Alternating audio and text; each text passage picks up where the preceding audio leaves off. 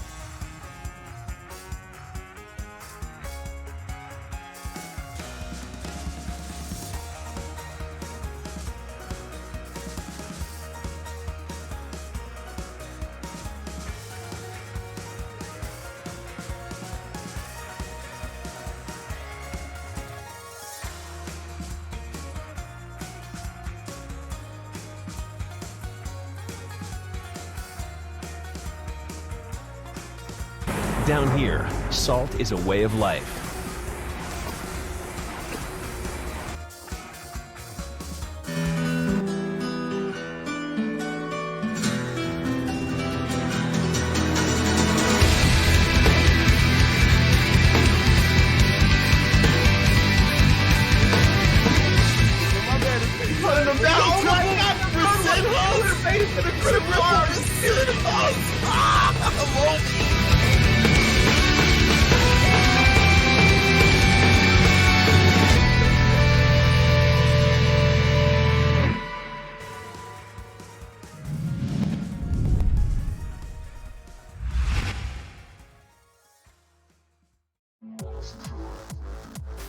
Hello, everyone. Welcome. I am the Houseman. I am here with Bolt Strike, and we are here to welcome you to Capcom Pro Tour's World Warrior event EU West, number 3 of the tournament so far series. And I think right now I see that everybody's very excited, and I can understand why. Why are they excited, Bolt Strike? Wow, thank you so much for the intro as well, Houseman. Welcome everybody in chat. Well, look, I think we're reaching that stage now where we're seeing consistency among these players. We're getting closer to that final top 8. We're seeing, I guess, a bit of a picture across these regions now about who our players are potentially going to be. We still can't assume anything because, you know, it just takes 1 or 2 of these players to maybe slip up or another one to come in. But I think we're getting to that point now where it's becoming a bit more real, isn't it? That it is. Right now, I'm looking at our point standings. Right now, Garnet is standing in first place with 85 points. Takamura with a close second of 70, along with Ross, also standing at 70 points. So those are your top 3. Cammy Queen Gecko is with 51 points. 7 close behind with 45. Akram with 40. And then a 3-way tie for 7th place between Maeve, Snowboy, and Mr. Wolf. And honestly, I see a lot of those players in the bracket today. Garnet, Akram, and Takamura, of course, getting seated. Giko as well. But also, you know, seeing Mr. Wolf in the bracket as well, showing up. And honestly, going to try to get himself in a better position, potentially over Snowboy, who's also in the bracket. So it's going to be a tournament determining possibly some of the later seedings. Since there's only 8 for that final tournament that'll decide the Capcom qualifier. It's really going to important. It's going to be important for either Snowboy or Mr. Wolf to kind of guarantee their spot with a decisive, maybe top 3 placement if they can manage. Yeah, no, I agree. I think it's one of those that you've got to make use of the fact that perhaps some people haven't entered today. You've got to capitalize. If you're here, this is your chance now to try and pull ahead of the pack if you can. Well, right now, we're also going to show off the Matcherino. That's their chance for these players to win some cash today. Right now, we have contribution codes shown. That's free cash that the chat can click on in order to just bump up that prize pool a little bit. Honestly, I would love to see all codes get claimed before top 8. That's always a great goal to set for ourselves. And you know what? If I'm feeling charitable, maybe I'll make some incentive goals. But right now, the incentive that you could see is a little further down. If you go to the marketplace, you can see some of these great merch, some of the Saltmine League memorabilia you can purchase and then also donate to the prize pool with the same purchase. You can also see some of the sweatshirts down below. That $35 one goes entirely to the prize pool. So if you want to show your Matcherino love, or if you want to use the sponsorship quests, there's so many ways to contribute to today's tournament. Yeah, and it's so easy to do. It's a click of a button and it rewards our players. So if you can chat, please do exactly that. Now, who do we got up first? I see the on-stream. We're going to get, I believe, Cravex versus Groot. Well, whatever. I don't know what I'm doing. It's not a professional thing. What do you want from me? You're fired. So, they fired already. It's only been 4 minutes. Yeah, that's the job. The job is to get fired. But yeah, as Ritas has mentioned, it's going to be Marsh versus Cautious. And I did see hints of the Dan, hints of the Laura on the character select screen. Marsh is someone I've come across a few times on my CFN journeys. I'm sure he's a Laura player. Caution, not so much. But we'll see. You could be right. It could well be a Laura Dan that we're going to see. Yep, there it is. Indeed. Now, here's the thing. Laura Dan's weird because neither player has a fantastic approach on the other. I think Laura may have a little bit of a help in terms of her counter pokes and in terms of her electric fence, but once they're in, that's where the characters will really excel. Yeah, exactly. Ooh, there's the end. Just as you say that. Great jump in from Marsh. Oh yeah, Caution is actually one of the commentators for Corner to Corner, which Shin Yaiba does his weekly. Oh really? Oh, interesting. So your spotlight's on you in a different way today, Caution. So be prepared to get jumped in on a second time. Marsh clearly looking for those charged fireballs. He is. And I think Caution's handling it fairly well. He's always able to escape. That's a big credit to him. He's never stuck in the lore blender. No, exactly. And I think this is where you want to keep Laura in the corner. Hey. Nice. And the 2.5 frame jab of Laura. I don't special. It goes to prove, like, I swear to, if anybody practices their meaties in this game, you practice against Laura. Make sure you have that knockdown recognized. Make sure you never get counter hit by this character, because that is her speciality. And any good Laura player is going to know how to combo mercilessly off of those counter poke jabs. Exactly. I think honestly, when she's that low on health, you're almost better off taking Hiroki. Crazy when you think. Nice conversions, I like that. Red fireball. Yo! Even got the red fireball and knew how to convert off that. Unfortunately, doesn't get the stun, doesn't have the anti-air ready, just DPs right through the electric fence. And right now, Caution in a good situation, but party time is always available. This is the situation. None of this matters now. It's now the real game starts. Oh no. Thankfully didn't combo off of the overhead. Tries to get cheeky with the -2 dash after the stand medium punch, but gets checked by Caution. 1 round apiece. That was very nice by Caution. He was not panicking, didn't do the deer in the headlights there. Stayed strong, stayed solid, checked the dash. Looking good now. Taken to the corner. See, there's a, I guess, a slight miss-hit confirmed there, but I did like he's put himself in the corner. Not where you want to be against Laura. Really not where you want to be. Good, I agree with that, Vera. So, yourself out. Ooh, no whiff punish. Looking for those big buttons. And honestly, if Marsh continues to try to counter poke with those big options, that could be a good opportunity for Caution. Thankfully, Marsh gets in anyway. Gets him with the command grab. B-shift gets Caution out. And that's been Caution's real kind of, I don't want to say claim to fame, but like, it's been his real safety net in a lot of these bad situations.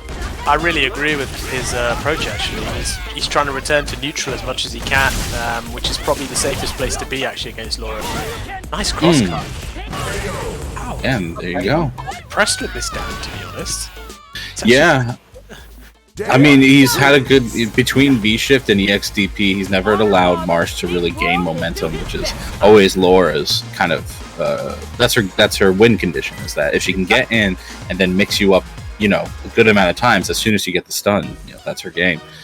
Marsh is going to have to start calling out those, less so the EXDPs, because we've only seen it once or twice, and much more so the V-shift. It can be a little tough for some Laura players, I understand, but, you know, even just like +2 into whiffed throw and just stand fierce, like, that'll catch most V-shifts, and that'll allow you to at least have an option against what's clearly an opponent who's relying on one particular defensive option. I agree. It's just like what they say, it's the age-old classic with a fighting game, isn't it? Don't keep doing it until somebody shows you a way of stopping it. Exactly. Not been blown up once yet for V-shifting. So I would, if I were Caution, that's why I'd keep doing it until I get blown up for it. And then I like his approach. He's hit confirming, he's anti-airing, he's got the cross cuts. Ooh. Oh, I don't know about that. Interesting. Okay. I think he wants a perhaps a slightly more imposing neutral. Perhaps that fireball may help with Lucia. I don't know. It's not a matchup I'll have seen a lot. Yeah, or maybe it's just the frustration with these shifts. So yeah, just having something to kind of play with in neutral might just feel a little more comfortable. Caution, throwing Caution to the wind with that sweep, but it works out. Gets the side switch into a nice combo here, and I thought Dan didn't do damage. I thought that was his big weakness. I'm always dubious about that. And if you look in that bottom right corner, he's got V-trigger, and look how little health he's lost. Toe tap. And then we're going to get a meaty into... Nice interruption, actually. Even then, this is the baton. So basically he's going to get... No, he doesn't cancel in the baton. We're not going for the straight corner. Oh, interesting. Because that's one of the benefits of V-Trigger 2. I personally don't think that V-Trigger 2 has any worth at all. But, like, you know, the actual Lucia players will tell me, like, no, her corner carry is ridiculous with it. And she'll instantly go from one side to the other if she can get a conversion. But, yeah, Marsh deciding not to do so and possibly losing the round over it. Ooh, trade combo? Quite nice with finish. And again, Marsh has V-Trigger, but... Can he activate? That's the key. Yes. Ooh, that would have been the activation, but I kind of like taking the knockdown because then you can get a much more riskier Yeah, there you go. There's the activation. So let's see if we see that corner. Oh, he's dropped it. Wow.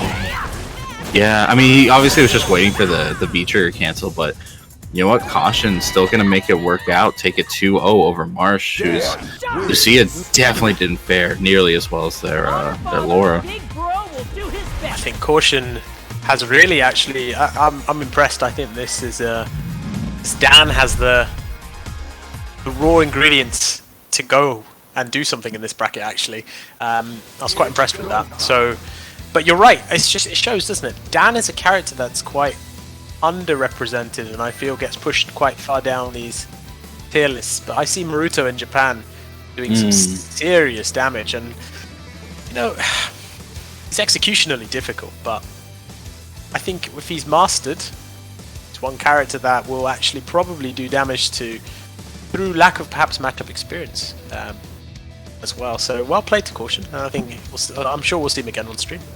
Yeah, kudos to him, making a good impression on the stream, both on mic and in game. But his next opponent's going to be Gigo, so yeah, good luck with that. The tough one, isn't it? The next match, though, is going to be the one I mentioned before. It's going to be Cravex and Groupbox. Before we talk about that, though, I'm just going to bring up the match arena once again, because I love to see all those coupon codes get used. That's just free cash that you can donate, that you're not even donating. You're just clicking a button, and it appears in the prize pool. It's just showing that the community's out here, they're watching these matches, and they're invested in it. So show your investment. Click on the Matcherino code. Click on Claim Code button to donate 25 cents to the prize pool. I couldn't agree more. Let's get those codes done before we get to top 8 and reward these players for their effort. And they're putting on a show for us as well, so I think they are deserving of the full spread of that Matcherino. So. And you're right, we're on to the next one with Cravex and Groovebox. I think both of these two, those are their mains. Come across them both, actually. So, interesting. Falk and Mika, you'd think this is hard for Mika until she gets in, really, but Falk has that DP. So. Yeah, it is the slower one, so it's something that you can't really rely on in terms of the light pressure. It just whiffs right through him. But it's really going to come down to player style, because if our Mika friend here just gets frustrated at one or two anti-airs, which Falk is usually very consistent about, it could easily go sideways into tilt category, and I don't know. It comes down to how well can you stick to a solid approach, because Falk's want to keep you at arm's length here. Yeah, no, I think that's fair. I think you're right. Difference here between how well the Mika does is how much patience Mika has. You're going to have to take damage. You will take damage. You have to use your health as a resource here. Take a bit of damage, but that's your means of getting in. Not get too frustrated with the fact that you're going to take forward heavy punches to the face. You're going to take these fire. You have to. Just do the matchup. So, but I like the approach. Yeah, I do too, and I like the resource management she's trying to build here.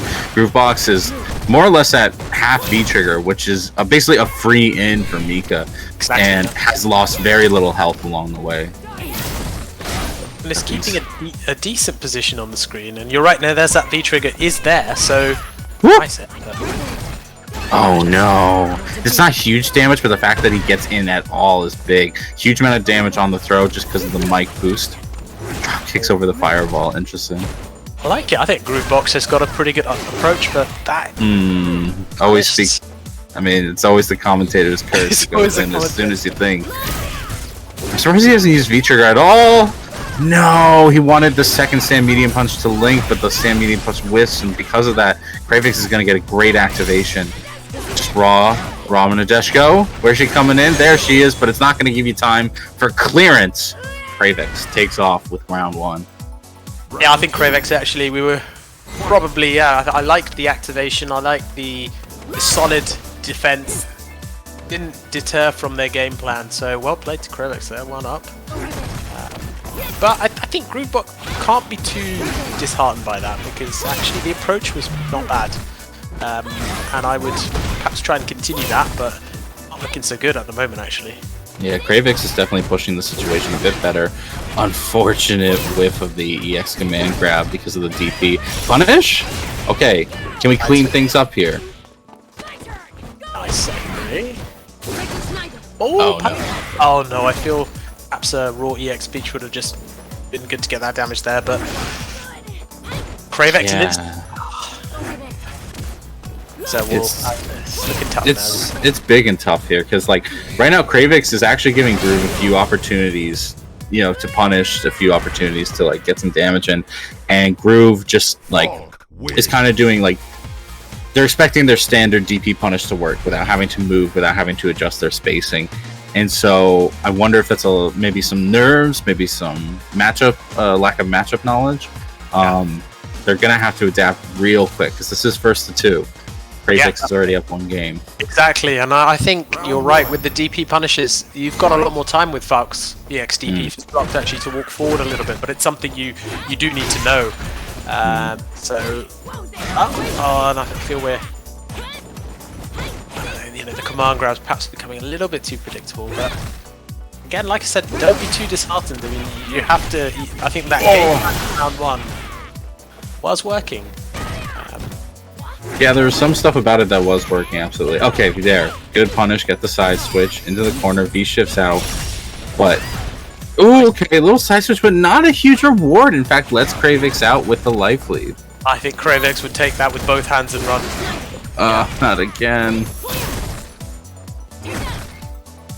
What do you do? I'm surprised Kravix even walked in, but you know what? Gets giant swing on the whiff crouch fierce. I wonder if Mika can EX Peach that at that rate. Forward fierce? Yeah, probably. Because she can certainly do it to Vit. Whoa, that just damaged him.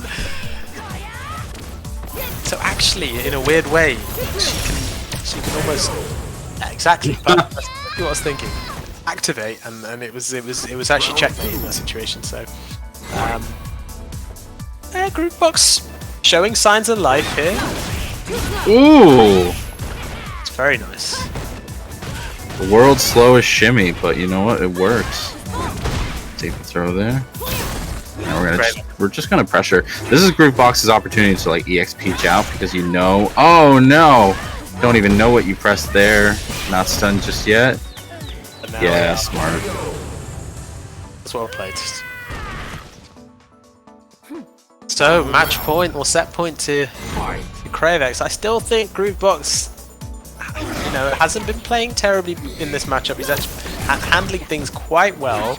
I just feel like there's a few missed opportunities perhaps, but it's not over. Yeah, just at least understanding the range, because like Mika is a character that like they call Kage stubby, but Mika, dear lord, all of her buttons are so stubby. They really are, aren't they? So even if you get a situation where any other character could punish, Mika might not have the reach that she needs. Nice EXDP again, but wake ups with violence. Nice, gets him out. And you know what? I kind of respect keeping the corner there.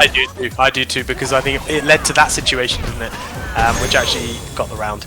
So well played there from Group Box. And actually, I think Group Box is starting to notice the tendencies that Kravix might have on defense with these EXDPs coming out in full force now. So we'll have to see. I think can't be letting off all these EXDPs with no punishes. I think Group Box is caught on a little bit here. So we'll see. Needs some adjustment now from Kravix, who's been quite comfortable actually. So let's see what happens. I think we haven't seen much of the drop kick, have we? Nice jump. I mean, it's just so easy for Kravix to deal with. I think Group Box is respecting that right away. Ain't respecting those jump-ins though. Oh. Okay, building up that command grab. I like it. Oh, that was very nice. Yeah. Yeah. Again, just build up the V meter while you can. It's such a good tool for Mika. Didn't get the hit confirm, unfortunately. But you know what? We'll take the damage. Gets under. Oh, nice punish. See El Chakotay in the chat looking at his perhaps his protege Group Box. Mayhaps. Speaking of which, any North Americans, stay tuned. We got some announcements for you about Saltmine League. Very interesting. Alright, Mike's still incoming. Has the command grab been spent on that? I don't think so. I think no, it has not. So I'm a bit worried about how much damage is incoming. I'm not going to see it though. So Yeah, unfortunate. It's funny because Groove has managed to get V-Trigger in a lot of situations, and then it's like he gets it, and then he's just like, wait, what's the there's so many obvious ways to approach, but I feel like he's stuck pondering what the best way to approach is, and so that just allows Kravix to walk in on him. Ironically enough. Yes. Ooh. Counter hit damage. Corner. Oh, nice. Okay, you're gonna get a side switch. Yeah. Okay, there's that EXDP. I feel perhaps we may need to be baiting. Okay, cool. The forward fist. There's another EXDP. These EXDPs are really paying off, and I think we're swinging out. That's what I mean. Sometimes the tilt can go in your favor. Sometimes, to be fair, it makes you do some stuff that might be a little dangerous. But this is gonna be close. Not quite enough though, and you don't get the Oki from it. So Groove has to get in once more. Not an impossibility. Has some life to spend. Oh, the bubble saves him, but the V shift does not. Kravix is gonna take him 1-2 in the set.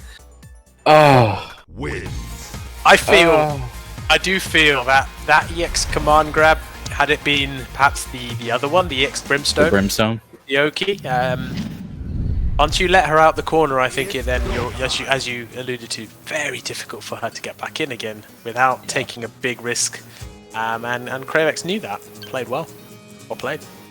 Yeah, played pretty well. Thankfully, didn't suffer from the few times that, not even the few times, the handful of times that Groove Box got in. But yeah, I mean that might be something like this. These are always, even if you don't take the title, even if you don't take Capcom seat, there's always stuff to learn, and from that you just kind of have to learn that it's like, man, like sometimes you gotta vary up your pressure a little bit more. You gotta, maybe be more dedicated on your approach so that your opponent has less time to think and less time to reposition. But all these are learning opportunities.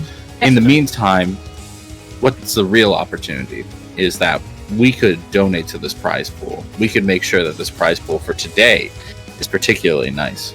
So I put in the chat the Matcherino link. Make sure you're using up all those codes. And .ex, thank you so much for the subscription. You guys should follow in his footsteps. Follow in his footsteps. Exactly, and there's that Matcherino. Look, we're getting. We still got so many. How many codes do we have to claim still? So this 33 out of 50. 33. So there's 169 of you in the chat. So my maths, tells me that there's clearly enough scope, guys. It takes all of 3 or 4 seconds to do, and it costs you nothing, and it really rewards our players. It rewards everybody. So let's get those codes claimed. I'm actually going to do just that now. So, guys, wait, you are a commentator and only do it now? You're fired. Yes, I knew I'd. Finally, I was able to fire you. Yes, I've finally been fired. No, it's like it's a badge of honor, isn't it? It's a right of passage.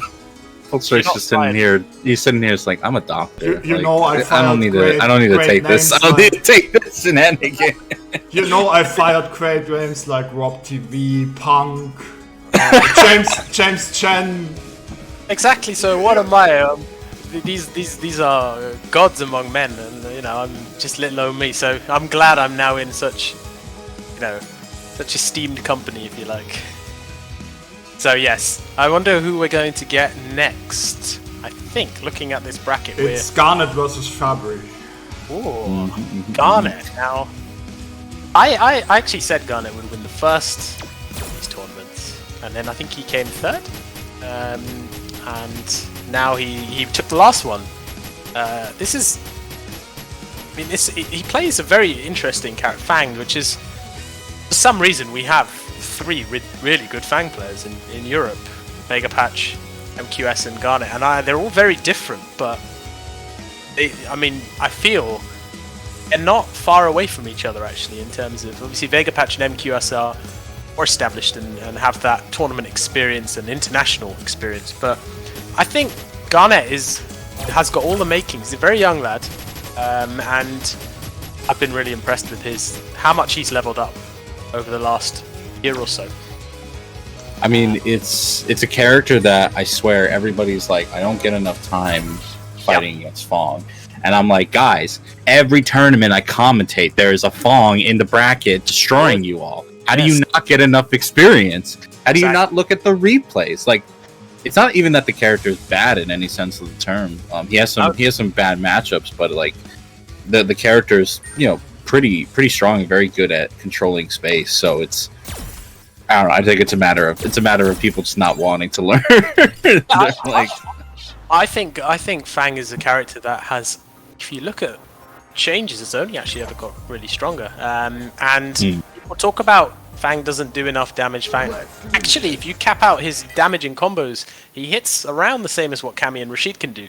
So, and you've got that poison effect. So, that's he doesn't do the Luke damage. He doesn't do the Abigail damage. But if he returns you to neutral, keeps you poisoned, so it can be difficult to get back in if you don't understand where to take your turn and when to take your turn. So, but you're quite right. We have got some very good Fangs, and then it's a character that whoever plays Fang now, if you're still playing Fang, you know your character inside out. So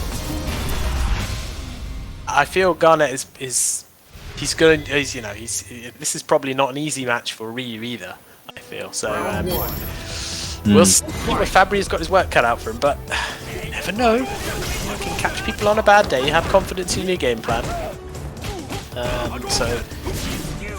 All right. Yeah, there was a good check. It didn't go into anything momentous base, and that's the bigger issue. Is going to be, you can't just have a few stray good checks against Fong. You need to get a check into a Tatsu, or you need to get a check into a knockdown of some sort. You really need to get this character on his back, because if not, he's just going to run all this poison shenanigans on you. Like, look at Garnet here. Was ready for the neutral jump, had the anti-air ready, had all this pressure sequence ready, and even though Fabre pulled out maybe like 2 or 3 different defensive options, he was ready for each of them.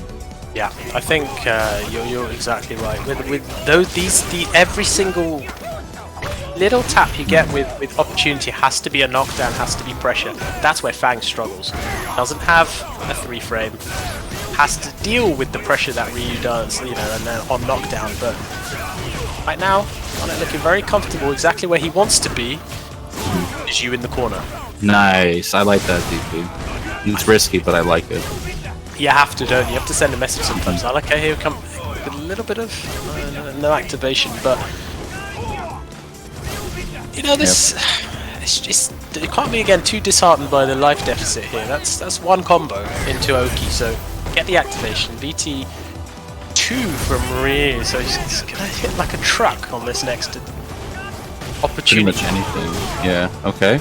It's EXDP, so can't cancel that into the follow-up. No. So, okay, still got a lot of that V-trigger, so nothing has changed. Plenty of time to get in and do some damage. Can't take any unnecessary risks there. See the range on that crouch medium punch. I don't think he was I don't think he was expecting that range at all. It's just like, I can walk in about here, and here Stand Fierce is probably gonna whiff, or and I can block crouch roundhouse, and then it just like crouch fierce or crouch medium punch comes out. And I think that's a 6-frame, right? That's like a relatively fast far range normal. It is a 6-frame, and funnily enough, is actually minus on block. But most Fangs will end up cancelling. I think you're quite right. I think 6-frame. Funnily enough, -2 on block. So yeah. I mean, it's got fantastic range, and it is a good poke. Essentially, it's a good button just to throw out there, stop your opponent from moving. And Garnet had that on lock, especially when his opponent was just kind of slowly encroaching on him, having some options. I think the only thing that would have stopped that is maybe like a forward fierce preemptively, and even then, that would have whiffed if Garnet had done nothing. So it would have been a big risk to take. Quite right. Yeah, exactly. So we're going to see a character switch, a VT switch. It's going to be the Cam. Character that, another character similar to Urien that a lot of people have kind of put down because of the nerfs that she's gotten. But, Fabry going to try to make it work right now, unfortunately taking a good amount of damage from round start. That's the thing now, isn't it? I think with punishable buttons, and more, there's been a health nerf as well. She's not a character you could ever make mistakes with before, but now Oh, that's a one of them. That EXDP was a little. It worked, right? It hit. Yes. But it's in a game of resource management. It's a little like, man, I think the round's lost at that point. I agree, mate. You could argue yes to keep it for the next round, but I think she's struggling to get in, and actually Garnet's on the offense here. Nice punish on the V shift there as well. It's looking bleak, isn't it? Really. Oh my god, the spacing trapped off of the coward crouch. Oh, EX Hooligan not invincible enough to go through the poison balls. Can't be reversed here. I mean, they could try. Doesn't even get hit by the instant overhead, gets hit by the poison cloud trying to challenge whatever Garnet was doing. That'll be that. Garnet's going to take it in a pretty dominating 2-0. I think Garnet may have considerable experience in this match because of Chico, and not to mention the wealth of other Camis we have here. So I think Cami may not be quite the character you'd probably be able to rob him with. He looks quite comfortable. And, you know, there was a time when Cami was the character that everybody put in their pocket and pulled on, but I think they're not seeing that as much anymore. She's been not nerfed, but normalized. Key word there, normalized. It was a pretty hard. Here's the thing, like, everybody goes on and on about the Urian, because the Urian nerfs were, like, so obvious. Like, the takeaway of his reversal, like, kind of reduced punish options off of V-Trigger. But, like, I think Cammy got the worst end of the stick, to be quite honest. I think she, you know, whether or not it's deserved is another discussion, but, like, that beatdown, like, health, one of her main game plans, which is just poking, you know, being nerfed. But you know what isn't nerfed are these World Warrior tournaments.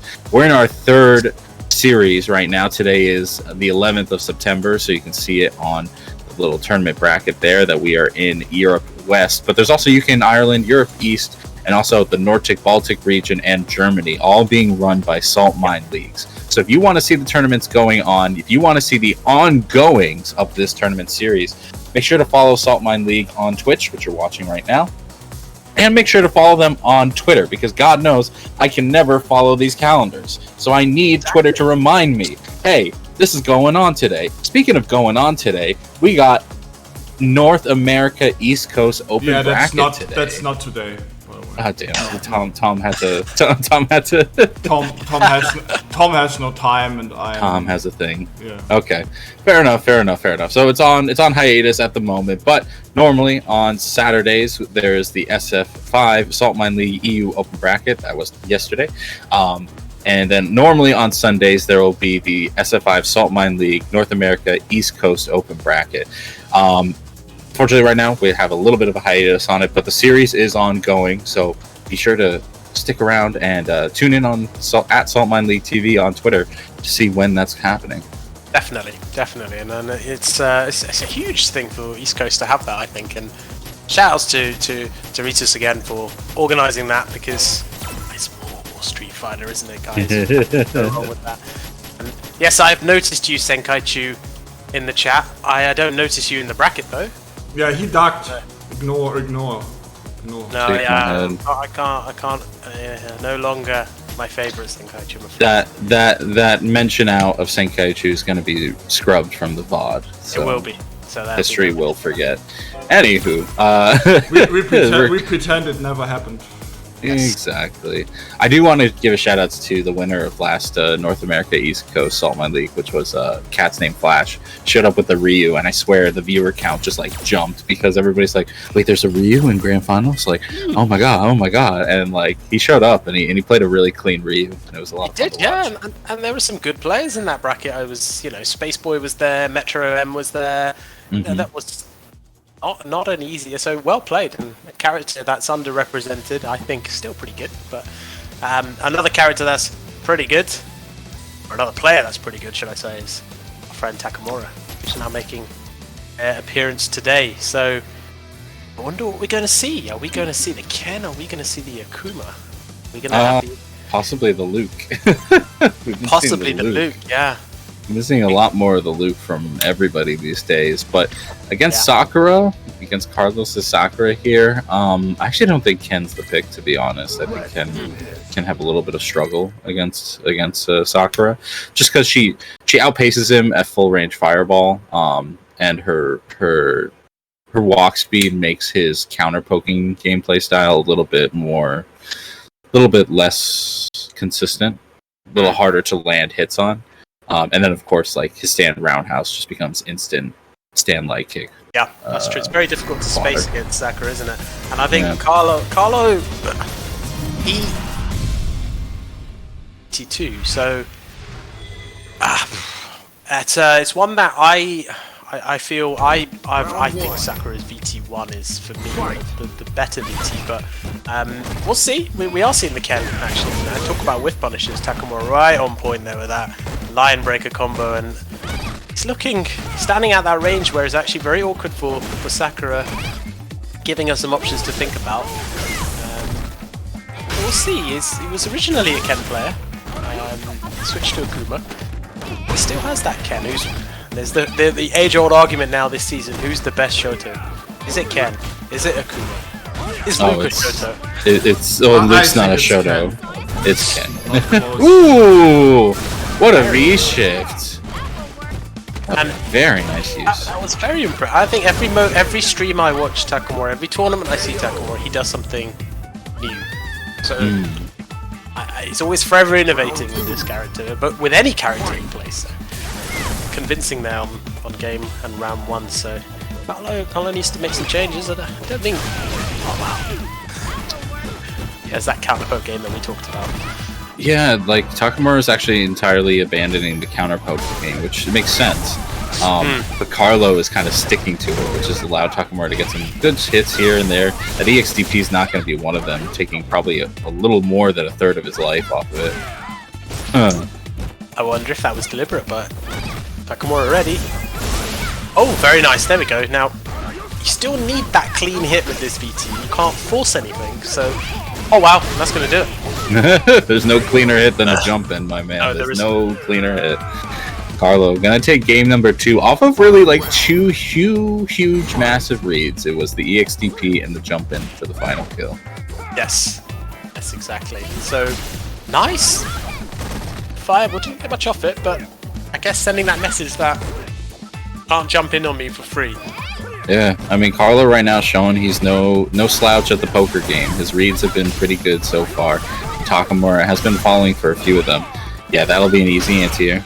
Ooh, but the counter poke actually works out. Takamura realizing that Carlo is relying more on the poking game. Yeah, and then a back throw. Wow, Carlo looking pretty good here. Just, I don't think needs to take much in the way of risks right now, actually. Gotta be careful with these swinging big buttons. I felt that could have been a Tatsu, but still. Nice. Oh no, I knew it! I knew it! Osman, it didn't work because you replied with it to someone. Yeah, this bot's terrible. His life is terrible. Anyway. Oh no, 2+ on the throw and he gets back there. Wow. Takamura, please! Oh no. Takamura, please! Wow, Carlom with... Okay, I need to know, is he Carlo or Carlom? Because I see Jico writing Carlom. always... Carlom. Carlom, okay. Carlom. I think we're gonna see something, whether it's a character switch or whether it's just a moment to think. Wow. Telling you, these people are not infallible. You get a few good reads, you get your punishes on point, you keep your anti-air solid. I mean, here's the thing, like, Takamura round 1 was, like, exquisite with his whip punishes, like, really solid with that B-shift use against the raw Tatsu. But it really came down to kind of the more simple stuff, like, oh, he happened to jump when I threw a fireball. There was way fewer scenarios where Takamura was able to force the situation, and because of that, he wasn't able to just, like, guarantee the round. Yeah. And so I wonder if he'll pick Luke. Luke is often like much better at that. No, he's gonna stick with the Ken, and I wish him the best luck. I don't know if it's gonna be more it's gonna be V-Trigger 2 Ken, so it's gonna be a bit more cash out Ken. Yeah, I actually think VT2 is a phenomenally good VT. Just because I think with Sakura's Fireball, this will be quite an easy reaction punish to, and it shuts down a game. I think Carlom is... Wow. What? Ladies and gentlemen, that has no invincibility. That DP has no invincibility at all. That one does. It's blocked. Invincibility exists only in your mind. This I like. Okay, alright, the whole... See, that V-trigger might not be working out as much as we hoped. Frames, spacing, invincibility, it's all a social concept. It is, but yeah, I think Carlom is sensing blood here, you know? I think he's got that shark sense activated. Oh, wow. That was greedy. That was greedy. Oh! No! Oh my goodness. Oh no. Oh my god, I can't look! I mean, Carlom used to buy a lottery ticket today. Yeah. Give me my lotto numbers, Carlom. Holy Moses. Nearly had the punish there, just didn't know. But one thing is, Takamura is not going to be phased by this. He's been in this situation countless times.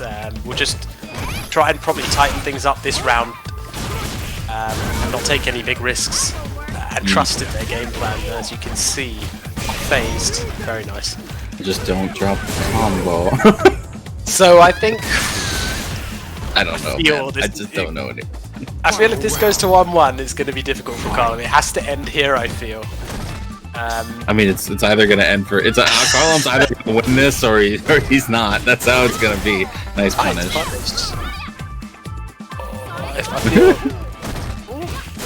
You can see Takamura the whiffed anti-air, and he's just like, do I even try to whip punish right now? Like, no, I think you're right. I think it's just not working out for him today. It's particularly so far in this match. Oh, nice. Nice. Yeah. Damage. Here comes our VT. Oh. That's going to be blocked. Okay. I feel that was charged too close to Takamura to react quite nicely with the DP there. Oh, nice pick up there. There's not much else he could have converted there. Oh, okay. Yeah, you eat this damage. You eat this damage. Still got about a use of that VT, so... Fireball. He can kill on a jump in here, no doubt. Can. And I feel you're not going to get very punchy. Okay, go into the V trigger. Get some of that release, if you would. And I think, as you're seeing now, we're seeing Takamura not really take any risks. He's throwing fewer fireballs. He's just thinking, okay, I'm going to deal with crashes. I'm going to deal with jumps. Carlom needs to change it up a little bit because there's been an adaptation. Thank you very much to Boo Boo Stick for $5 donation. I put that into the prize pool. What a name. A beautiful name. What a jump. No. Alright, feeling it right now. Unfortunately, it doesn't feel the meaty. Not deterred, though. The challenge for Carlom not being followed up on. No. Oh. He's ready with that. He's ready with the crouch fierce actually now. Not V-shifting. Oh! Back throw. Okay, this is where can't let him jump. Gotta punish that. Nice. Gonna get the one. Okay, we're going for the DP. Felt that was a bit of a fake Oki there, but it's okay. Both one hit away. Ooh, runs right into the EX Fireball. Thankfully, it's a Ken EX Fireball. It'll give you a lot of leverage. Oh my god! Carlom. Again. Set point number 3. Nice hands there. Oh, I like the idea there. Trying to put a fireball in front was actually too close. Fireball just went on its way past Takamura, but Ooh, that was a little tricky. Thankfully, it has the EX Fireball to cancel into. That would have been terrible if the link didn't work. It had to make that, didn't it? It had to make that. Okay, nice little. That's something Ken now gets. Obviously, the 2 lights into Tatsu into DP, which is a lot of damage from a light conversion into Oki. So again, crushed. Got that V-trigger now as well, so this is going to be a very difficult one for Calm to make a comeback in. He can't throw a fireball. That is probably dead if he decides to spend the bar. Yeah, he absolutely should. Absolutely should. Yeah, Alright. It's like, this is like tension to the highest caliber. It really is. It's the most tense I think we've had so far, right down to the wire. Mostly because it's like Carlom's playing his standard set, ooh, just a little late on the stand light kick. And it's more like Carlom knows his punishes. So if Takamura makes a mistake, thankfully didn't punish that, but like if Takamura makes a bigger mistake, he could just go so downhill so easily. He does, yeah. Positionally, this is a nice anti-air. Okay. We're nearly out. We've got that the V trigger. I feel maybe we need an activation. Oh, wow! That was incredible. Speaking of mistakes, that was a big one. The V skill. You'll not live. quite enough. This is a hard situation to delay jab. That's a smart choice. Well played from Takamura there. Actually, I think it's a bit hairy there, but stayed solid and actually just trusted in their game plan. Shout outs there to Carlom. Well, Carlom always seems to do some damage, you know. I've seen Carlom bracket quite a bit actually. So he's, you know, you got to hold your head up high. Put Takamura real close there. So well played to them both. GG's. It's a good set. Good set means that y'all should be contributing good money to the prize pool. We have 3 contributions available to you. You can use those coupon codes. There's 23 of them remaining. I still want to see all of them used by top 8. We've also seen a great donation from Saltmine League. We've also seen a great donation from Boo Boo Stick, which means we sit at $32.50. But I love seeing these Capcom Pro Tour events, the World Warrior ones, get like $100 prize pool, just to show a little bit of faith in the players that are doing so well. So please, take the time and donate. Get in there, and there are multiple other ways to contribute as well. So let's reward these players. Let's reward them for their efforts and for their entertainment as well. So please, chat, let's try and get that done before top 8. And I think now we're moving on to our final match. Before we get into that winners top 16, I think we've got Mr. Wolf and Dado Mago. So we're going to see Dado Mago's a Bison player, and Mr. Wolf, very experienced, old head of the Italian scene, lovely guy.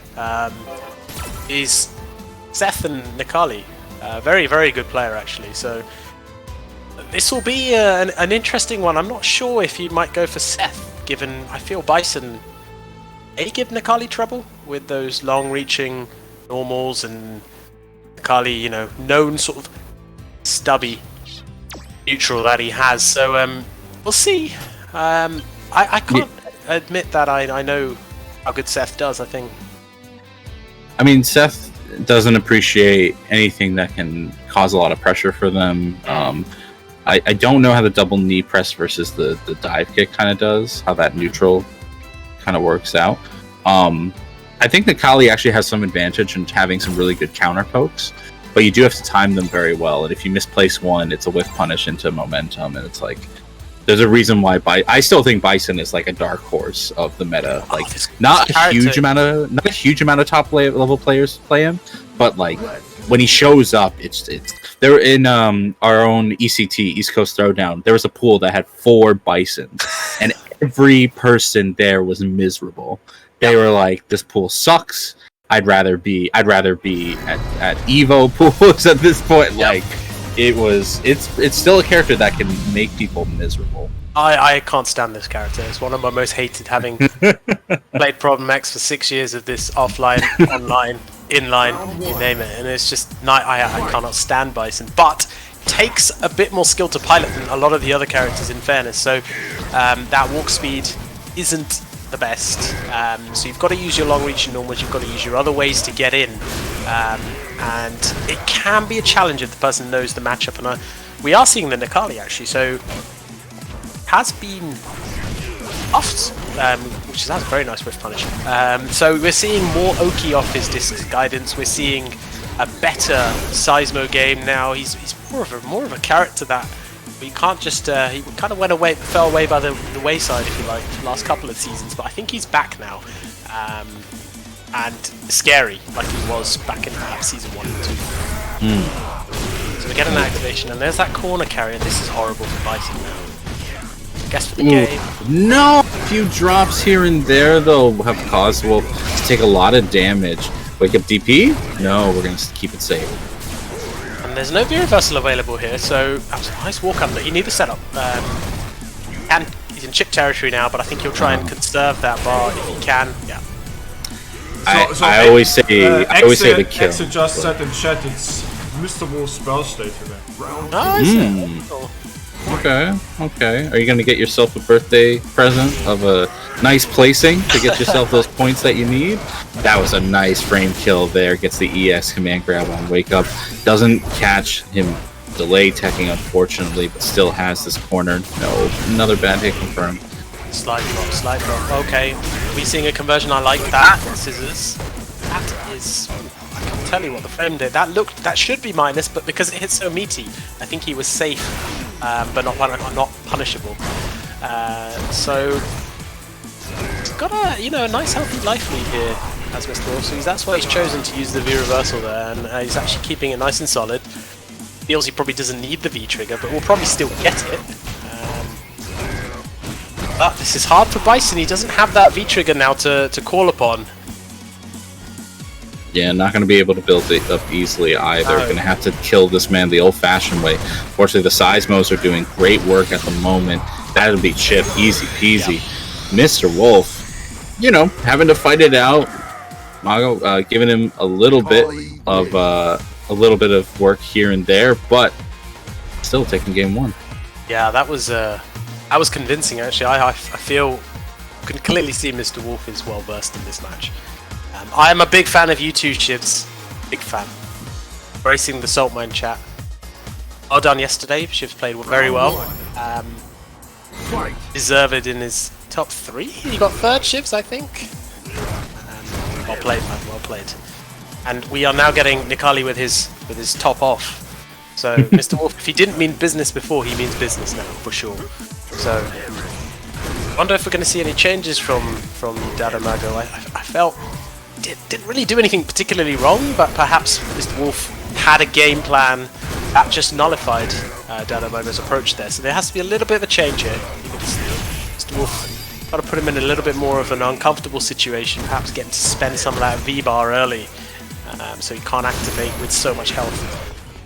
But this is the issue, it's this V-skill. This V-skill buff means you can't now really punish from ranges you could before. It comes out too fast. It's building that bar nicely. And that buff alone would be enough, but him now getting guaranteed Oki, I'm telling you, this character is a bit of a problem, Nice jump in upon. Very nice jump. There we go, conversion. Command grab? Nope. It's safe. Command, okay. I like that, very nice. Reacted to the flash of the V-reversal, take the screen positioning. Oh, this is big. Nice V-reversal there from Mr. Wolf. Just gets him out of that situation. Surprised he didn't V-reversal that down forward Fierce, but gets an opportunity on the blast. And now it's just going to be one hit. Yeah, unfortunate. That was very nice from Mr. Wolf. See, I think game plan for both of them wasn't bad. They got to spend the V-reversal so that Nikali could not activate trigger, but Mr. Wolf very confident in his game plan, even without trigger, so he's not a Nikali who's reliant on that V-trigger. Very comfortable without it. So. Activation is actually only +1, so if you're feeling gutsy, you can challenge it. The target combo VT2 activation, but Mr. Wolf saying, well, I've got a life lead. Errant DP now, I feel, perhaps meant to be a jab. I thought it just would challenge the cycle pressure. Maybe, yeah, maybe. Mr. Wolf's defense was immaculate. Unfortunately, it gets opened up by the third down forward Fierce. Challenges with the EXTP on Wake Up. And honestly, this is probably Dadamago's best looking round until that jump in. Oh, that's it. That'll be it. It was going much better, I feel. He was being a little more patient. His like kind of forceful entry in terms of down forward fierce was actually starting to pay off a little bit. Then he got a little greedy with the jump in, thinking that Mr. Wolf might be looking more to the ground and less to the air. But no, Mr. Wolf always looking to the skies, always howling at the moon. Always. As a DP. Always. The skies are protected, and Mr. Wolf progressing now. I think we're into that part of the bracket now where we're seeing top 16 winners, where only one more game these guys are thinking of first to 2. And then I have that comfort blanket of that first to 3. So... Yeah. Talking about bracket, let's show it real quick, shall we? Yeah, let's show it. So... Right. We are in top 16 winners now. We are indeed, and then I think we're going to see... There we go. Garnet and Jin. Jin is a player we haven't spoken about. The Balrog player, actually. A very good Balrog player. So that should be a good one. Traditionally a difficult matchup, actually, for Balrog against Fang. But we'll see. And we got Akram, who, again, we haven't seen anything of yet, either. Another strong player from heading up a trio of characters. So we'll see who they get. Takamura versus Gamanera. Gamanera very strong, Dan and Ken. And then we've got Jiko versus my old friend, Snowboy. Snowboy is my child. Vega is Gil. He's a fellow Meteor believer, B-Skill 1. So I'm excited to see what Snowboy can bring to the table. There we go. I'm also excited to see what the chat can bring to the table with the Matcherino codes. I'm not much so far. We are over 200 people, 240 currently, and we still have 20 codes left. That math doesn't add up. Oh, it doesn't. It doesn't add up. So chat, come on. Let's try and get those codes claimed. Reward these players. Takes 5 seconds of your time, and it really helps out our players. So please feel free to sort of contribute there if you can. It's getting there, but you'd see a bit more of those codes gone. I see them coming. There we go. Well done, guys. They're right there. They need to be used. And you know what? If we can hit all of these, because we have top 16 coming up, if we can get all the codes done by top 8, I will donate $25 to the prize pool. So Wow. that's your challenge. That's your challenge right now. For 200 people, is to measly walk over and click some coupon codes. So, you know, whatever, however you want to show your appreciation. If you think, nah, these players don't deserve the cash, then fine, I'll just order Taco Bell. That's how it be. That's how it be. Yeah, exactly. You heard that. You heard him, chat. Shivs, you've got enough photos of me, please. Come on. How many There's photos? never be enough photos with Boltzrak. Yeah. It's a handsome man. What can you do? Oh, stop it, guys. Too kind. No. So, yeah, what were you gonna say? You go, House. I was just gonna say, like, right now, because I talked earlier how this tournament's gonna really, hopefully, solidify who our top 8 for this tournament series is looking like. Because Garnet has a huge amount of points ahead of him. Like, he's undoubtedly probably going to be in top 8. But Snowboy and Mr. Wolf are both fighting in 7th place right now in terms of points. So a top 3 seeding could really seal the deal for them.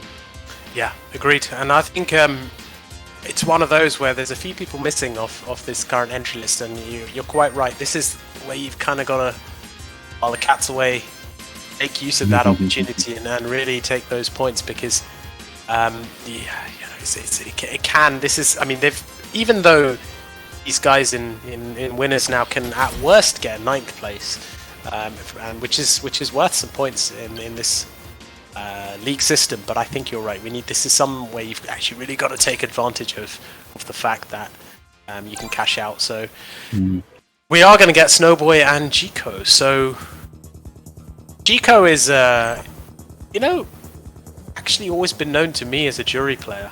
Switched to Cammy. Really? Yeah. Really? Before COVID was exclusively jury, and a very, very good jury, probably our best, along with .exe. So now we're seeing a Cammy switch, and ironically Cammy has been nerfed and jury has been buffed, but we're still seeing Jiko stick with the Cammy. So a very good Cammy, but It's a weird one, this match, because I think Snowboy will either go Gil or Vega here. Both fight Cammy quite well, actually. And Gil especially. This is not a matchup you'd think that Cammy would actually inherently win. It maybe even, perhaps even slightly in Gil's favour, which is interesting. So,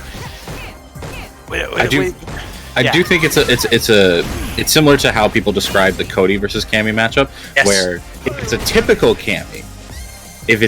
Cammy with typical timing, it's in Cody's favor. If it's a bit more of a clever Cammy that uses EX dive kick like that varies up their jump-ins, I think it's a bit more even in Cammy's favor. And right now we're seeing Geeko at least start that, but Snowboy bringing out that V-trigger, and that is the great equalizer in this game, is V-trigger and Retribution in particular. Geeko in World Warrior had a little bit of a weird run so far. He won the first tournament, then he did go 0-2. Let's see what he does this time. It's talk about being consistently inconsistent. I think you're right. It just shows sometimes, Cammy's character doesn't have a lot of health to give, so it can sometimes not work out for you. But it's looking good today so far. I think Snowboy perhaps needing to maybe use that stand medium kick a little bit more in neutral, which I find is usually quite helpful against Cammy's neutral approach. Because it does keep her honest a little bit with her mid-range pokes, and actually fights quite well versus for most of her pokes. Stand heavy punch is another good poke in neutral for Gil to sort of push her at a range where she will end up whiffing, and you can cash out for absolutely huge damage. So I feel Snowboy's starting to use that stand medium kick a little bit more. He may be listening. Maybe trying to impress Senpai over here. Oh, I'm not. I don't even know. Okay, here we go.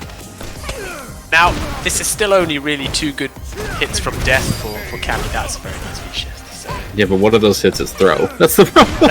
Exactly. The problem is that one of these hits is throw, and the next one might be a light.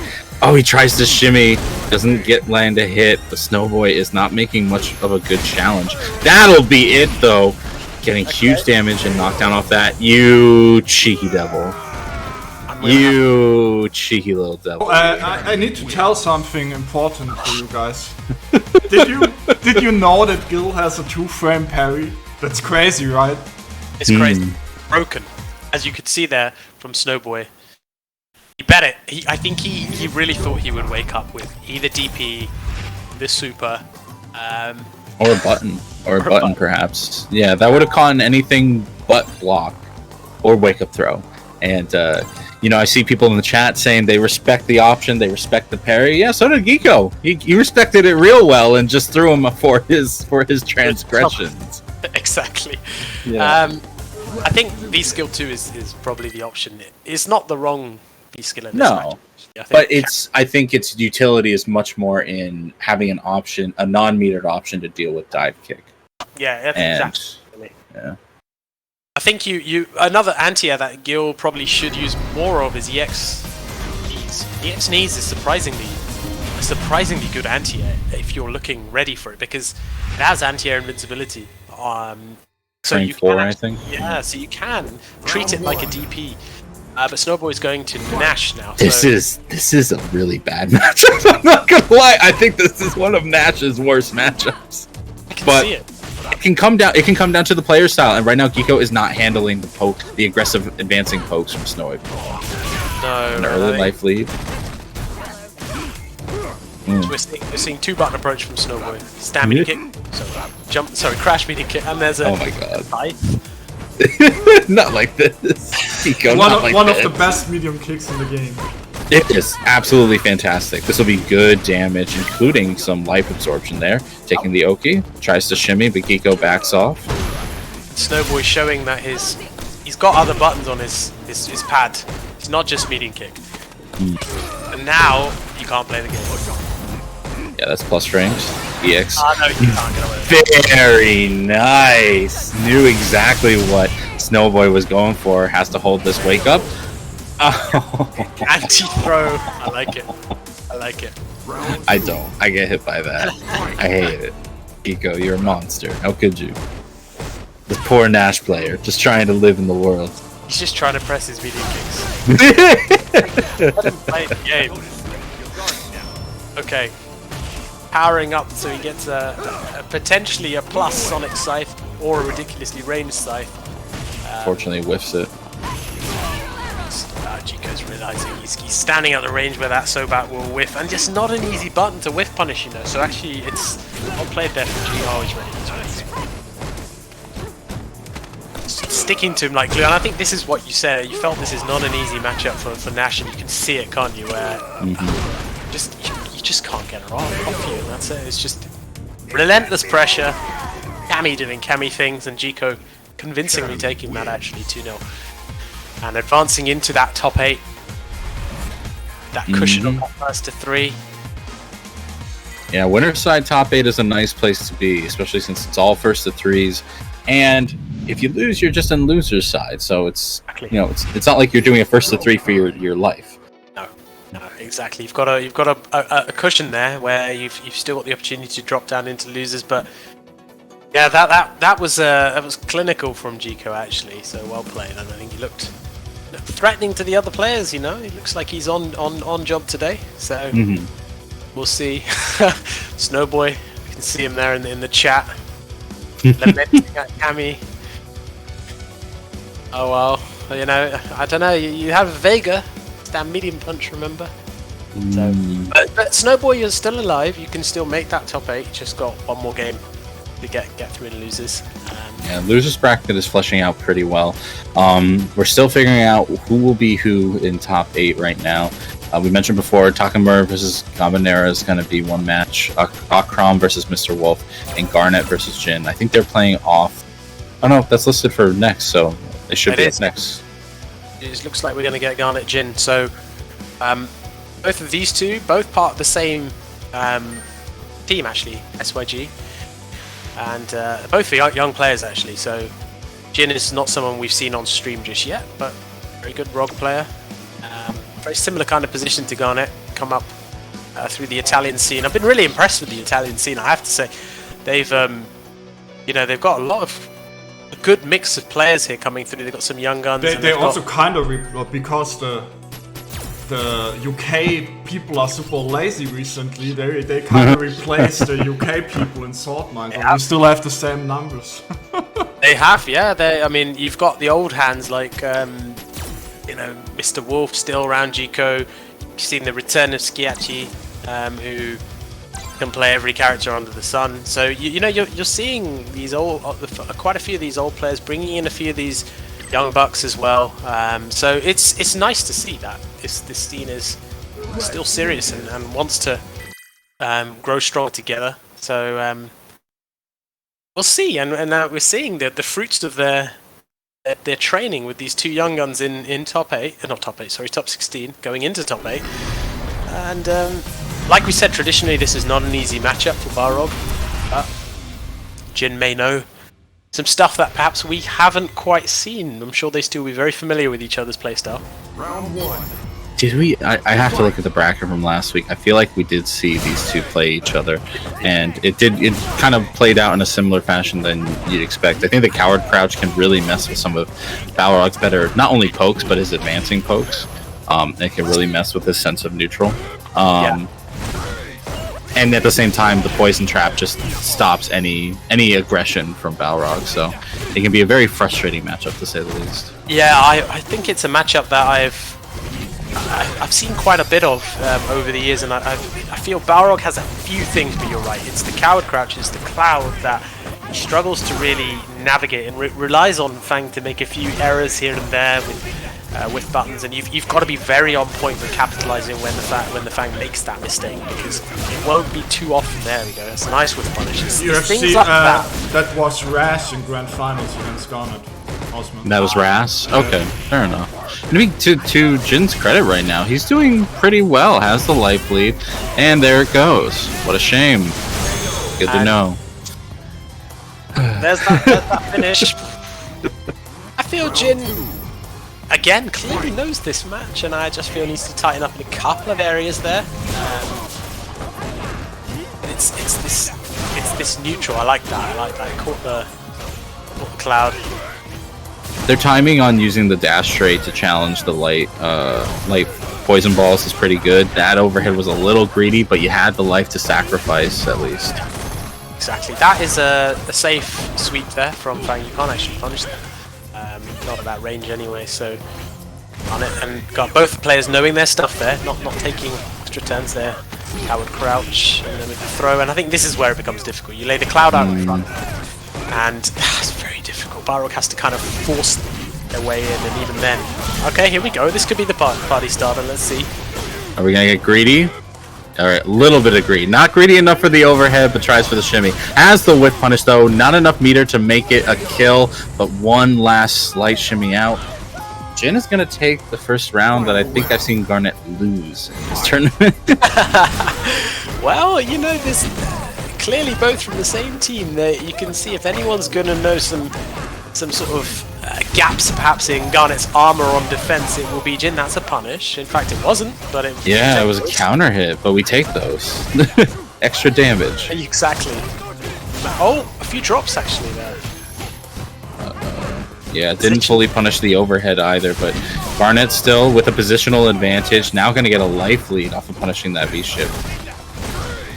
And again, nice punish there. The jab into the sleeves, the X sleeves, forcing the issue. I think Garnet senses that they need to close this out by being aggressive.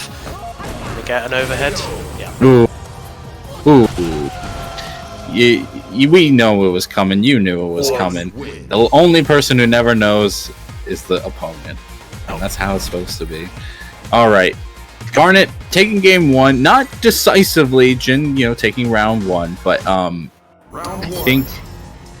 I don't even know what to think at this point, to be honest. I think Jin has some potential there. Not with those raw dash straights, though. He needs to clean that up a little bit. The blocks. That's the kind of spacing you need to be at. It's isn't it? With you're relying on your Viva reversal. You're relying on. It can be very difficult to feel like you're up against it as a rogue there. Just slightly out of range to convert off that counter hit dash punch. Not in range for the stand light punch, but I feel Garnet nice whiff punish. That's very nice. Being a little bit bleak here at the moment, but nice whiff punish there. Tries to get greedy with the overhead. Has something to make it safe. Whiff punishes the coward crouch again, and then challenges whatever he was going for, but unfortunately drops the combo because of just some juggle issues, and that's going to give Garnet round one, game two. You saw a threat of how dangerous that B trigger can be from Balrog. Unfortunate there where he dropped out of the corner with the combo. And now we're back in where this matchup is being played a lot of. Balrog's health just always purple. And it's a turnaround punch activation. Okay. That's a good awareness. Like, even though that overhead does have a lot of startup, a lot of people do kind of just fuzzy block it.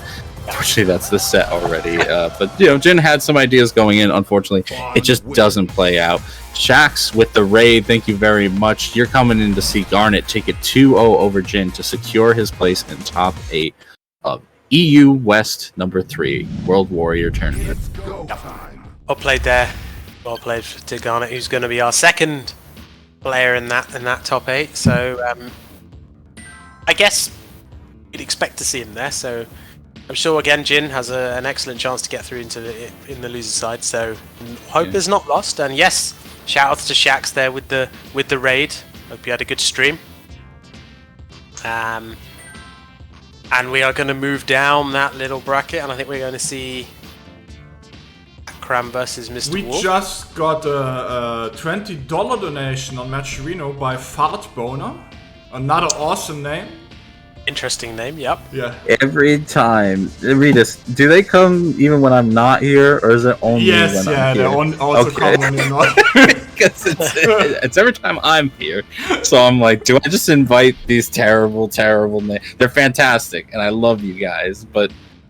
It's not that good. It's one of those. So that means we are only $43 away from our first donation goal. If you get to 100, we pay out the top 2 today, and at 150 we pay out the top 3. By the way, guys, it's also September on Twitch, so subs are 25% cheaper. If you want to support us and get some nice emotes, that's the perfect time. Yes, I couldn't agree more. And if you've got that Twitch Prime, support me with some money so I can put it into the prize pool. That's how it works. There you go. Exactly. There you go. I want these emotes, so I'm going to use my Twitch Prime. That's how easy it is. That's even more easy because Twitch Prime actually, like, most people have it anyway because of Amazon. So if you if you have an Amazon Prime, you can just give it to us. And this is how you spam these emotes in the chat. Look at this beautiful combination of emotes here. Makes no sense. Let's go. It doesn't have to. I gotta give shout outs to Mr. And who doesn't want to have a spinning gorilla face? Come on. Dude, that spinning gorilla is always good. That's enough. That's enough of a reason to sub. It's more than enough, isn't it? So, we are halfway through this top 16 winners side. And if we just track back into the old losers bracket, just having a quick look, I can see that our Dan player that we saw very early on, Caution, is actually one away from top 8. So, we're seeing, interestingly, Schiacci's lost to Carlom. Carlom, probably a slight upset there, and Carlom looking now good to potentially go into the top 8. Has to overcome Jin. I mean, Carlom has 2 points of his own in the running, so that can move you up pretty. A single seeding in top 8 can just give you a good position to get into the final tournament.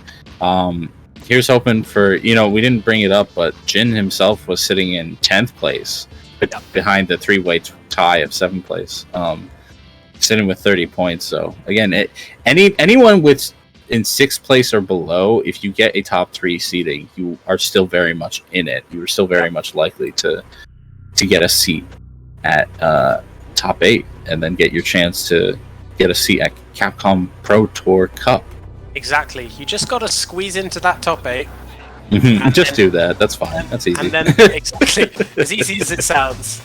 And I think if you have a good day, that's all it comes down to. You have a good day, the other's not as good a day as you, and you can overcome them on that particular tournament. So I feel people shouldn't be disheartened. They should just gather these points, try and enter as much as you can, and anything can happen on that final day. So we are going to see Taco. This is going to be an interesting one. I actually want to show something real quick. Look at how many pages of names I found over the years. That's 1, 2, 3, 4, 5. Get rid of Pizza is good. You don't need that guy. Oh yeah, that's AKA Thomas Winkley. Don't need that guy. Wow, you're seeing also how many PC players there are now as well. Yeah, it's all. Look at this. It's all PC. It is nice to see how much it is PC. That being said, no one get it twisted. PS4 and Xbox are going to be here for a while. They are still going to be a significant portion. Which is fine. It's fine. We'll see how hopefully Street Fighter 6 will run well on I tell you, man, I will give Capcom a lot of credit for the crossplay of PS4 and PC. Gambanera, you have 2 more minutes, otherwise you get disqualified. Wow. Hate to see that. Come on, Gambanera, you don't want to be disqualified when you've done so well to get this far. But rules are rules. So you gotta abide by them. Where is Gambanera? Is he playing ranked? Are we not inviting the right thing? I can't even see you online. What's your CFN? Tiger Hypercop. Oh god. Were you inviting the wrong person? No, I didn't. Yeah. He's on the mad weird CFN. I see. These two have actually met quite a few times. I've seen them play, and it's been very close actually. I think if I'm right in saying Tiger Hypercop, aka Gambinero, ran Takamura very close in the last time they actually met. So we've seen Takamura today. A little bit. Seen him have his struggles. Also, it's Gambanero's fault if he doesn't react in Discord. People, if you are in the tournament, you should always check your Discord, okay? Yeah. Like Boardstrike does for many years now. He's always. And that's how we got. That's how we got this. He's one of the best. He's one of the best. I need to say. Thank you. In what regard? Just in general? In life? Just in general. Thank you. Yeah. I try my best. And yet you pick Vega. That's where I fall short, you know. You're doing your best with terrible tools, man. I'm just giving everyone a chance. If I picked a top tier character, it wouldn't be fun for anybody. And then they'd just be like, Boss, that guy's just ruining everyone's fun. This way, I'm giving everybody a fair chance. I see. Gotta give this advice to Endwalker. You gotta tell him to stop winning so much. Yeah, but he's playing a broken Ed, you know. That's yeah, exactly. That's what I mean. He's like you gotta go back to that Cody. Anyway, we're gonna Takamura. We're gonna see Gambinera. Takamura going with the Ken, hoping that the jump fierce will hit before the DP comes out, but no, Tiger Hypercop, aka Gambinera, running away. Yeah, and we're seeing that his anti-airs, Gambinera are excellent actually. So you're not going to really get a free jump in unless there's a bad fireball. But we see Takamura's rocking the Ken again, and Gambinera.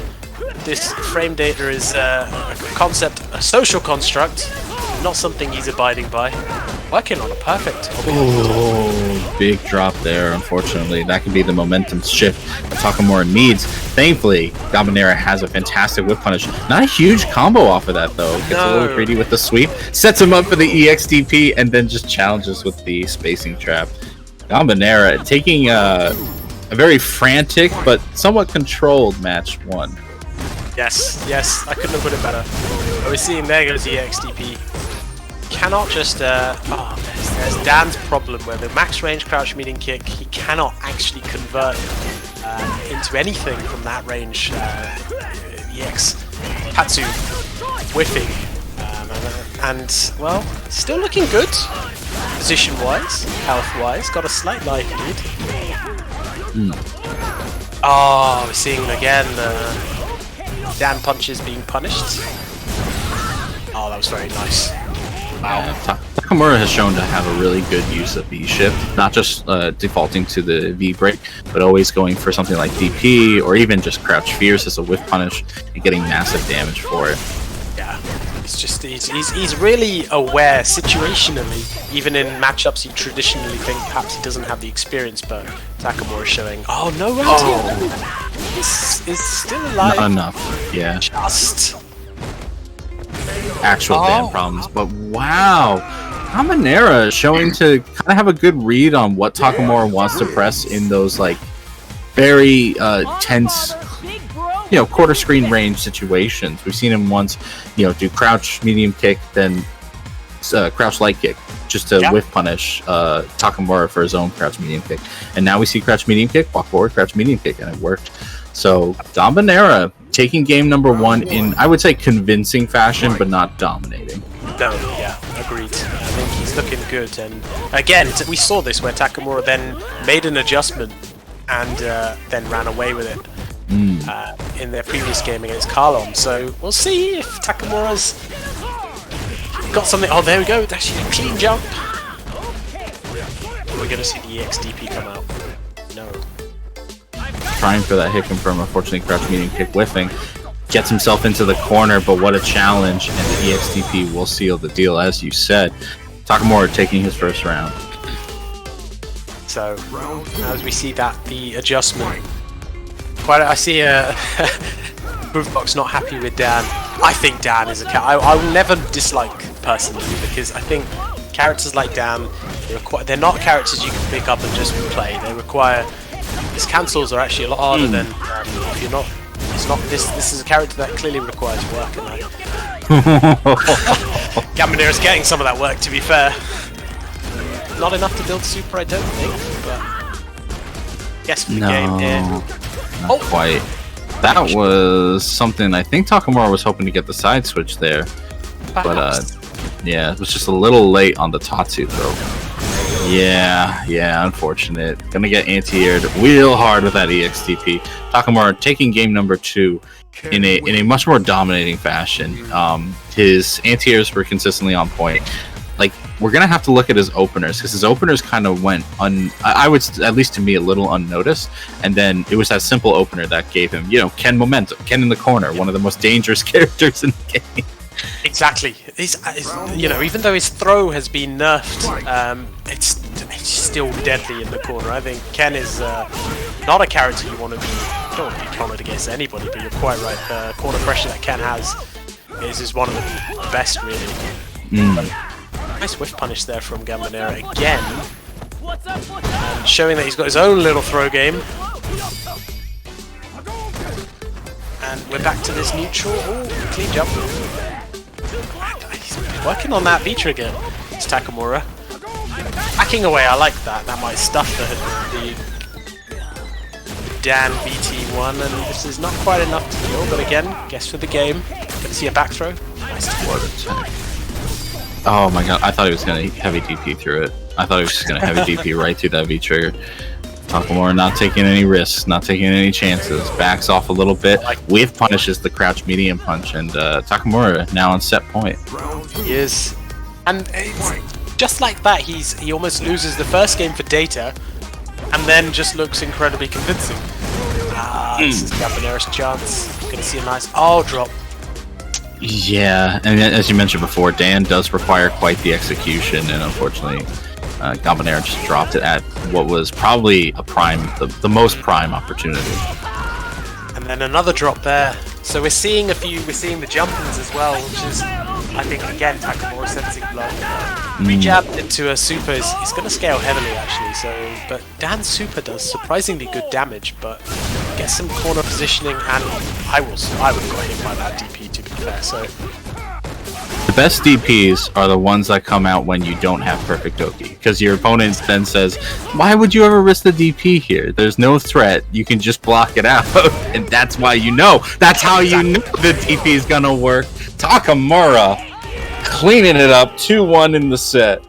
Wow, that was I don't know what adjustments this guy makes, but he just is so convincing. And I think we saw just solid play from Takamura there. He was good on the anti-air, he was clean and neutral. We saw jab with punishes off errant stray pokes, which Dan's will look for, and he cleaned that up pretty convincingly. No. I actually need to do something real quick. When I hear this one, we need what?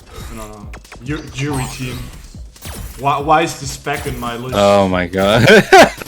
My god. The pettiness. We wouldn't even be on the menu for that. Where is it, bro? Oh my god. In the meantime, you know what, while he's figuring this out, shout outs to the chat for showing up on this Sunday evening for y'all. It's Sunday morning for myself. Well, just into the afternoon. But it's good to see y'all show up for these War Warrior events. I know they might not have the same sort of gravitas as some of like the regional events, but it's still the value is still there. Like, it is for a Capcom seat at the end of the day, and right now you could be seeing the makings of a new champion as we go on in this tournament. We have one more match to go to before top 8 is settled. That's going to be Akram versus Mr. Wolf. And Akram, you mentioned we haven't seen yet. He has a bevy of characters at his disposal, though. Yeah. Yes, he does, and we also have a bevy of codes, I think, still. 4, actually. Okay, no, not a bevy. Okay, well done. That's a bevy, since we only got one match till top 8. Yes. And if we don't use those before top 8, I'm not giving my money. I'm just keeping my money. That's it. Yep. The 25 will not get donated to the prize pool, so come on, guys. We've got one more match. Getting donated to my gut. Your breast is lazy today. They are. Very lazy. Tisk, tisk, tisk. That being said, those who weren't lazy today, thank you all for clicking those claim codes. And also, shout outs to... Oh, is that it? Are we done? All 4 used? We done, yes. Yeah. Wait, no, I don't get food. Boo. Well, whatever. Houseman doesn't get homeless man again. Or houseless man. I need to get 2 Twitter accounts, so you can just change my Twitter and it'd be all the same thing. You need 2. Homeless man and houseless man. Homeless man and houseman. Houseless man. What? Houseless man. Oh my god. A room tour. Oh, dude. You were like, I'm the man on camera all the time, but you're like a celebrity. People want pictures. They want room tours. Oh, you know what? The room tour, it's having only moved house fairly recently, there's not much to see yet. The posters are not up yet. That's why it looks like I'm sitting. How about if we get to 150, we do a short Ball Strike room tour? There's actually nothing to see in the room. I mean, they paid for it. They would pay for Don't it. show them now, Ball Strike. I want to sell you a room tour.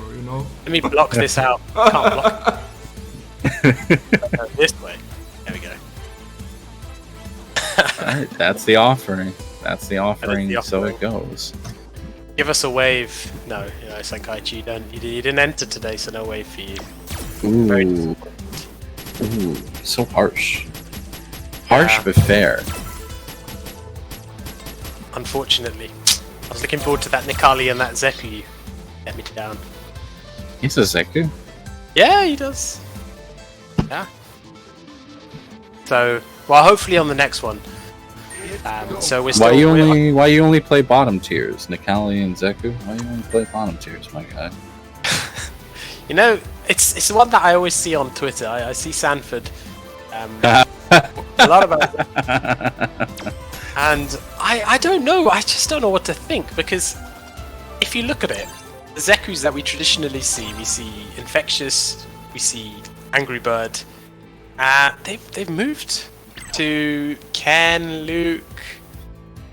They're not really playing Zeku anymore, so. Cola and I have talked about this on his stream. Saint Cola always makes the notion that it's a character that's too hard, but he has everything that he needs. I think I actually personally believe, and I don't think Zeku's bottom tier, but I do think that Zeku is a character that it's like, imagine if Akuma's toolkit was split, like he had to change stances, and the stance change wasn't an again stance change where it was like very sudden, I think he has everything he needs, but there are characters who do the same with less effort. Yeah, that's what people argue. I still think that both characters are just too separately linear, and it's not as easy to switch stances against a good player. Yeah. But anyway, we got the set going on right now. We're getting Mr. Wolf versus Akram.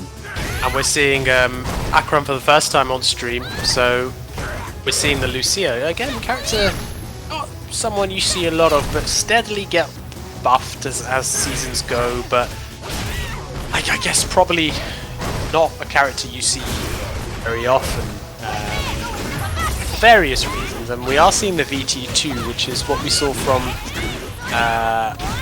earlier. Look at this corner carry from sea to shining sea. Akram making use of that V trigger too without even using the entire thing. Gonna extend off of this. No! I told you that V trigger's crap. I told you it's absolute garbage. Nice conversion. There you go. There you go. The wake up crouch medium kick, because of the threat of a DP, and I've said this before, that if you have a DP, sometimes you never need to actually use it, but it opens up other defensive options like wake up throw, crouch medium kick, and that's what got Akram the win there. So, well played, good awareness from him, and nice little cross cut. So, but you saw the power of that VT2, you're quite right, corner to corner, and we didn't even spend the whole bar either, we still had half of it to play with, so maybe VT2 is the future. Oh, there is no future for you right now, my friend. That round is gone and gone. Mr. Wolf taking round 2. Both players having some pretty domineering matches. Kind of only decided a little bit of momentum shifts from like the XTPs or the threat of such. So the neutral's been very like one wrong move suddenly. And we might have seen that one wrong move. There's a DP. He can't jump back against Mr. Wolf. He's ready for those. And we're seeing, I see the biggest Lucia down player in the chat is Tupac. You'll never see a more dedicated down player of Lucia than this man. And now he's getting his wish, that jump in almost landing. Gonna have to use the V-trigger to extend this combo. No, but it drops again! Oh, no. Mr. Wolf sealing the deal after waking up and punishing. I feel these drops. You unfortunately at this level that you won't get away with them, and it probably cost Akram considerably. And I wonder if we're going to see a character switch now. I don't think you necessarily need to change characters here because the game plan was fine. It was just slight issues in the execution. I feel you shouldn't be too disheartened by that. It's just a few things to clean up, and that could have been 1-0 to you. So we'll see. Are we going to see the Colleen? Going to see Jury? Maybe even just a V-trigger change, because it's in the V-trigger combos that have been dropping. Yeah, like, maybe that's true. It's I wouldn't even call the V-trigger finicky. It can be a little precise to get those follow-ups. And yeah, it's gonna be the Colleen. That is interesting because I think Colleen can be very volatile in this set because again, Nikali's counter pokes are so effective. And while Colleen has a very good whiff punish game, Mr. Wolf's not one to really throw these out when they're gonna whiff. It's like it's either gonna hit, it's either gonna be blocked, or it's gonna counter hit you. There's no real in between. No, exactly. And we're seeing a similar situation where Akram's just got his back to the corner, having to sort of navigate their way out. It's difficult without it's a punish, without that V-trigger, which is now active. But I've just seen Trigger 1. Yeah. He likes his corner carry V-triggers, I guess. Because V-trigger 1 does have its use now. Now watch this. Oh, he doesn't follow it up? There you go. That's what you're supposed to do. You're supposed to use the dash to follow it up. And if he had done that twice in a row, he would have immediately pushed Mr. Wolf into the corner. I feel, though, it's one that you've really got to be absolutely hit confirming. True. Because both of those activations, he only led to a throw, which Mr. Wolf would take every single day. He would take that. I kind of like that. The pseudo fake out, just throwing out that seismo, it whiffing, and then just going, oh, he's gonna press late, so I'm just gonna throw crouch fierce out. Very, very nice. Crossmoon in the chat saying that VT1 has actually got a higher stun output than Balrog's VT2. Yes, a Balrog player would put out that Balrog player. Neglecting to mention the key thing there, Mr. Moon, is the fact that it's a command grab. Oh, crap. I see the Balrog players, they're always trying to deviate the chat away from their no, see, Tokido doesn't play our character anymore. He can't be cheap. I promise. Exactly. I can't hate on Crossmoon. He did some lab work for me today. Oh, he's very knowledgeable. Oh, nice to confirm. Mr. Wolf taking him to the other side. No Oki though, since no V-trigger. But even then, Mr. Wolf's corner control has been so phenomenal that just getting the corner might as well be a set point. Activation, which again, Mr. Wolf is just not going to take any risks. And there you go, nice check.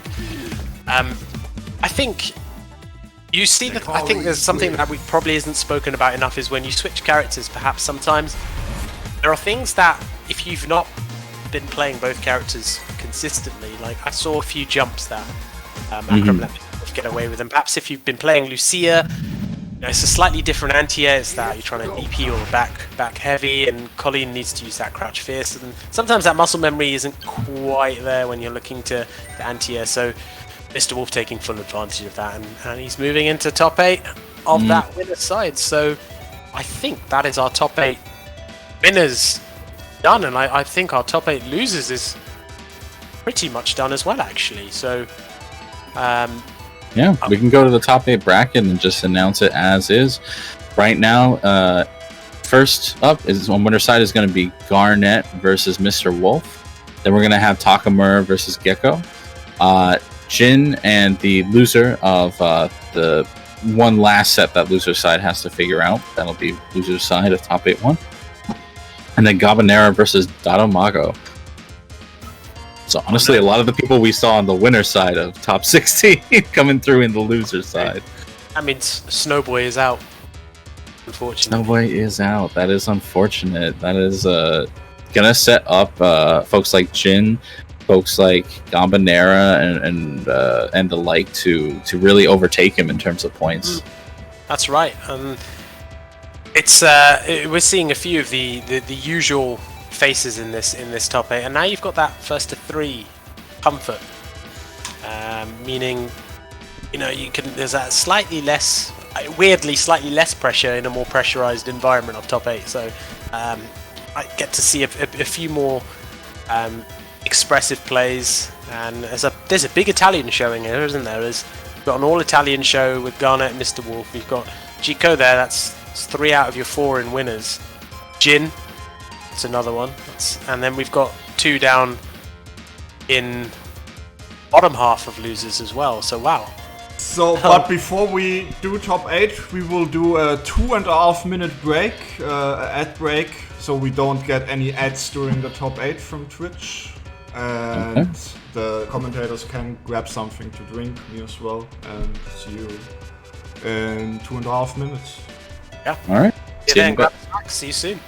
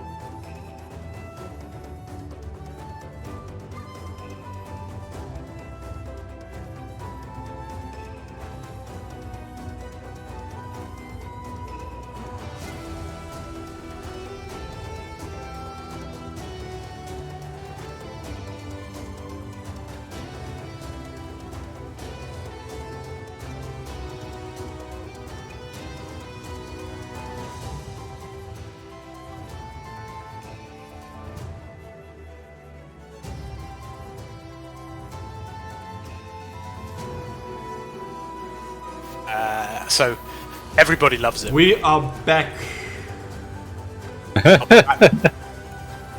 Talking about Greg's in the Yeah, chat. I'm being updated on European culture. Yep, that's exactly it. It's a very good. To those who don't know Greg's, you're missing out, man. Greg's is good. Top tier, S tier.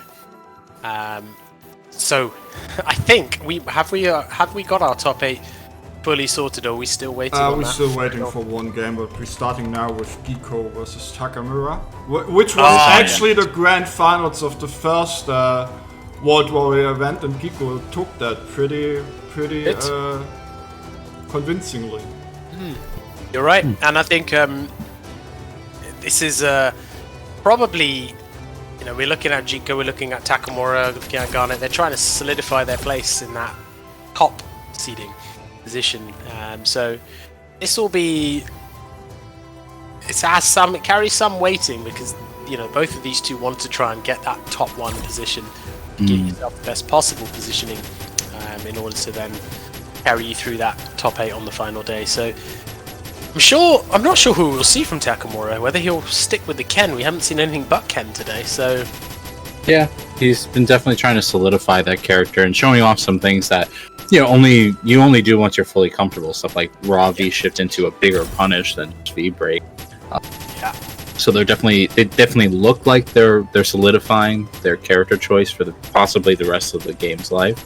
But Giko has an opportunity here. Like they as mentioned before, they did take over Takamura for the first World Warrior event, and consistently overtaking someone with as much legacy as Takamura is a good way to solidify your own legacy. So, definitely. To put anything on his shoulders right now, No. before we're even at grand finals, but No, definitely. Might be time to show up. Might be time to show up again. Yep. Give him another wash. And to be fair, Giko is not a player who has recently come out of this. This is somebody who is a proven player offline as well. In fact, he even made the trip down to the WSO back it must have been a while ago now, but the Italian contingent came down to play out in London, and he did quite well. I'm sure he got into. I actually ended up playing him in tournaments, so he's a seasoned offline player too. This is not somebody who has sort of come out of the online scene. This is somebody who's represented and been playing this game during the offline seasons too. So he's not going to be phased here. This is familiar territory for him too. So I'm sure he'll be able to put up a good show. But you're right. He needs to sort of cement, I guess, that qualifying maybe for Capcom Cup in this region, being that player would definitely put you back on that map. So let's see. I think we're probably going to get the Cammy versus Ken here. So we just seen in the chat that he's just grabbing a drink. So okay, wants to be hydrated. We'll give you, not like we just had an ad break, but that's fine. Yeah, Giko, looking at you there, Giko. Yeah, it's fine. Does Giko have any other characters? Because you mentioned he used to play Jury. Yeah, Jury, very good Jury actually. And the irony being that Jury is now a much stronger character. But so he's mostly just stuck with Cammy these days, I suppose. Yeah, which just, I guess, shows you he's just a good player, really, because he can switch readily between these two characters. And I'm sure if Cammy has a horrendously polarizing match, which I'm not sure who she would, maybe you'd get the Jury in a different matchup. That would be one that's perhaps traditionally hard for Cammy to face. But it's what a good choice of characters to have. And we've just seen the Jury reveal in Street Fighter 6, so I'm sure Giko is already happy. But this is again a match that Takamura probably, you could say, has got the experience in. We have some very, very strong Cammies in Europe, not least Giko, but players like Hurricane, players like Shax. These guys have been teaching Takamura online and offline this matchup. So it's not a matchup. You're not going to catch Takamura out with anything he hasn't seen before here. So it's just going to come down to good, solid air footsies. I mean, with Cammy, one of Cammy's biggest nerfs being that she's much more easily whiff punishable, and Takamura being a excellent overall player, but with punishing being one of those things that I think people put off until they absolutely have to. Takamura definitely has that in spades. So you're going to have to be careful. You're going to have to be real careful. But it's going to be the Akuma. You're going to choose to sacrifice your life for the walk speed. Okay. And we're going to see 20-second matches, perhaps, if either character starts getting on. But you're right. I think you're going to see the stand medium kick that Takamura may want access to in this matchup, just to whiff punish things a little bit more readily into his Oki, into his damage. There we go. We're seeing the stand medium punch. Nice. Ooh, nice hit confirm. That was beautiful. And that, just like that, Cammy has lost 50% of her health, but has now got the V-trigger. And ooh, I like that. I like that jump light kick just because it was really ambivalent, and you obviously understood that Takamura was just waiting for a raw jump in. Unfortunately, it just never happens, and Takamura eats a good amount of damage off of 2 jump-ins. Yeah, that was a tale of the V triggers that you could see. Takamura clearly had the plan to get some damage, navigate the V trigger, and actually did that relatively well. But and an errant hit confirmed there from Jiko, which is probably where Takamura, I feel, has probably gone for the Akuma. Apologies, in this matchup, just to allow him slightly better access to a knockdown with a more readily available conversion than stand medium kick. But Jiko clearly showing he's not phased. He's working on a life lead here and working on that first game, staying measured in neutral. And right now Takamura is being a little apprehensive to go for the counter pokes. What a nasty little Tatsu over. That was a Street Fighter 4 Tatsu, that one. I feel like that was so clean and so cool, but also just like, what? Like, that's how we're gonna get a little bit of life? Okay. Hey, there it is. That is dead, actually. So Cammy is definitely gonna... What a Kara demon there, and it's always something you have to think about with Akuma, but I think on balance Jiko would let that happen because he's now gone in with that full bar, and Takamura doesn't quite have anything, which just means, you know, if there's a knockdown, it means free pressure on that first knockdown from Jiko. So he's looking for that that knockdown, which will grant him that.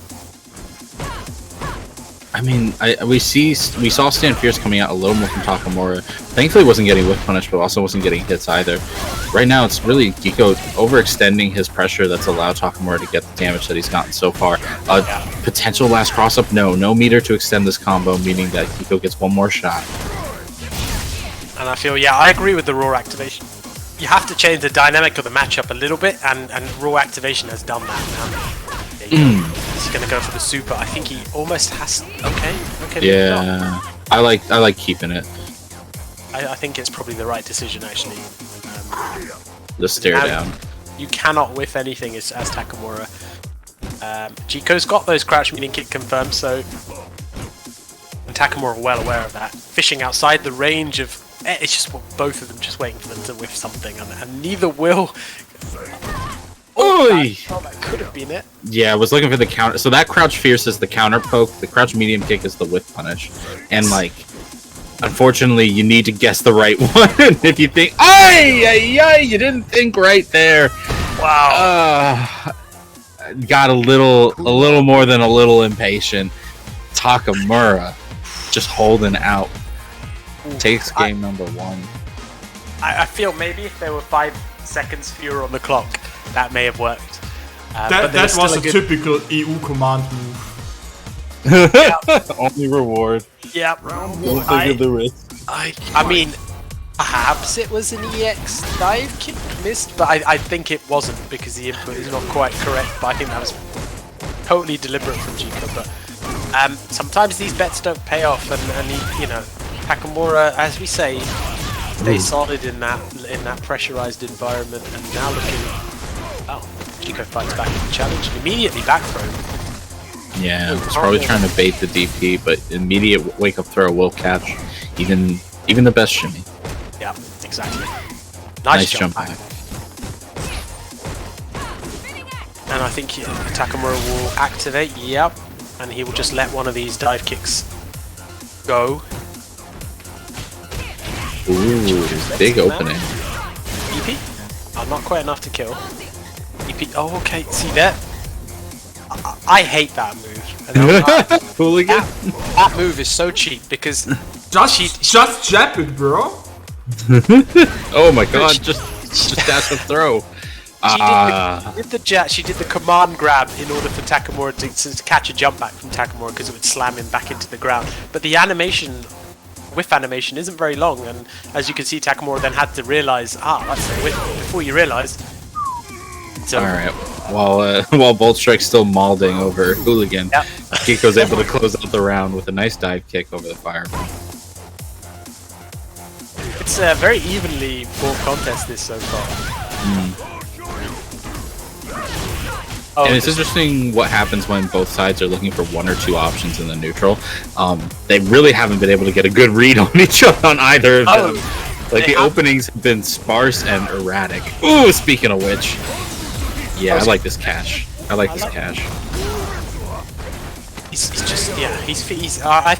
think when you've got low health, Akami VT1 is, in my opinion, one of the best VTs in the game still. Just because it stops you from actually playing the game.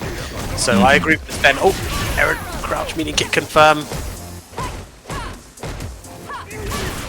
Nice crosscut. I think that was an autocorrect perhaps, but however you executed it, it was very nice. And that's the thing about Jiko that has probably sets him apart from other Kami players, is he doesn't really go for back medium punch anti-airs. He anti-airs correctly because he's still a jury player at heart, so he learned to DP. So he will anti-air DP you, and normally you'd get away with that escape Tatsu, but not against Jiko. Nice side switch there. Remember, Akuma couldn't do that. I remember when they said that was dead. He needs an upset bar to get a side switch like a normal character. Yeah, like your average character. So, I think you'll get a spend hit. No, okay, maybe not. Yeah, I understand where you're coming from there. You're thinking maybe spend it, get that +6 situation. I think Hiko just wants a clean hit off of either crouch medium kick, as you mentioned before, or crouch fierce. But he needs to get the opening. That is super high. Thankfully, it wasn't punished by Takamura. Might not even been punishable. Might have been just high enough. We're getting these plus fireball situations. Ambiguous jump in there. Both players. We're seeing an exact same situation as we were in the other game now.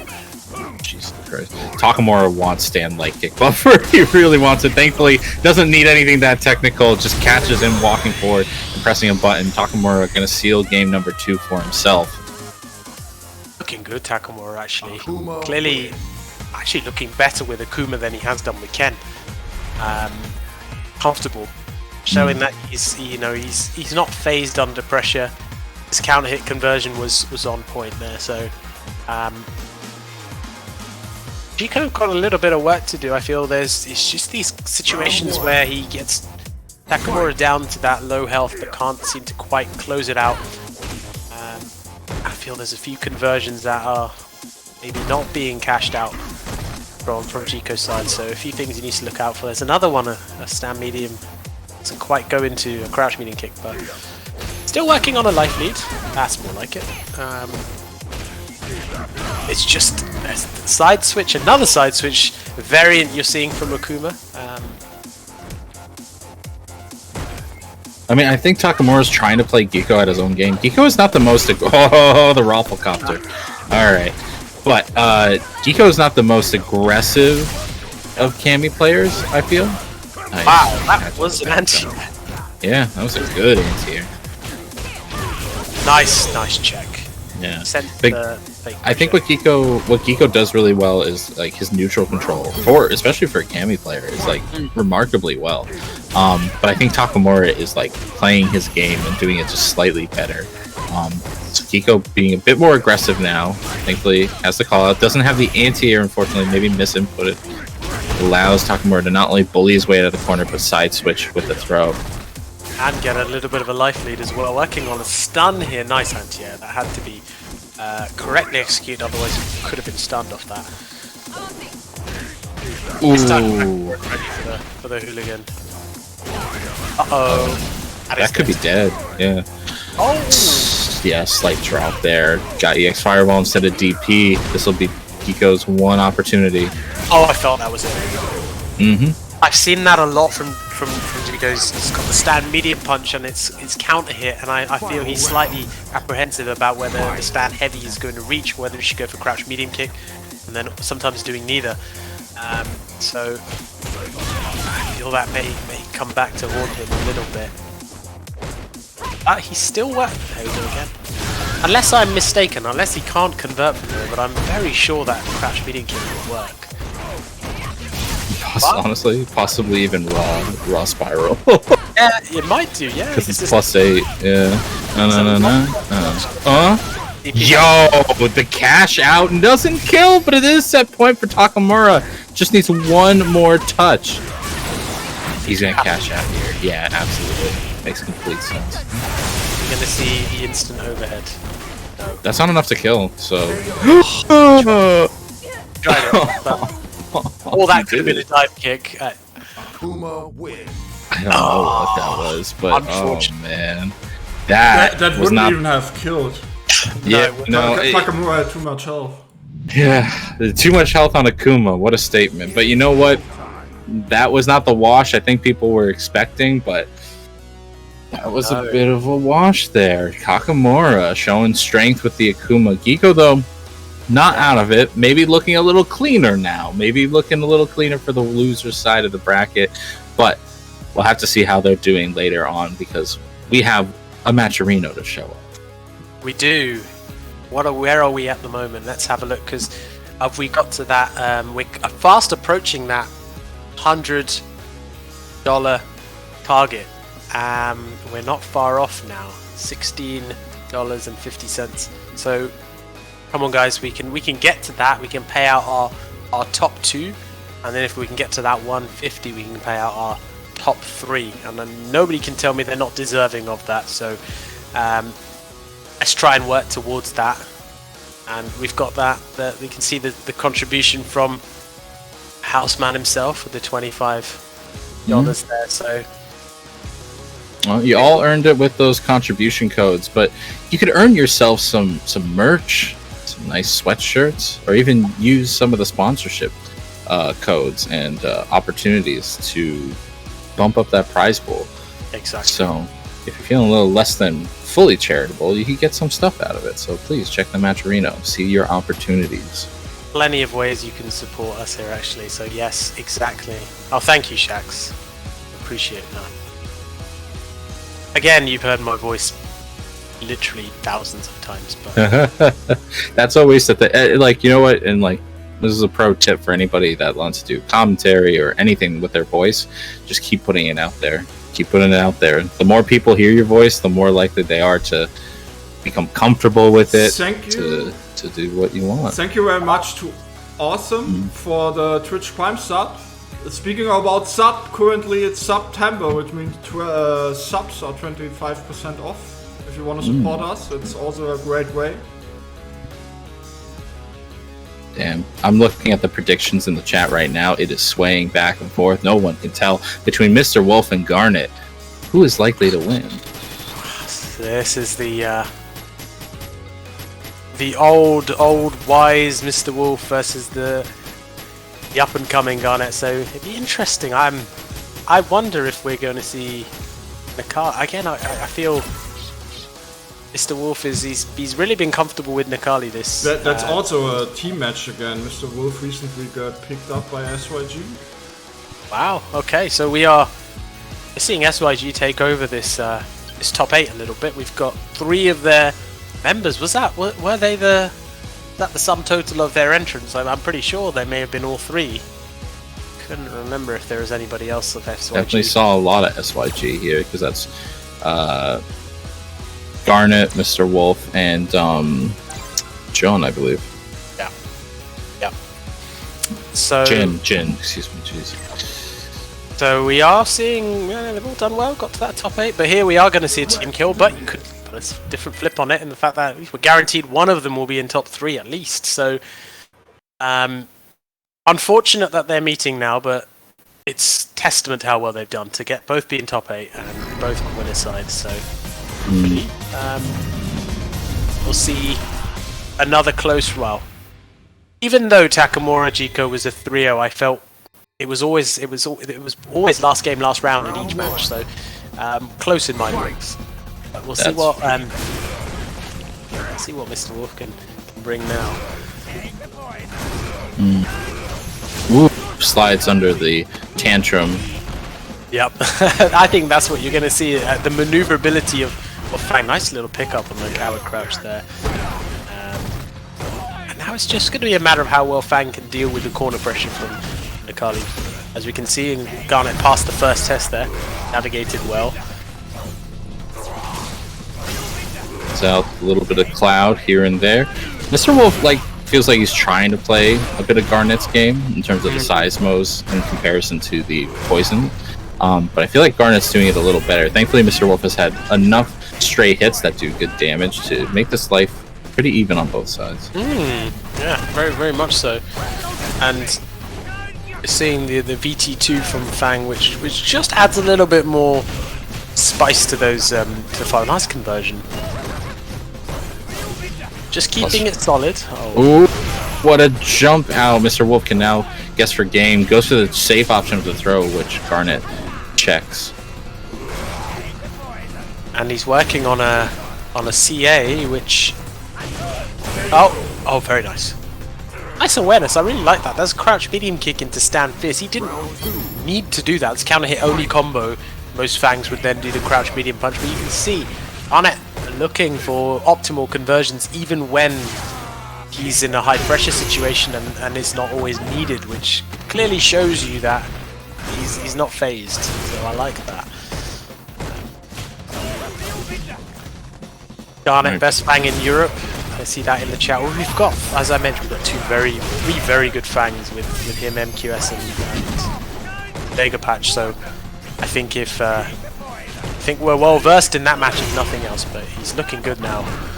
Ambiguous. I think he blocked it. Yeah, it was not that plus, and I wouldn't be surprised to hear if the critical art actually ate the input that Garnet was going for.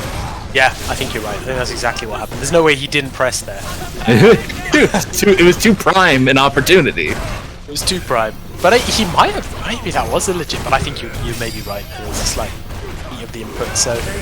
Wow. You can see Wolf getting a little frustrated with how varied the pace of the match has been.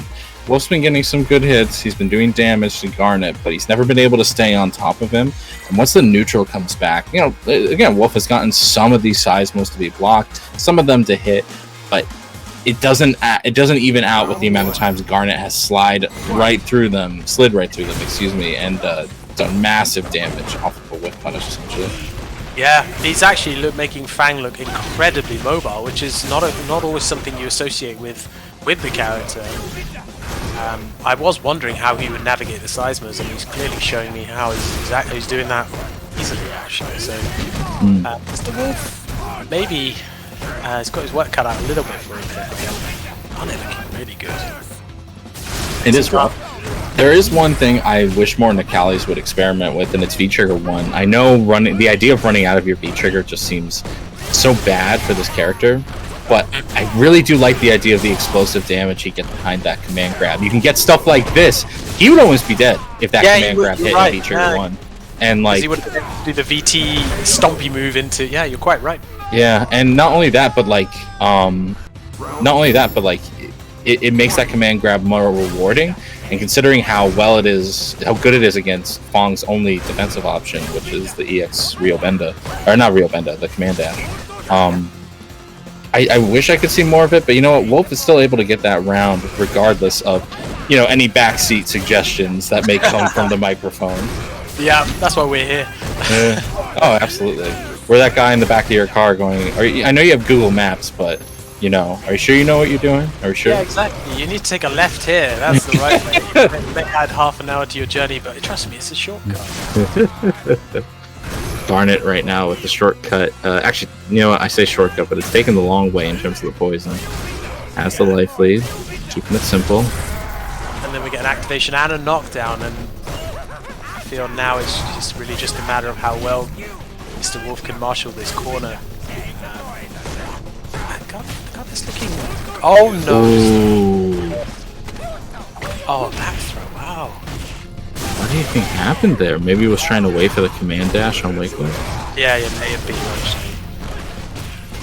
And that Nice. The medium kick. Sorry, the stand light kick so meaty, but it converted into this medium kick without counter hit. Very nice. Very nice. Mr. Wolf showing that he's life in him still. Played that very well. Yeah. Not ready to make use for the young guns coming through. Been doing a lot better in terms of using crouch medium punch, in terms of dashing in, especially when in V trigger opportunity, and not relying as heavily on the V skills. Still throwing at it occasionally, but doesn't want to get so comfortable that Garnet can easily get in with the command dash. Yeah, I think the V skills timing on it is enough that Garnet doesn't feel confident that he can get a read on it and just bully his way in. And all of these V skills are building the trigger for him, and now he's got that positional advantage. So, punish, yep. And then I think it's something that we don't. Fang's Oki off a lot of his knockdowns is pretty good. Nice, that might be stun. And if he's optimal with the combo, he should be gone. Yeah. Did require last hit, which is surprising. Yeah, it did. He needed to be. I see the Fang stun combos as something I've always wondered. Everybody does very different stun combos with Fang. I've seen Vega Patch always sets up poison into Coward Crouch. Ooh! It's looking bad. I'm surprised he just didn't go in again. But Garnet, it dashes by the tantrum stomps and is able to get a stun into big damage. Might as well be throw for game. Are we going to see a V-shift? No, stay still. Oh no! This is a problem. This is a guess for the game.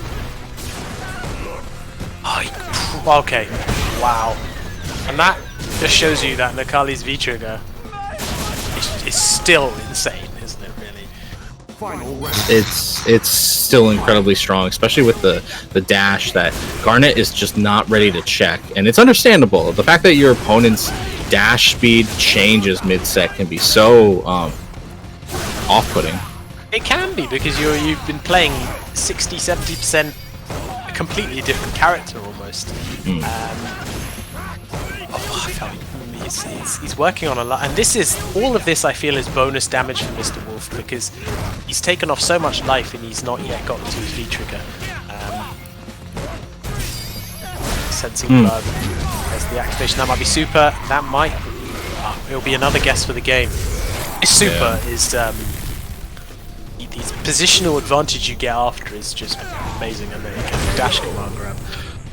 I love how Wolf never goes for the meaty command grab. Never wants to do that, but he will do the dash up command grab. He will. He's got it in. I think he's in Garnet's head a little bit. You're right, there's never been, and now what we'll probably see is the meteor command grab. Because I think Garnet can be quite active on defense, and he likes to vary it up a little bit, and I think he just doesn't want to risk giving any free damage to him. So he's keeping it as the command grab. Right, the dash is nice anti. Yeah. Oh my god.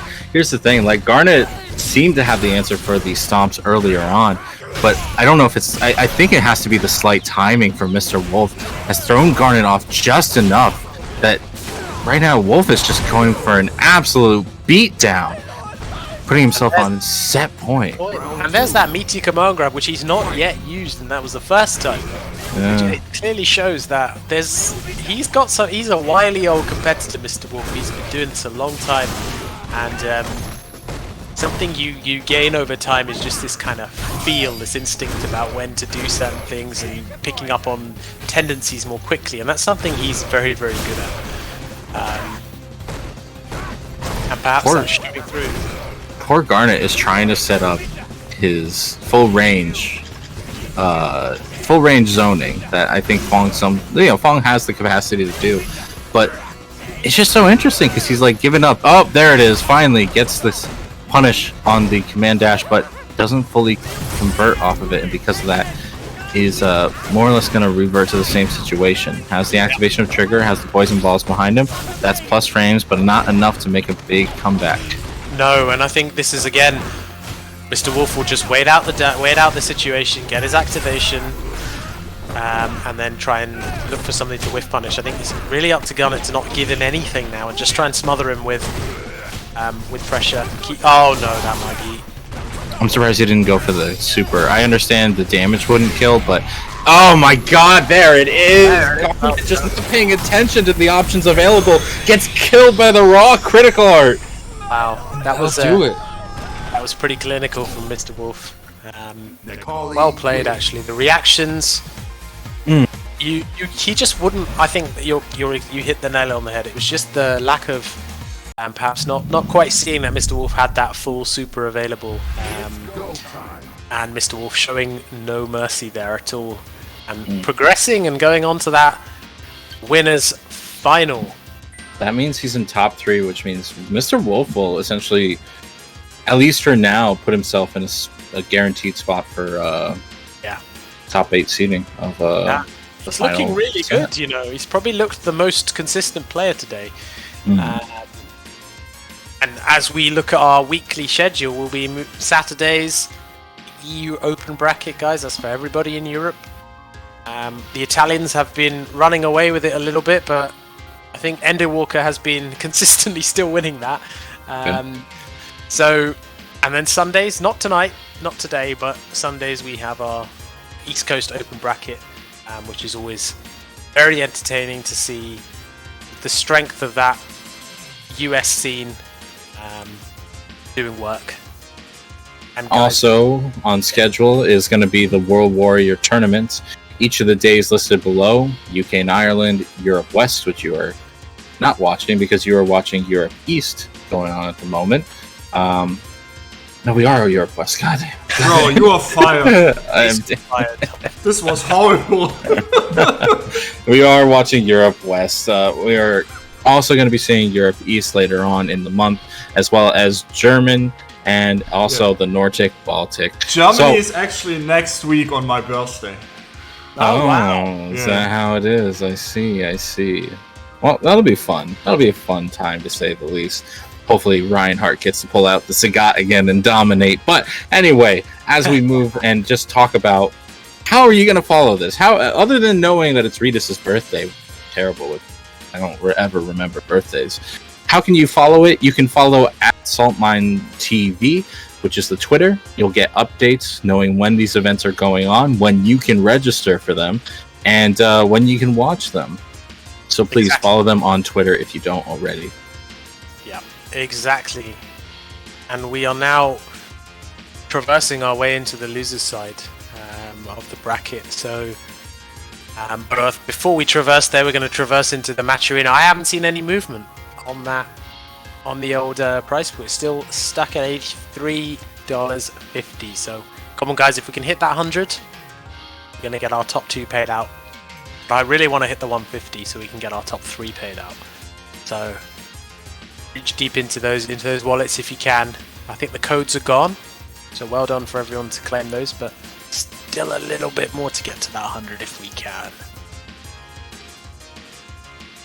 Yeah, and we're going into top 8 loser side, starting with Jin versus Akram.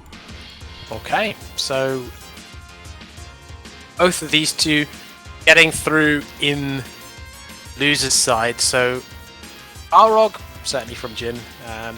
Not sure about Akram really. We saw the Lucia, we saw the Colleen. We saw the Lucia. The Lucia, the most. It's unfortunate that the most devastating part was that they would just be dropping the combos that they actually really needed to get the corner game going. And against someone like Mr. Wolf, you just can't afford that. Jin, I would imagine, is a similar situation where you can't afford to drop that because he wakes up, does that target combo into V-trigger activation, you're going to the other side of the screen.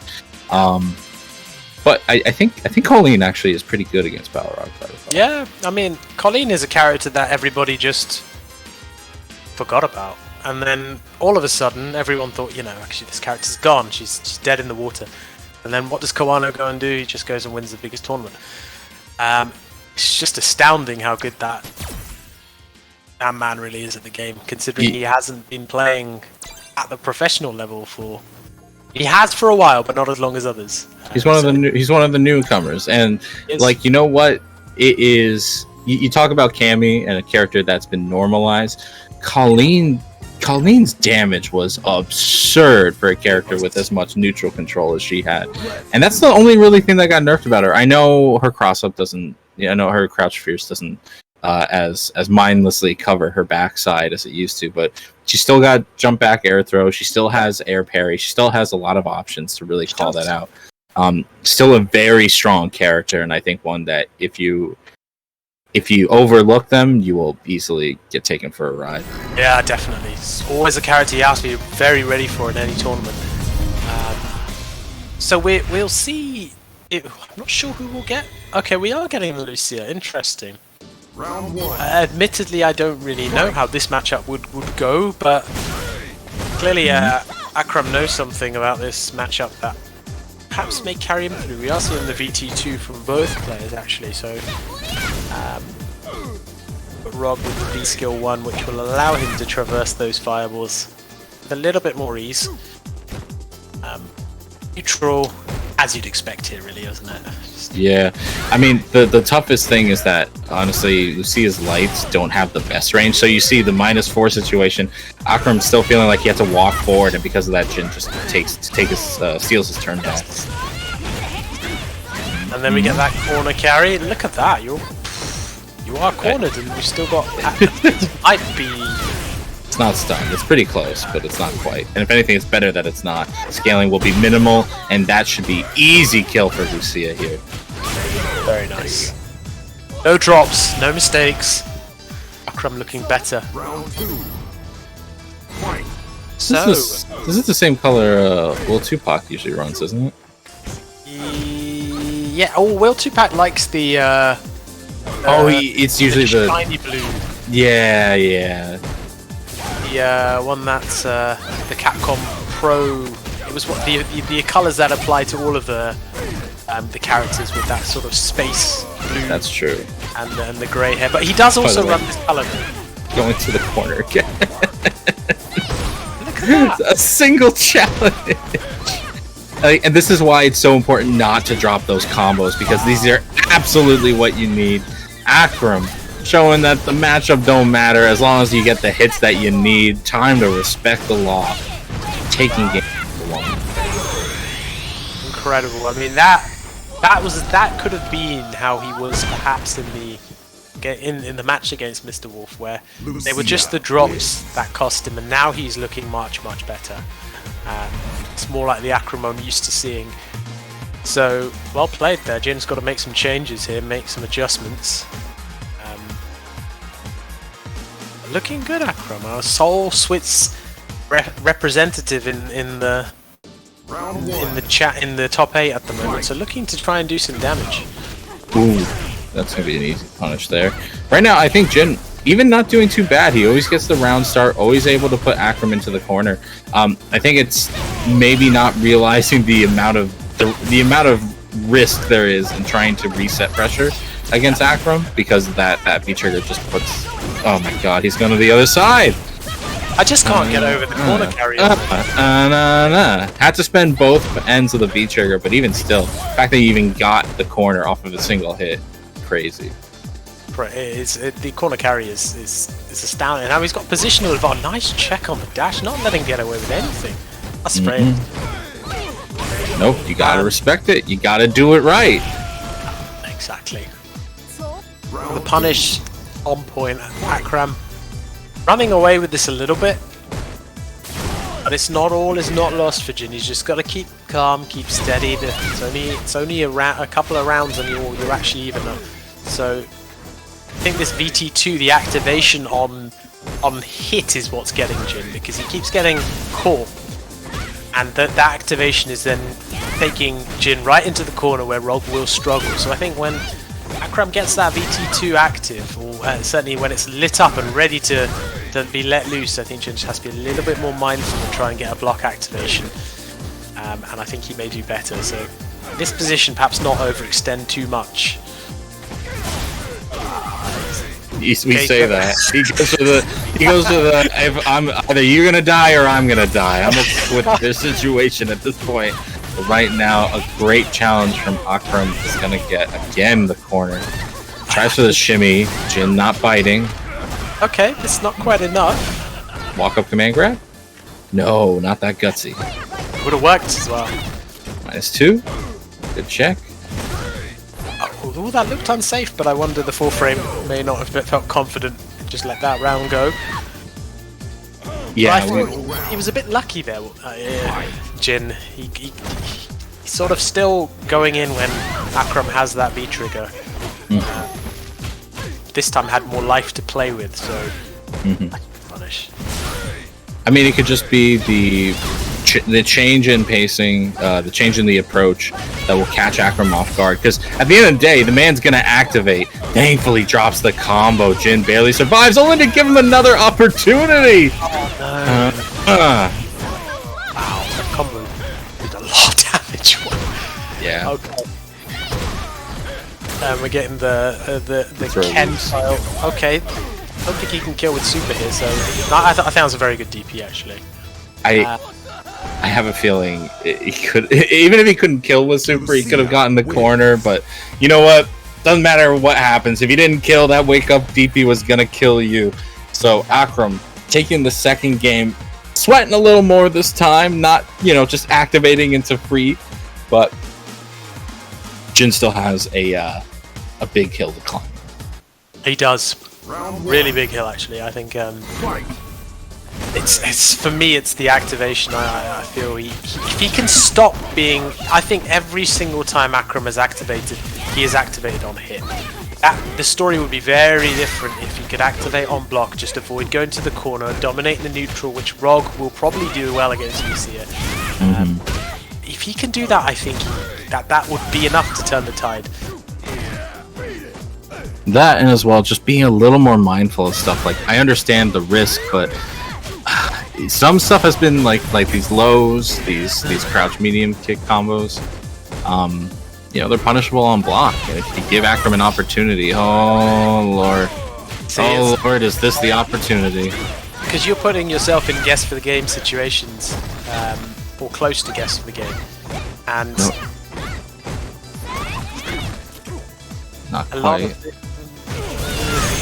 There it is. And that has, I honestly believe that's all from perhaps overextension, where you just gotta let him activate. You shift away, V reversal, and you'll probably win the neutral still. But if you give him the opportunity to activate on hit, he takes you to the corner, and then you're in trouble. Because this all goes really well. Oh, Commentators curse. Probably tried to bait out the DP there and just didn't work out. Yeah, honestly, the dash rate's not getting punished because again, Lucia has those kind of wonky lights that are just very difficult to get enough range for a punish. Yeah. Then they can be quite finicky, can't they? At certain ranges. He's not dead. It's tough, but he's not dead. He goes for the reset, doesn't even spend the V trigger. I'm with it. Okay, here comes Jin. Oh, that was the hit. This might be gone, yeah. Oh. No, that's not the combo you want. -2. Opportunity for Jin, tries for the overhead, and because of it, he gets blocked. Jin is going to go out 0-3 in the tournament. Akram showing off the power of V-Trigger 2. If you didn't know about it yet, you should now. Yep, that was a good clinical display showing what VT2 can do. I think Jin put on a good show. He's come out, finished in 7th. Worth looking back at that. Reviewing your loss is very important. Perhaps there's a few moments of overextension, but a good showing from Jin. Collected some points, 7th place. So well played to them. Akram will move forward, and will try and challenge Chico in that loser's side. So we move on to our first game of losers with Gambonera and Dadomago. So should be interesting again, I think we'll see probably the Dan versus Bison. I feel this is a good one for Dan if he gets corner pressure going, but it's horrible in neutral, I can imagine. Yeah, it's definitely an odd situation. I think Bison's 3-frame isn't terrible for challenging Dan's pressure, especially because he can always go into something that's relatively safe. So, like, the only thing he's risking is the counter hit. And granted, that is a big risk to take, but we'll see. We'll see what happens. Yeah, I can't say I've seen too much of it, but no, it's not a. Anything versus Dan is not a super common matchup. I'm just gonna put it out right there. No, you really don't see. There aren't very many Dans, even across the world. Really, you see a few, but he's very much a specialist. This character, so you don't. You're right. It's very, very uncommon, and I feel certain frame datas and the way that matchups traditionally are approached probably don't really apply to Dan because of what he can do with frame data. It's really just a matter of how quickly he can get you to the corner and how good a job your character can prevent that from happening. It's even from the Vega matchup. The matchup's horrible in neutral, but if he gets in once, it's actually really hard because Vega doesn't have the defensive options that other characters necessarily do, and you are forced to sort of V-shift gaps, which could go wrong. So I always liked Dan. He's definitely one of my most favorite. I hate him. He's one of my least favorite characters. Like, I don't know what it is, but it's like everybody latches on to like the try hard aspect of the character, which is fine. That's all. It's more just like, why's he gotta cry at the end of every match? Why's he gotta do that? Like you could wash somebody and he cries, and it's like, man, why you gotta do that? Yeah, why you gotta be this way? Well, let's see. He may not even go with Dan. He may go for the Ken, but traditionally Ken is not a good match for versus Bison. Yeah, Bison totally. It's actually one of Ken's worst matches. So, which he doesn't really have many of. So I wonder if you'll say a caution to the wind and just rock the Dan and say, well, actually, I'm going to get smoked in neutral, but I'm going to get you to the corner. I'm going to force the issue. So Mayhaps. Let's see. It looks like we will get. No, we're gonna get the Ken. Okay. Interesting. He's gonna say, forget the matchup. At the end of the day, it's how you're feeling. And I didn't even see if it was feature 1 or feature 2. I think feature 1 makes more sense. Yeah. Bison not really having much of a punishable projectile game. So yeah, VT1 from Ken and immediate dash. Wow, of fear. Okay, interesting. So Gabanera is actually going to try to keep the pace of the match a little unpredictable for Datamago, just so that he can't make the solitary approach that Bison does so well. Like that's the real reason why, even at a lower level, Bison is so destructive against people. He takes a pace that a lot of people want to play at, which is like somewhat slower, trying to play reactive, and then just messes with that entirely. Yes, exactly, and he's a very much probably the biggest knowledge check character and scrub killer. I see. Because you have to know where and when to press, but you only have to do that if you're on defense. And Gamanera showing now sometimes offense is the best defense. EXDP on the first wake up, so looking pretty good. Yeah. I mean, you saw Datamago go for the slide, and like the Gamanera was already dashing back. It wasn't a hard read on the slide, I don't think, at least, but it's just like, again, this movement making his position on screen so relatively unpredictable has been tough on Datamago to know, okay, which of my slow options do I want to throw out? Am I going to get counter poked? Am I going to just thankfully block this overhead, get a nice little punish? But even then, goes for the V-shift immediately. Thankfully, dashes through the fireball and gets some sort of momentum going. And there comes the VT activation, and because Gamanera has been, like you pointed out, Asman, he's been so almost erratic, I guess, in movement and hard to pin down. I feel that Datamago doesn't feel comfortable to go for the command grab at this point because of how difficult Caminera's been pinned down, and I think he's just trying to go for the safe option, but that VT is dwindling and is about to run out, and Caminera's still probably going to have time to activate his, so trying to keep the pressure up, and that's one thing that Ken does have in this matchup is a fast veer reversal, which means he can veer reversal pretty much everything Bison does. So looking pretty convincing, actually. That was well played. A good mixture of just variance as well as good reads on Gabanera's side, giving game number 1. And Gabanera showing that doesn't care about matchups.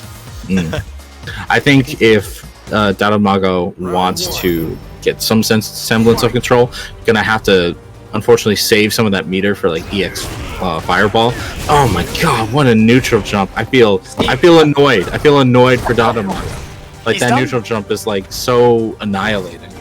I think we've seen that 3 times now, that neutral jump, and then the slides slightly desperate, but he's not really playing the matchup, Gabanera, and that's what's making it quite difficult for Dadamago, because it's not the traditional way you play this match, which is, well, why would you play the traditional matchup if you're going to lose? So Gabanera making the matchup his own.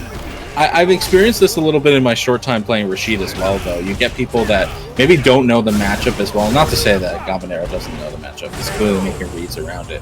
But they're not trying to play, I'm going to walk in and I'm going to walk out of your range of whiff punish. It's like, no, I know you're going to use this overly aggressive move. So I'm just going to neutral jump and let you, and just fall right on top of you. Yeah, exactly. And I think the neutral jump on the Psycho Axe, that's the answer. And you hell attack it. Now you're seeing the adjustment from. Oh my god! But so Dadamago's like, cool. I taught him a lesson. He's never gonna do it. No, he's gonna keep doing it, and it's frustrating. But Gabanera is gonna take game. Don't drop it. Yeah, don't drop it. But he's gonna take game number 2 and still pretty convincing fashion, despite Dadamago having 1 or 2 answers. Yeah, I think he probably, if I were Dadamago right now, I'd go back to character select and just have a little bit of a think. A little bit of a breather, because he's not really doing anything wrong. It's just the reads are in Gabanera's favor here, and perhaps a little bit of time just to have a little think about things and just think, well, actually my timing on my buttons, I think he probably just needs to do less actually in neutral. Wait for the neutral jumps, wait for Gabanera to do something, and then adjust accordingly, because right now what's happening is Gabanera is making preemptive reads and they're working because Dadamago's doing big heavy Psycho Axes, he's doing buttons in neutral which are not necessarily reactable, but the reads are making it look like they're almost reactable. So I think he just needs a slower approach. He's not doing anything really wrong here other than that. And it's tough because let's look at what down forward Fierce even does for Bison. It covers a good amount of range, it allows him to move forward while being plus on block, and it combos both on crush counter and on regular hit. So it's a move that is designed to really mess with the foundation of footsies, in that it's a good poke, counter poke, and not really whiff punish, but you're not really looking for anything to whiff anyway. And so neutral jump is such a fantastic answer to it that really you have to stop thinking about footsies, which is where Dadamago might be more comfortable playing. Oh, exactly. Gabanera saying you can't dash at me either. Okay, the activation, got to plant the bomb. Now we've got to see the setup. The setup has to be right. Tech. Still, that bomb is there. Wow. Oh, God. just took it. That just sucks. He took it and wasn't able to convert off of it. This will be a punish. Nice. Sets up the other bomb. I like that. Okay, that will be safe. There's the Psycho Axe. Now I feel there's no need to force the issue here now. You have a life lead. He has to probably do V-skill run into activation to try and do good activation. Oh, you thought twice. You thought twice. You got tipped by the toad 3 times in a row. Wow. Gabanera gonna take round number 1 of game 3. That is... It's 2 for flinching. You're worried about the throw, so you start walking and you're like, wait, I shouldn't be walking, and then it's too late. You got hit low. And Ken in that VT with his damage output It's just you can't afford to be hit 2 or 3 times. And I say confirm with these scissors though. I like it. Yeah, catching Gabanero trying to walk a little bit himself. Side tracks. Gotta be careful. Notice the neutral jumps have stopped though. They have. It's become less predictable from Dadomago actually. So the line breaker catching a back throw. I like that. Jump back, a very good option because you don't get the automatic V-shift punish. Which is ironic actually because with Ken you do. Ken can always just quick throw into DP, catches V-shift, catches back jump. So actually it wouldn't have worked, but got away with it. This one situation, V reversal. Oh boy. Single hit into critical art will give Gabanero the kill he needs. He jumped over it. We're good. Doesn't get gets the cross up. Dadomago. I think that's his first round of the set, but you know what? We take those. That was nice actually, and the bonus of Ken having to spend all this meter as well, which means no EXDP, play a bit more of pressure game. Assuming you can get the knockdown. Yes, exactly. No anti-air, and that's the final straw. Thankfully, crouch forward fierce actually works out, but holy cow, that is the final key when you're like, okay, I'm gonna look for the neutral jump, I'm gonna look for the footsies, I'm gonna look for all this, and then they forward jump at you. You're like, I can't take it anymore. It's the worst because he's not. This defense has been a bit off, but he's been red on defense. Is that enough meter to kill? That will be. He'll gain the last bar here, and that should do it. Gabanero takes it 3-0 over Dadomago. I think Gabanero played that really well. He did. He didn't let Dadomago really settle into any form of a rhythm at all, and played the matchup not in the traditional way you'd expect, and kept to his guns, consistent on checking dashes, anti-airs were there.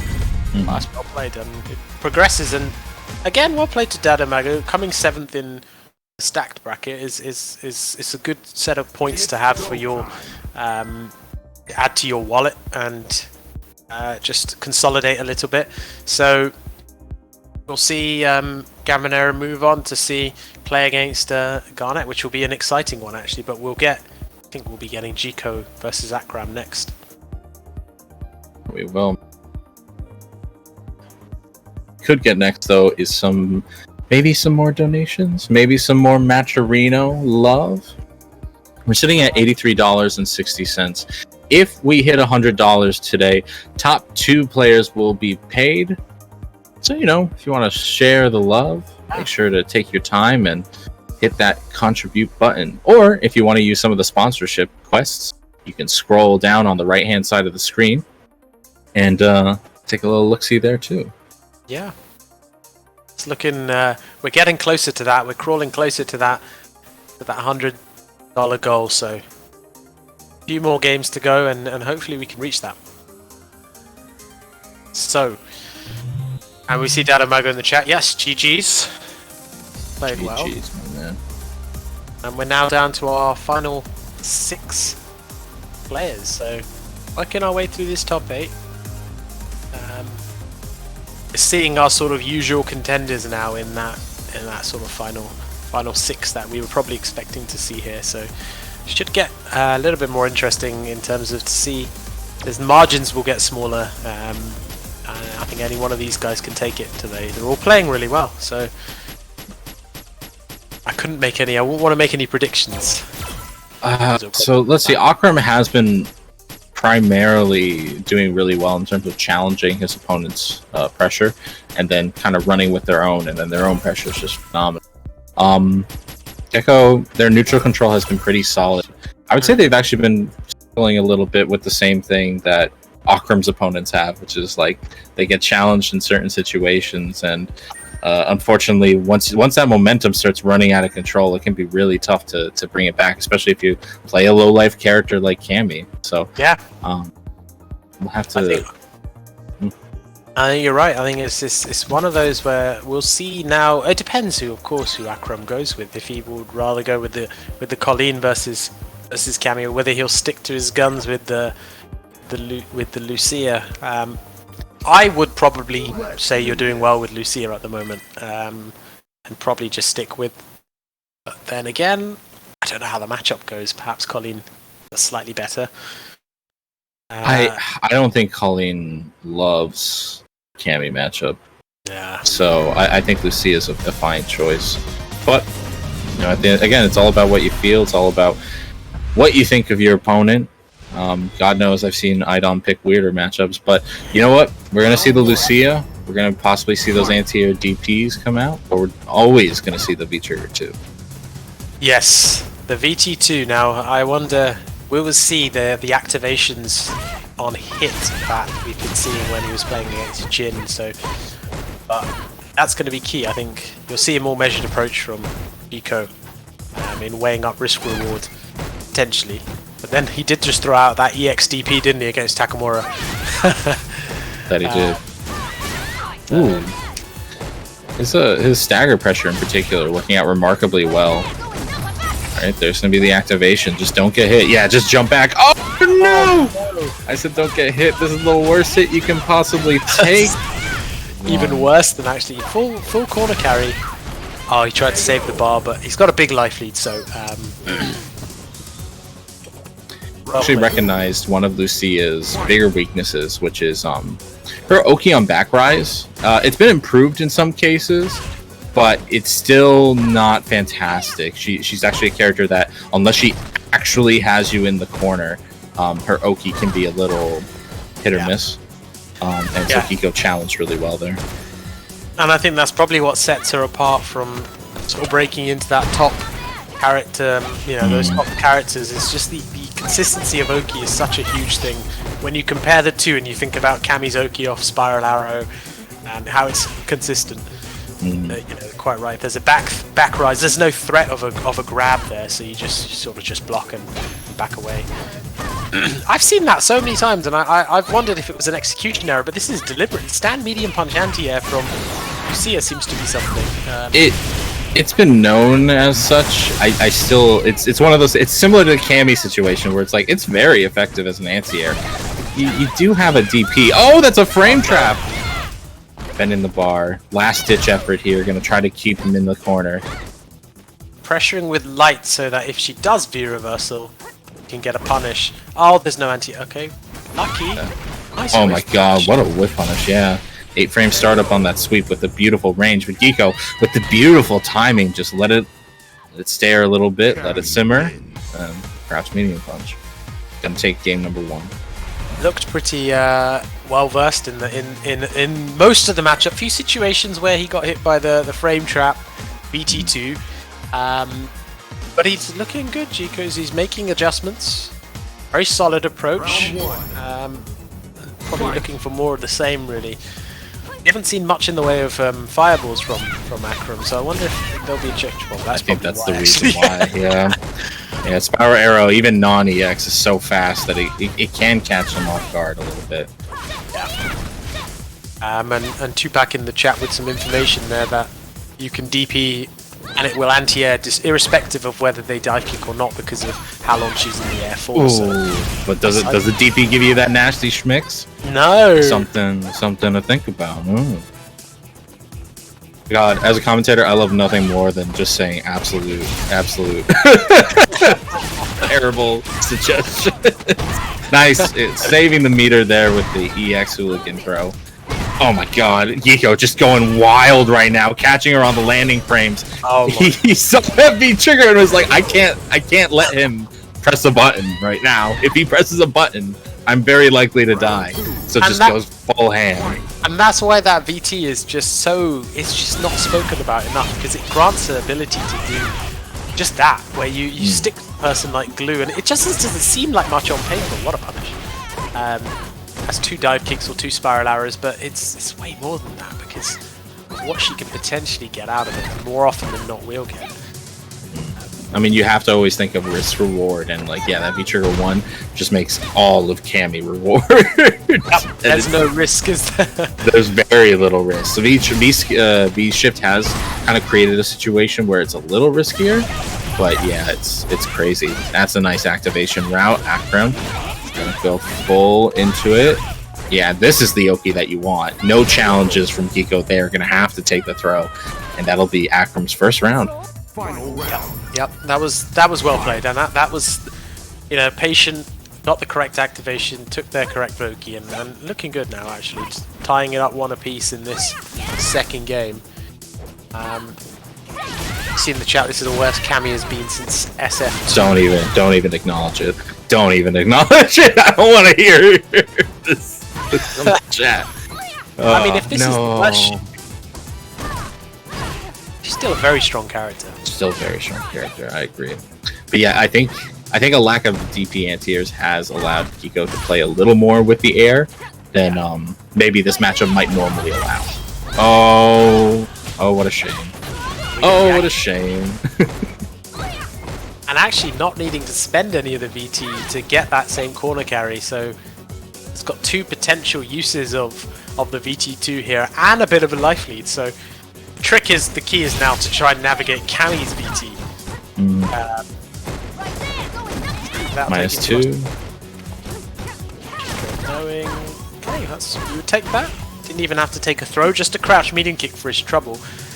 Both of them sitting on very similar kind of meter, but Cammy really more readily available super into Oki, which is Nico's gonna try and yeah, just know it's that lack of hit confirms off that same medium punch again. But you know what? Man's still rocking with it. Has the life lead. Time is ticking down, and he is not opening him up. Just peppering away with stand medium kicks. This is looking difficult. That's it. That's it. Oh my god! Just barely has enough life. Wow. I thought if he'd stayed down, he would have been fine and just done an EXDP there. Wow. I mean, unfortunate. Again, I do think this would look a little different. Like Will mentioned, it would look a little different if we saw some anti-air DPs from Akram. Yeah. But that's a lot, and I'm not being facetious when I say this. That's a lot to ask for somebody to change mid-set. It is. I think that is a lot to ask. It is. You're quite right, and I think the issue is that with Akram at the moment, he's focusing a lot on the ground, which is understandable. Jico's making him play on the ground because he's not really dive kicking willy-nilly like most Cammies do. So it's very difficult for Akram to be then hyper focused on the ground, and then all of a sudden you're like, oh, dive kick, and before you know it, it's usually a well-spaced dive kick as well. So he's throwing them in infrequently, which makes it even more difficult for Akram to be so ready for the DP. So it's well played on Jico's part to use it so sparingly, but when he does do it, he makes it count. But you're right, it's now very difficult for that dive kick to be in the forefront of your mind to anti-air while also not taking away your focus from the ground. Akram hasn't been playing badly. Oh, counter hit conversion though. Oh, not again. Not like this. Yeah, activates just if only to bully Kiko out of the corner. Unfortunately, gets greedy with the stagger pressure, and thus. Oh, was that a DP? That wasn't a DP, right? That was stand medium punch again. I'm not sure. It looked like stand medium, didn't it? Yeah, I think it was, but yeah, Kiko getting the perfect, setting himself up for set point. Wow, looking convincing here actually. So taking that one with the perfect. Nice hit confirm as well. Yeah. Tries to shimmy. Akram isn't biting in terms of whipping a throw. No, he's played pretty solidly on that. Was a good amount of damage as well. So yeah, that's Lucia. She don't get the dive kicks, but she do got the damage. She has, yeah. But again, the key issue, the lack of Oki, meaning you get that bit of damage, but if there's no consistent pressure, then there's not really much of a threat. Unless you can get repeated knockdowns, which is a big ask against good players at this level. Nice dive kick there. Perfect dive kick, even because it's right in front. It's not like that they got a side switch. No. That it? That might be it. Oh no, not like this. Not quite, not enough. The instant air will kill, but no. Wakes up with violence and calls out the frame trap. Yeah, that is, I think, a 5 or 6 frame trap. So mashing crouch light punch, just the optimal choice there. Kiko taking it 3-0 in the set from placing respectably in 5th place, but unfortunately no further today. I think Akram certainly improved as the tournament went on. It's a 3-0, but it's not like it was definitely by no means a wash there. Chico just showing he knows the matchup well enough and taking that convincingly. So yeah, Akram going out in 5th place, well played. He put in a good show today, and again, good number of points to sort of put in your wallet and just to consolidate for the next event. Talking about wallet. Oh, is that do we have, is that our transition there? Because yes, the wallets are important. The players' wallets are even more so. God help if one of these players makes it and gets the Capcom seat. They needed to get a flight. They need to start saving right now. So make sure that prize pool is nice and big. It's sitting at $83.60, which is impressive. I'm so happy you all used all the contribution codes before top 8. But I would love to see it hit $100. That means top 2 will get a payout today. Yes, exactly. And we're not far off there. We really aren't. We've got a few more games left that we can try and push to get that. Reward these players for their efforts, for their entertainment that they've provided us with on this Sunday, whether it be evening if you're in Europe, or late evening if you're in Asia, or sort of morning, early afternoon in the States, so or in South America. So yeah, let's try and get that contribution up if we can, up to that 100 mark.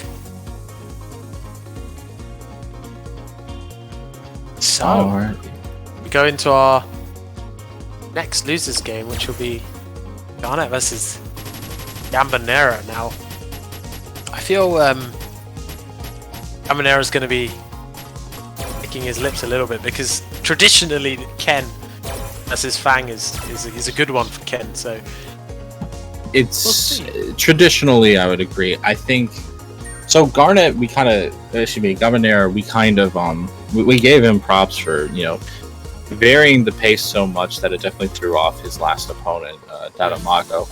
I don't think Garnet is the type of opponent that will falter to that play style. In fact, I think they do very well in containing that. So hopefully, and I think these two players, they're both Italian, like they have to have run into each other a few times at the very least. Definitely. But it's going to be first on Garnet to control some of the craziness, which I think they're very up to the task.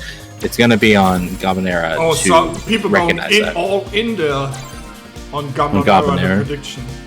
They want what they want, and that just means I could win a lot of money, a lot of salt. Wow. Well, Fang players generally have to deal, because of the character that they play, they generally have to deal, same with Dalsim, and to an extent Poison, these characters have to deal with people playing a bit more crazy, a bit more risky, a bit more nutty. So it should be something, you're right, that he may be used to slightly more than Dadamago was. But wow, the chat's really going in on, they must know something we don't, or they're just hedging their bets to try and... Considering how many Italians I saw in the chat, I might have been betting on the wrong side. But I'm betting on last week's champion. What could go wrong? Exactly. No, what could go wrong?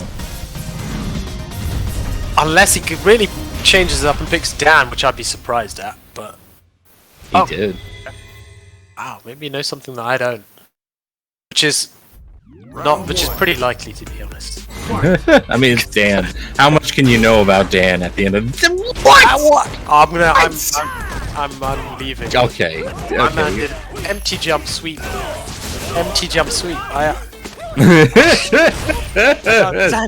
Shivs, don't go. Why are don't go, Shivs. Why are you not used to it by now? You live in Europe man. I can't really say anything about sweeps anyway, considering who I play, but empty jump sweep, it's just not really worked out. That was his basic thing. Bro, sweep and slide is not the same. Slide is superior. Slide is superior because I can slide from screen, and if it hits, I'll say, well, I whiff punished, or I saw you watch it back. And then just pretend I did that. But yeah, okay, he's trying to send a message. I think he's just saying, I don't care, and I'm going to come in and I'm going to be aggressive. But Well, Garnet doing pretty well. Yeah, he recovered from that sweep. He recovered faster from that sweep than we did. And he fixed the situation. That's how you tilt me as a player. If I see you do that, and it's online, I can't ask you why you did that. You can't even look at the person. I can't look at the person and say, well, why? What was the thought process there? But he's pulled it back here. He's actually still working on a life lead, is Gambonera, but probably not going to get Vitra there unless he can get some block pressure on him. Oh. Yeah, that Coward's Crouch actually calling out two big options for Gambonera, and that's Stand Fierce and the Dandies. Like, that's how Dan extends his attack, so it can be very obvious when he wants to use that, and Garnet is clearly got the read on him. Yeah, I think we might see a character switch here because nope. Wow. Dude, believe me, the character select mix-up is my worst match. Yep. I fail to see what, unless he's really hedging his bets on the pressure, but it feels like Fang can kind of get out a little bit with that V reversal pushing him slightly further away. Not the best V reversal, but just a mess up on the V skill conversions, and looks like that's done. This one kill, obviously. It's a good amount of damage and set up for more poison. This has been Gambonera's best round. Yes. Like, he's been using Stand Roundhouse to call out the Coward's Crouch a bit better, so he's been getting some counter hits that are really important. But at the end of the day, this is... Ooh! Blocks an overhead, but doesn't catch the landing frames. How unfortunate. No, I think in those kind of situations, sometimes it's best to just get a DP, get an air reset, or because it can be very difficult to punish the landing frames in this game if you're not really ready for it. So, Garnet running away with this a little bit, that is punishable. I feel maybe the Dan pick, he looks too well versed in this, does Garnet, so you're not going to catch him unawares. Looking very solid. Yeah, easy anti-air to stop the escape.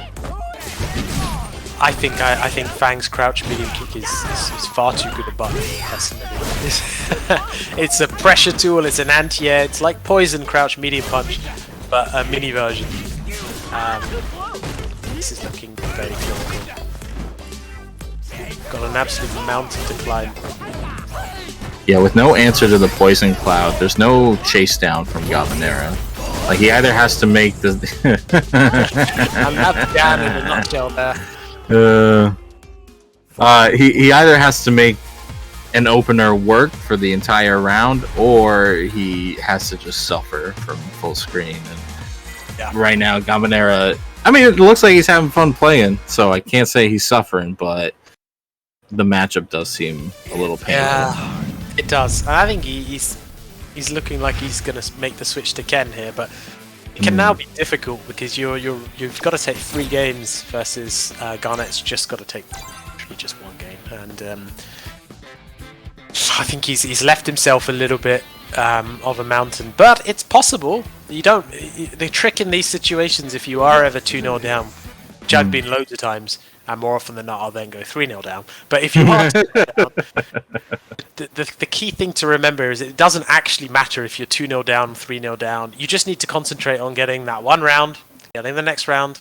That's the game. Each round is an independent event, so you just got to look at trying to keep your game plan going. And now, even though he is 2-0 down, he hasn't left himself much wiggle room, but he still needs to just do the same thing he needed to do at the start, but it's down again.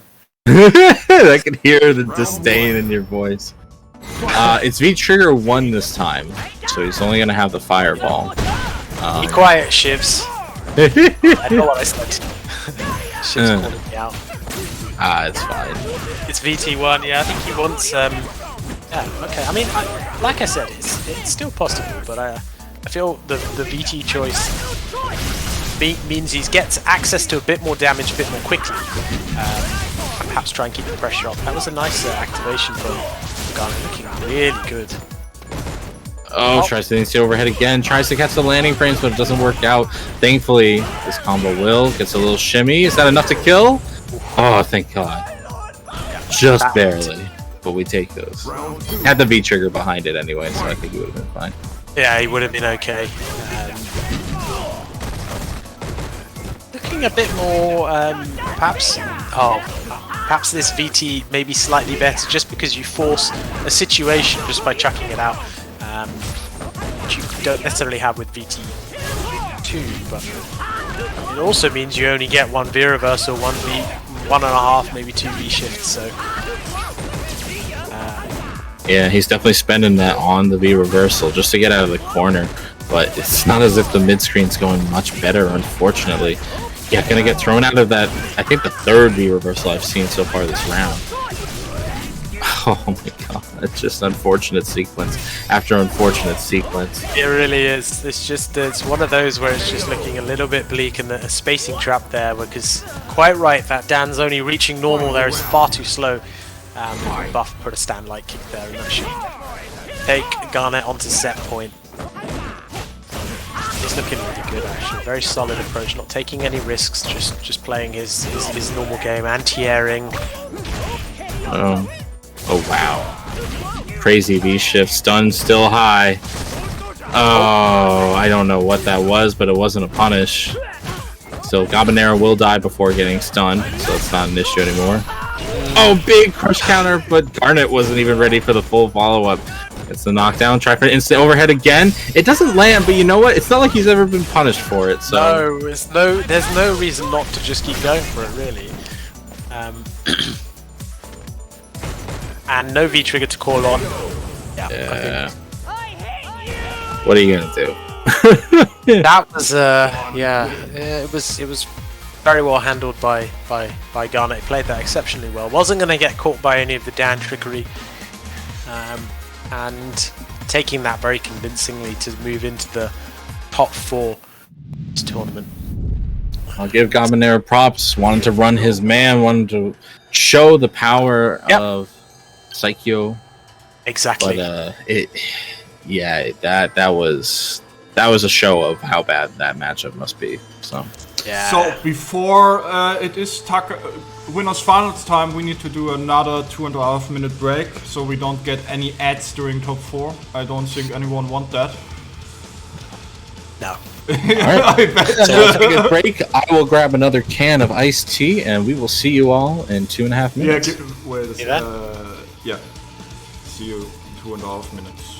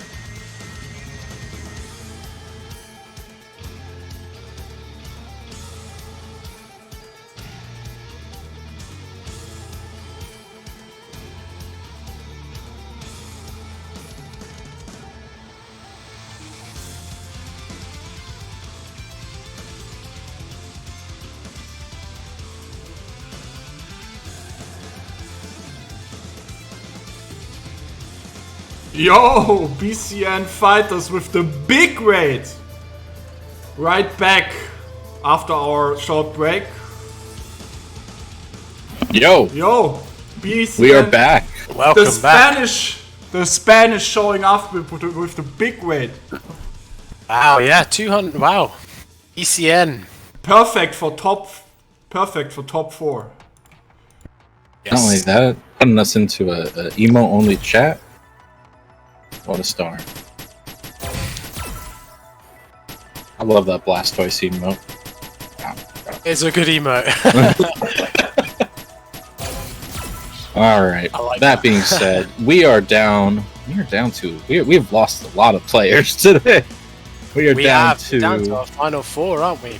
Yeah, we have in winners finals Mr. Wolf versus Takamura, which will be probably a Ken versus Nikali match, but could even be a Kuma. We saw Takamura just clean house against man who's now sitting in losers finals, losers semifinals. Excuse me. We have Geeko, champion of tournament number 1 of this series, and then going up against Garnett, who was champion of last week. Exactly. And now it looks like we may potentially have a new champion, but both of those two are still here. They're both in losers bracket, but these two will be desperate for that cushion of having an extra set to play with in grand finals if they can get there. So yeah, Mr. Wolf actually has a really good Seth as well. He does actually. He can go for either really, and I feel that Nikali has been doing so much work. But we're going to see this. And he's a VT2 user of Seth, which I like. I think it makes a lot of sense. One of Seth's strengths, obviously VT2 has been buffed to a ludicrous degree to kind of meet with the current times of V-Shift. But I think one of Seth's best strengths used to be their throw game. Like their throw game was monstrous in combination with their really good neutral and their really good dive kick. And having both of those nerfed definitely means that Seth has to rely on some bigger damage, and V-Trigger 2 just opens up that option really well. I think that the V-Trigger, combined with Seth's ability to get potentially 2 of those in a round, is game-breaking almost, because it forces situations, if you have a traditional V-Reversal, which is what Akuma does have, where you have to deal with it. But you don't have to deal with it if you're on offense, if you never let him activate. So, as Takamura is showing here, them in situations. No, drops it. Thankfully, has the V-Trigger to back him up. Oh my god, I don't. So we saw, I think, EX Red Fireball. I don't know if that was supposed to be a cross-up or even a teleport, perhaps, to try to escape the V-Trigger. So keep that in mind. The teleport might be an answer that Takamura Lab hasn't been able to show off just yet. Yeah, that's right. It could well be that is the way forward, but the VT almost forces you into it. Once it activates and you're in its vicinity, there's not much you can do except for take a guess or try and V-shift out at the last second if there's a fake string somewhere, but very difficult and quite risky. Because this situation you have got to deal with, and then you cannot V-reverse it, and now that's going to take you to the corner, and look at the damage. That's half-life gone. And that's done. And that's why this V-Trigger is completely, in my opinion, broken. I mean, one more guess, and Takamura could easily bring this back with a demon. He could do a single hit confirm. He could just until his opponent falls in his lap, and then go to the critical art. Ugh. Wow. All right. You see the power of both of these two characters against each other. Just cannot afford to make any real mistake, because it's very likely you'll be in a guess for the game situation after this. If this is guessed wrong, putting yourself in situations. That's a nice little skill there from Mr. Wolf. Training stage, my guy, is because training stage runs the best. Yes, it does. The fight is your entertainment, not the background. I don't even notice anymore, you know. No, I don't either. I'm looking at that whiff punish right there. Takamura taking him full screen. Oh, that was really nice. That was a really nice. So Stand Fierce is an underrated counter poke. I don't think people talk about it enough. Akuma Stand Fierce is a fantastic counter poke. Basically, there's like no hurt box on extension until it's actually active. Yeah. And then, so he knew that Wolf wanted to challenge into a V-trigger activation, because whether it's on block or on hit, V-trigger 2 is fantastic. So he just throws out that stand fierce, expecting the crush counter, and takes the game. And for some reason, Akuma's blessed with a follow-up after. At least it's not special cancelable like it was in Street Fighter 4, but that is still a hell of a poke, and it's in that situation the go-to round closer. Nice. There's the stand medium kick counter poke, and that is optimal. That's what you get with Takamura. You get optimal conversions. Nice. No meter expenditure at all. Oh my god. Still not over for Mr. Wolf because it is now. But there was that with that VT, you can still force the issue of situations which you shouldn't technically be allowed to in traditional Street Fighter sense. There is no Bible anymore in this. No. This nice cross cut there. Oh, nice whiff punish there. But Takamura has the screen positioning. He's got the sort of the place where he wants to be, which is bullying Mr. Wolf into the corner, convert off the full completion of the target combo, which is actually definitely unsafe. There's that stand fierce you talked about. Offensive V reversal. This is looking bleak. No way I mean, that's just crazy, isn't it? That was beautiful. That's why this guy is just on another level. He's just so ready. He reads you like a book. Yeah. And that stand like buffer. Yeah, it's a situation that Takamura set up entirely on his own. Did that? I think it was stand medium kick right before. Knows that you want to challenge there. You want to press. Maybe even I think it was crouch roundhouse that Wolf press. And that crouch roundhouse does have a pretty long startup. So he says, you know what? I got enough frames. I'm going to leave out the stand light kick. You're never going to whiff punish it. And I'm just going to buffer critical art behind it. You get hit, GG's, shake my hand. It was, phenomenal. I think the thing that sets that is the fact he set up that situation for exactly that. And Mr. Wolf did what probably all of us would have done in that situation. But Takamura was just one step ahead. Looking good. I think we'll see a Nakali switch here because he wants more life to play with and wants an explosive VT. No? Okay, I don't know anything. It's okay. Or you know what? This is winners finals. Means that if Wolf can fight his way back to grand finals, assuming he even loses. That's assuming he even loses. That's a massive assumption on my part. Yeah. But he's got more games to potentially fight against Tom. Yeah, exactly. So, it's not, like we said, it's just these little things, but at this health, they both got low health, it just means it translates into, wow, so ready. Ooh, plus frames for days. Looking bleak, but he's got VT, and that VT can do some work, but you can see Takamura has realised that sometimes being in the middle of the screen is actually the safest place to be. He doesn't block that yet. Oh my god. Nobody drops the combo. That means no corner and much less damage. Yeah, luckily kept himself safe with the EX hands, but you're right. A lot of damage left on the table there, and positional advantage not as strong anymore. Takamura working on his own VT there. Mr. Wolf's going to have to do this the honest way. If there's ever such a thing. On screen positioning now, but don't want to overextend too much. Might be enough. No, not quite. Oh, nice axe kick. That's where this axe kick can be quite useful. Just closing out rounds. So Mr. Wolf showing signs of life. He's not down and out by any stretch of the imagination. Trains, okay. Nice walk under. Unfortunate that he didn't quite get the landing frames. But okay. I do notice Wolf being a lot more liberal. Unfortunate. He was being a bit more liberal with a heavy Tatsu, but just didn't get the hit confirm, which means, yeah, Takamura's going to run away with that. And it's the corner pressure. I think that's it. The offensive V reversal. He's stopping the activation from Mr. Wolf. This time it just puts the ball out, takes the plus pressure. Wow. Even had the anti-air ready, not with the full conversion, but it still worked marvelously well. And both of these two are basically one hit from death.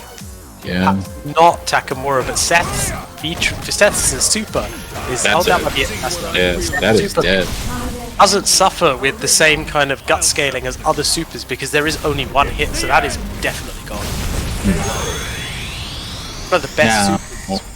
I just want to give admittance of what happened there. Takamura thought, because that I think that was light Tatsu from Seth, that was blocked, or at least he thought so. So he was like, "Oh, that's a free punish with Stand Fierce," and that's why he went immediately into the target combo. But yeah, that's mad punishable, unfortunately, once it's blocked. So, Wolf, Signs of Life, not out just yet. This is kind of on Takamura to lose. I'm gonna say. I'm gonna just make that statement though. Yeah, because his game plan has been so immaculate so far, and Mr. Wolf, while being a little cheeky with the heavy Tatsus, that's really been the only big difference I've seen. I think it's if Takamura can continue to navigate the VT2 of Seth, and then as we said, there's a jump in. This will probably, that's where this will hinge on. Wow, did he just anti-air with? Wow. Heavy Tatsu. That was incredible. That was incredible. Ah, you can't do that, but you can't drop your combos either. No. Oh, tragedy. Nice answer. Oh no, this nice little shimmy there from Takamura. I felt that drop. Again, it was corner carry, damage on the table. Bit unfortunate there for Mr. Wolf, but shouldn't be too disheartened because he's really forcing his situations with this VT, and if he continues to do that, he's going to put Takamura in uncomfortable situations. The only problem is he's running out of time to do that. He's now on match point. Ooh, got greedy with the overhead. Yeah, just went free frame right away. Nice. I wonder if he's going to teleport away. Catch him. I think he did try to teleport away, to be honest. Maybe the input just didn't come out. Yeah, I think he tried. It was either that or a jump back. Takamura unfazed, still in a very good position, but doesn't want to overcommit because of Seth's potential crouch medium. Alright, and it's tough. Even if he goes into activation, no activation route will kill, and chip is definitely a factor now.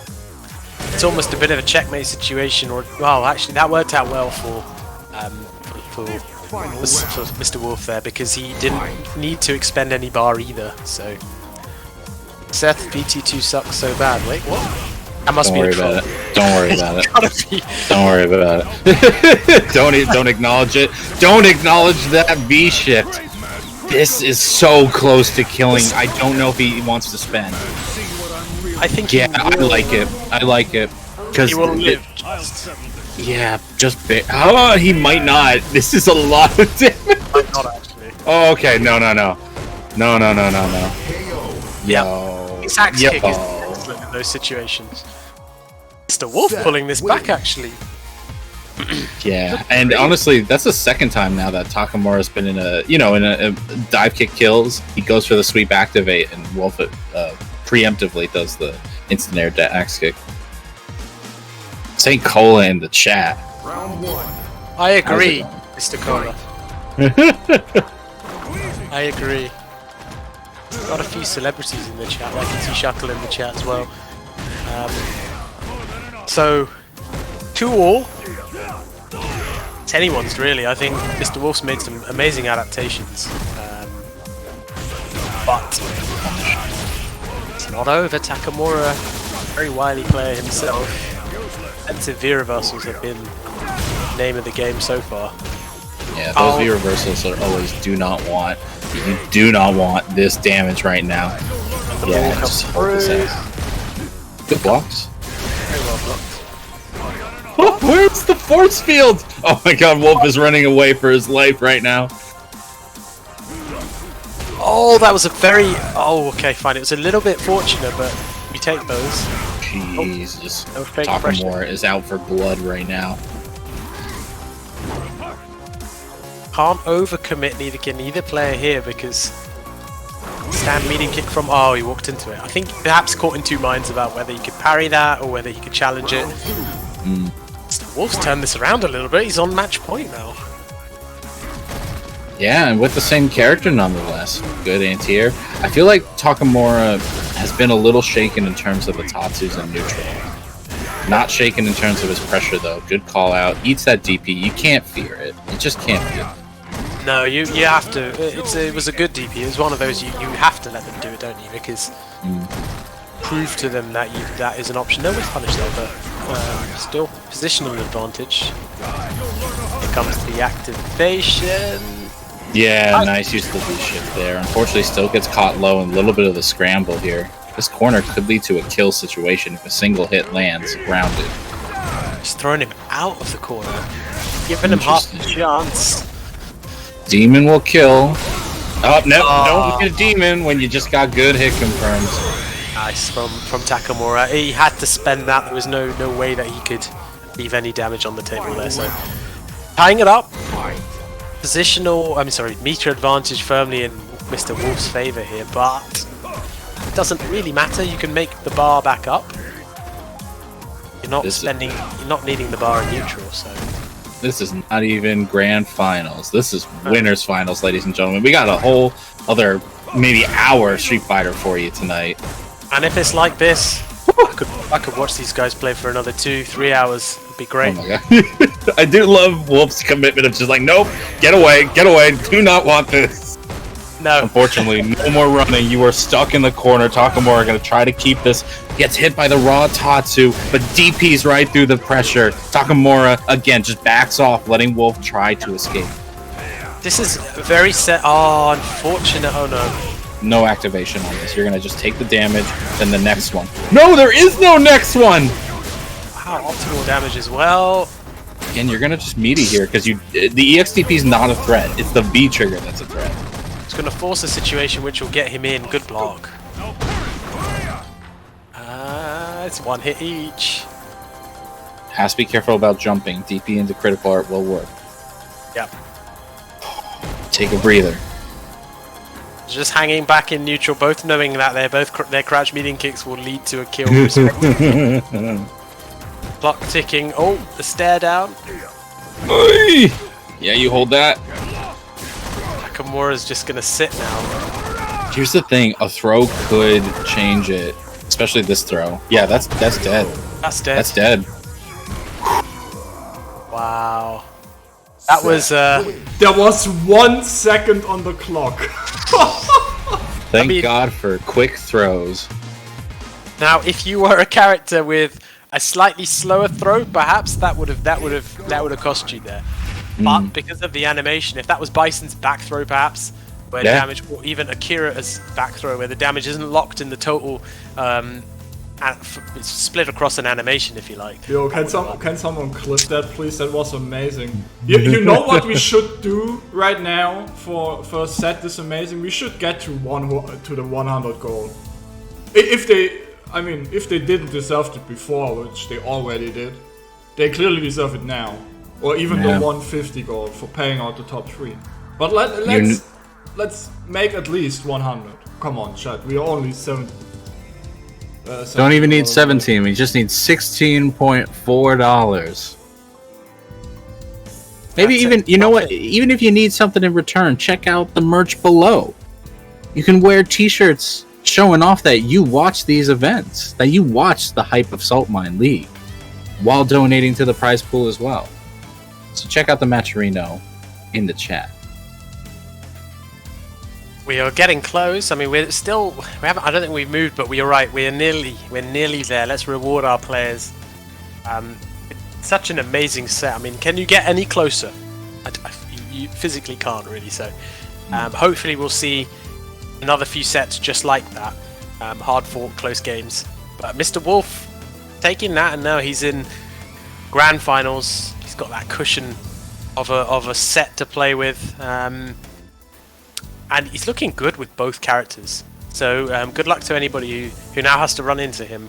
He's looking good today, to be honest. So I mean, we're gonna figure that out shortly. We're gonna have Geeko versus Garnet next. Again, those two were the champions of week 1 and 2 respectively. Garnet having a pretty good night overall, except for his just one side. Who did he even lose to? It was Mr. Wolf. Mr. Wolf, the man sitting right now. This match is actually the winner of the first event versus the winner of the second event. Can we fire Redis for repeating what I just said? Yes. You should be fired for that. Yes. Yes. No, I fire you for saying it before me. But we are. You're fired for being too preemptively good at your job. I was ahead of the script. That's the problem. Can't be ahead. You can't be behind. You've got to be just right. Just right. Got to get the exact right timing. That's what we call a counter. So how you donate? You either do exclamation mark Matcherino in the chat, not like I did right now.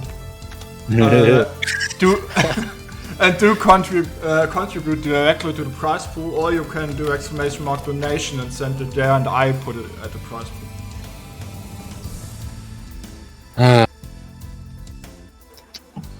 All right. So we've got our players ready. Wait, are we really now at $99.60? Thank you very much to Mr. Mustafis for the $16. So we are 40 cents away now. 40 cents. 40 cents. That's just clicking a couple sponsor quests. Okay. Nothing. Shout out to Mustafa. He's always showing up, always supporting the scenes. And I say scenes in plural because he, Midwest guy himself. Yeah, it was on commentary yesterday, I believe. Oh, was he? Yeah, he commentated UK and Ireland. Yeah. Doing some work with that VT2 Akuma as well, so yeah, shout outs to Mr. Mustaflis. I still hate VT2, man. VT2 is something that should be so much cooler, and it just...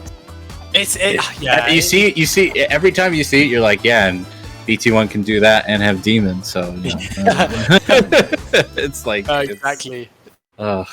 It's refreshing to see that they've actually made it somewhat now giving people a bit more expression than they ever did. Because when it came out, it was it was god awful when it came out. Like, the most cool thing you could do is like, I can cancel Stand Fierce now. It's like neat. Yeah. VT2 is cool, but cool don't win. Cool don't win all the time. So we'll see. We'll see what happens right now. I gotta be professional right now. I gotta talk about the match ahead. And right now, Garnet actually giving a little space, only to let Geeko fall into the trap. And then trying to anti-air but ever is the issue with trying to anti-air Cammy. Ill-advised in certain situations.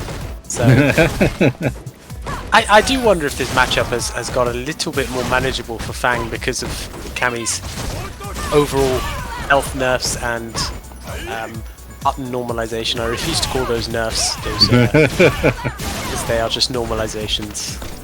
But it doesn't matter because Geeko's showing that you can't whiff punish me if I don't whiff anything. Yeah. So, looking convincing. I mean, we saw some anti-air attempts, but yeah, the dive kick really does mess with Fang's own anti-airs. And yeah, even just raw spiral arrow right through, because the poison has no hurt box, or hitbox, so that's what just go right through it. And there's a little bit of lore behind these two actually, Geeko and Garnet. They obviously know each other very well, but there's a little bit of a friendly rivalry between the two. Always trying to get the better of each other. That was an attempted trade combo, it just didn't quite work. But so I know they're sort of friendly rivalry, shall we say? So there's an extra incentive on this match particularly to try and get a bit of one-upmanship. Nice punish. It could have been better if he had waited for it to be blocked, but you know what? Oh my god, no, not going to cancel the critical art just yet. But we've seen Geeko... Okay, we've seen him not only not go into critical art, but we've also seen him do DP on block. So we're seeing some repetition of potentially bad habit. perhaps trying to send an early message just to say, I'm going to do this, and keep it in your mind. Garnet is unfazed really for a player young and relatively inexperienced, but not letting any of that show in this gameplay. Wow, just the raw dive kick. It works as a counter poke so well, so you know what? Yeah, no problem with throwing it out. There's a spiral arrow again to punish the V skill. Just backing away. God, this has just been the first game. I feel like Geeko's been a bit more dominant, but I think it's also been Garnet being really good about punishing Geeko for any mistake that they throw out there. Yeah. And this V skill that Fang now has buffed in V Trigger 1, it acts as a true projectile, which you then have to block. But I feel perhaps Geeko doesn't really mind that, because you can spiral this on reaction if it's spaced poorly. So I feel he's just waiting out that range. Yeah, even then he doesn't even have to be aggressive here. He can just wait it out, even with the poison. Like, there's actually nothing really Fang can oh there we go can actually do to stop that really, because even with the poison whittling down, it's never going to go as quickly as that life discrepancy between the two characters. Thank you very much to Indigo Octopus for the €4.92 donation, and to Mizi with the $5. Round 1. ooh, whoa. And Okay. not Stow. Can't wait for EFIC 6 SML tournaments. When I'm not on Wi-Fi, I want to enter these with the $20. So Wow. 124.60 now.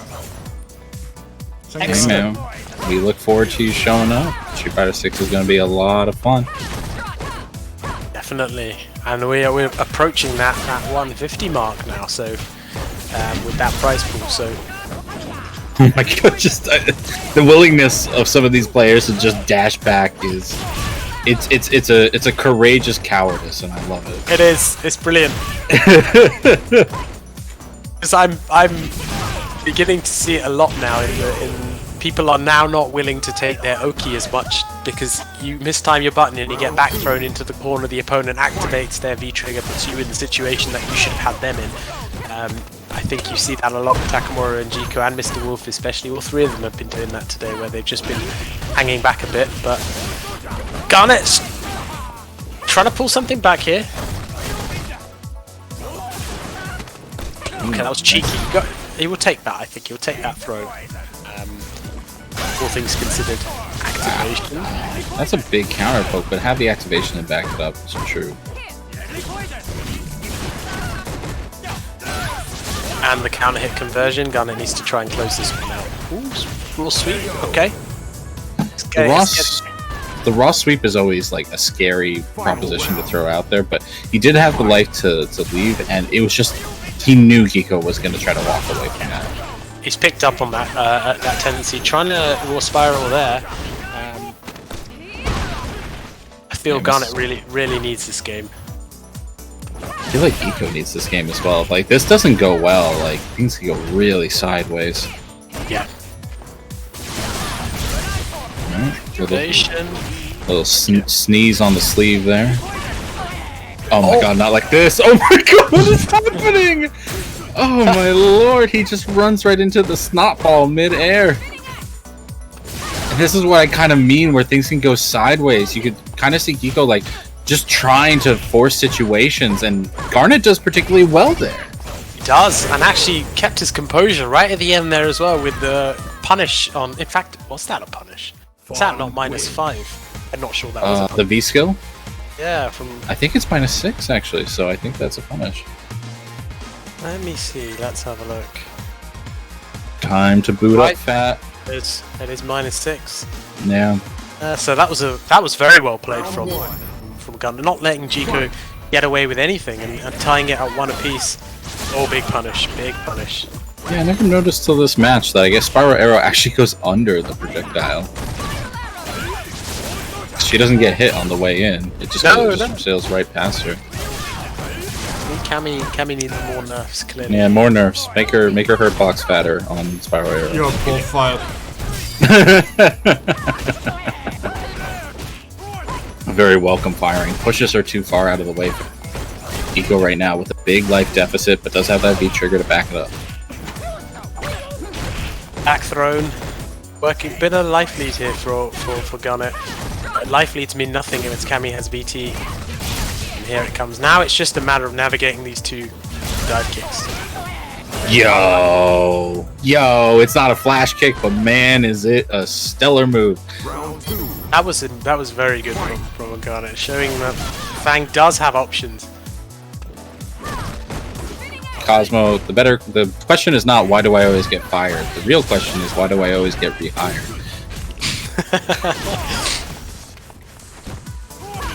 Ooh, nice shimmy. Not by me, I don't hire anyone. Yeah.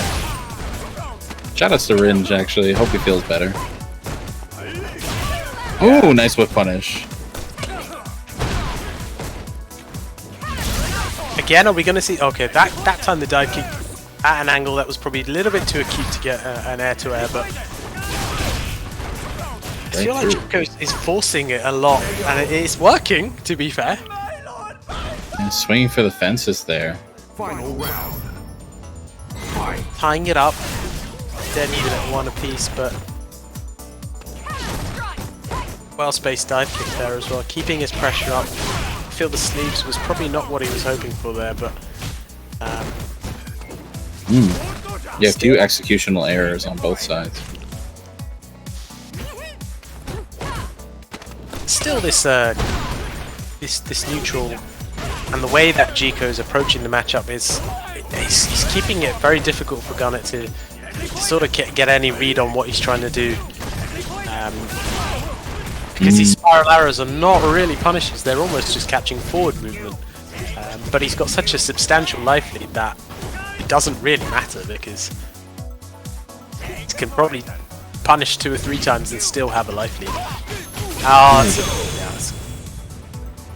And the jump medium punch, a button you don't see as often, but does have a nice range on it.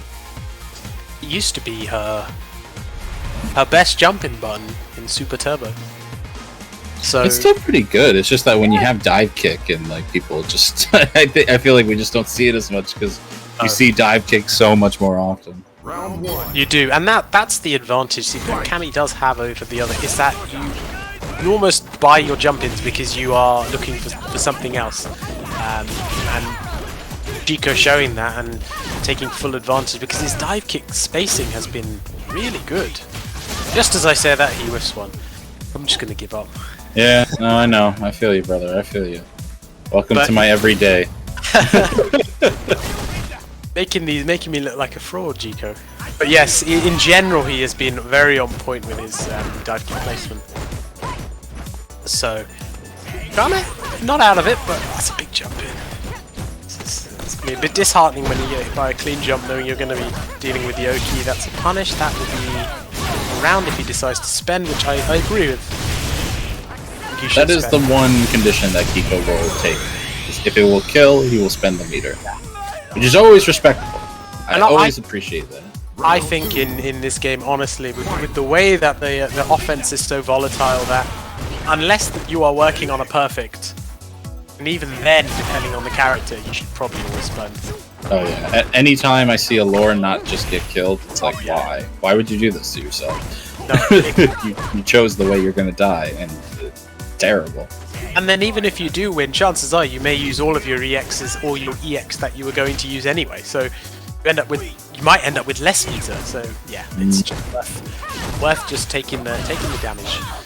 Ooh, speaking of taking the damage, does a reset. Okay, alright, what's going on, Garnet? Was that a spacing trap? Were you hoping Kiko would run into those EX sleeves? What a whiff punish though from Jico there with stand fierce on the X sleeves. Garnet still got the life lead. Just barely though. Just trying to lay down these traps to bait Jico into doing something. But not really falling for it, just waiting. Nice. Ow. Ooh, it's a challenge there. Oh no, the trade. That was the only thing that Geeko couldn't have happen to him.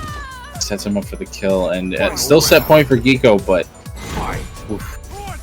It's looking Garnet showing signs that he's not going to go down easily. Okay, I like that. Nice anti by Geeko there. There's the not letting you get away with anything.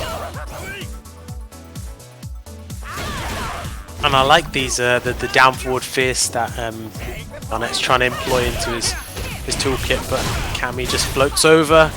It's incredible damage from that hooligan dive kick. And this is where Garnet needs to optimize and maximize. Nice, I really like that sequence. Oh, that's done. That's dead. Good work, Garnet. That was well played. That was well played. He baited the V reversal, punished the V reversal, put himself into a meaty situation, read the V shift, punished, and then took the optimal route. That was a deserved win for Garnet there, tying it at two apiece there, showing that he's not going to go down without a fight. Round 1. No, especially, and Geeko looking a little nervous on defense there. Definitely showing that they're willing to take a fast pace on their offense, which, you know, that's Cammy things. But on defense, you have to be careful. You can't assume your opponent's just going to let you get away with those types of V-shifts. Yeah, no, exactly. This time, keeping it frame tight. And again, Alright, start of a comeback, though. But Cammy has the V-trigger. There it is. Not going to spend all of it. Take the back throw. He's still got one more dive kick to work with. I think Garnet will look to try and activate at some point, but probably just wants to keep the V at least one bar in case he has to deal with Cammy's dive kick shenanigans. Probably waiting for her to spend that. It's good defense. Ooh. This time Geeko's probably not going to be reversal. Oh, he can't even. No. Oh, there's that anti-air. Now you gotta take the pressure. Yo, okay. Hooligan does not much except for get him out of the corner. Geeko gets close, gets a crouch medium punch, putting him on set point once again, but not without sweating. Get that towel. Get all that water out of there. Nice air to air. That is the Vega Patch special where he puts the V-skill 1 out and expects you to jump and then is so ready for the... My lord. Oh, I love that. And he's going to push... Oh my god. I thought he could combo off of it. But he doesn't need to. He's going to get a perfect, putting them both on set point. Final round. I think he could have converted off that if he had just done light sleeves with the charge, but to even have the presence of mind to put that out, that looked like a deliberate trap from him, so that's really impressive from Garnet, but still got work to do. Love the whiff punish. It wasn't actually a whiff punish because I think he landed and tried to press a button, but he caught the button, so... That's the intention that matters at the end of the day. Exactly. The navigation of these dive kicks now is going to be key. He can take another throw, but the next one will put him in the corner, so this dive kick can still be very beneficial. I don't even know what he was going for with the sleeves, but it just paid off so poorly. Oh no, I think I know what he tried to do. I think he tried to do jump up medium. He tried to do jump medium punch because he got medium sleeves, and he would have been holding down back. And as a result of trying to go to up forward, I think he missed up forward and went forward and just got sleeves because that was medium sleeves. Unfortunate. Yeah. Unfortunate. Oh well, that was still quite the set between two. There again, you could two see champions. why both of them won World Warrior event. Geeko won the first one and Garnet the second one. Both looked good. That could have gone either way, and well played to Geeko for having that sort of the presence of mind to keep going and stick to his game plan. But again, well played from Garnet, putting in another good performance, finishing 4th, and I mean, again, more points for you to sort of consolidate, and it's another good showing. And should take a lot of heart. I removed teams from the list for €50 donations. Euro, not even American money. Dang. Well, that would put the prize pool at $174, or probably even somewhat. You remember, Houseman? I actually did it with the ad team. Yep. Yeah, I did. Yeah. No, but it was the inverse. It was the inverse. You said you would remove.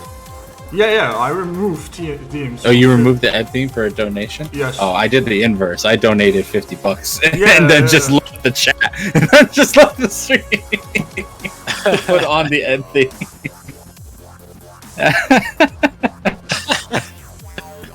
All right. Well, you know what's making me happy right now is that I see the Matcherinos at $124, which is fantastic. This is going to be this is going to be losers finals. Excuse me. We're going to see losers final next, because what also makes me happy is that we're going to be seeing more Akuma from Takamura, because that was this set we've already seen. We've seen Geeko versus Takamura, and Takamura took it over him 3-0 with his Akuma. He looked ridiculously well versed in that match, didn't he? I mean, it was convincing, but sometimes losing 3-0 can be in a way a good thing, because you've had a bit of time to perhaps think about things. Probably not quite enough time, but enough time to have a think about some things that you may be able to change. Whereas the person who's won may not necessarily change anything. So actually, the advantage, I'd say it lies. You couldn't say it was if it was a clean 3-0 and you're washed, then that's different. But if it's fairly like a close 3-0, which it was, Chico might have some ideas, and Takamura may not necessarily change much at all. So sometimes it can work in favour of the player who has lost. So it's not all doom and gloom for Chico, and he's playing well, so it's certainly anyone's game now, I think. That being said, I think it'd be a little more clear if like Geeko was like running on a really good hot streak. That set against Garnet was close. That was a really, really close set. They are looking a bit more aggressive than they were in Takamura's set, but I could see Takamura using that against them. So they're going to have to vary their previous or cautious and controlling gameplay style with that aggression if they're going to hope to throw off a pro like Takamura. Yeah, that's true. This is someone you're not dealing with any old player. Not dealing with the average Akuma player. No, he's gone to a level beyond. Most definitely our best Akuma in Europe. So we'll see. This confident neutral that he just always seems to exude so much confidence in what he does. There's no doubt. There's no hesitation. Unfortunately, had a miss input, meaning that they could be anti-aired. Thankfully, gets a side switch, putting Takamura in the corner, but Takamura challenges. It's a nice counter hit conversion. Unfortunately, doesn't lead to anything more than that. Chico is patient. He's not going to rush in. He'll stick to the game plan. There's a nice anti-air DP. Got the VT active now. And that V-shift maybe slightly ill-advised. I mean, it was to call out the dive kick, and Takamura was assuming it was going to come out. And yeah, so Geeko took that punish, then took the meaty afterwards, and takes round one. And that's the danger with this, people saying that V-shift is certainly an option versus Kami's dive kick, but it's almost pretty much done as a read rather than a reaction. That was a plus kick. So you can set up a little mind game, and as Chico did there, and blow them up for V-shifting prematurely. So yeah, that's also the rematch from before, right? Yeah, it is. Yeah, it is. And it's already looking a lot better for Chico. Yeah. Oh, nice whip punish. Conversions. One hit now. Nakamura knows. Just needs one crouch fierce into critical art, and that'll be an easy kill. Now the threat of demon is there. Oh, I like it. That was. Yeah, he actually had to do that because she would have chipped him from that situation. So I respect that as an option there, because the DP he had to do it. There was a stand fierce DP into super waiting for Takamura anyway, so he had to do that. Yeah. It was a pretty dire situation, and yeah, understandably Takamura took the risk. This is the first game Geeko has taken over Takamura, so that is a huge improvement. Yeah, already, and that's what I was trying. The point I was sort of trying to make a little bit was that because of that, you focus more when you lose, because you lose and you think I can change things here. Maybe when you win, you just think, "I'll just do the same again." So Don't think he wanted that miss hit confirmed though. Takamura definitely running with it. Hey, still get that combo on counter hit. Doesn't even have to spend the bar. Thank God for that 25 less health. Takamura taking the round. Round 2. Takamura showing that he can make adjustments as well. So even then, so much of that momentum hung on Kiko just not confirming that crouch medium kick. So who knows how much Takamura can rely on that. He can't rely on that being punished though. oh, Nice. wow, this might be stunned. Which doesn't lead to a kill, unfortunately. So might have been a lot of meter expenditure. But at least gets the corner, gets for game. That'll be it. Takamura taking a quick game too. And that's the thing about Akuma. He has at V skill 1. It's essentially it's one of the best V skills. Combo extender, parry, generates Oki, and that's why I still think Akuma will he'll never be a bad character in any game, any way, shape or form. He's not probably the top tier monster he was, but this is still a very good character with multiple well-rounded tools, and Takamura showing the full extent of those. Yeah, even showing that fireball use, getting a knockdown on a counter hit fireball essentially. Yeah. Ooh. Trying to counter poke now, not getting whiff punished for it. Nice whiff punish. Stamina having a considerably large hurt box that isn't necessarily that obvious, but Shiv's telling me I shouldn't say it out loud in case the casuals come from me. It's okay. Casual's not watching. I only say it to comps. Shout outs to comps. I haven't seen him in a while, but he was a very, very decent Kuma player from London. And as we're seeing a drop. That was a big drop. That was a kill opportunity there. Has to hold this pressure now, and that's dead. Wow. Very unfortunate for Takamura. Not the first drop we've seen so far from not just the player, but from Takamura. But hopefully it'll be closer to the last. I think, yeah, again, one of those where he had a situation, I think he had critical art available. Yeah. So, unfortunate. But that's the nature, that's what happens in fighting games, you get drops. It's not the end of the world. Just gotta... Still in this, it's only one apiece at this moment. Tried to walk under there, but got caught by the early dive kick. Ooh, try to get cheeky with the palm strike. Not really working out. But Giko's not really looking for whiff punishes. Definitely not looking to whiff DPs. No. Very nice side switch opportunity. Takamura now taking this momentum. Trying to cash out, and it is enough to catch.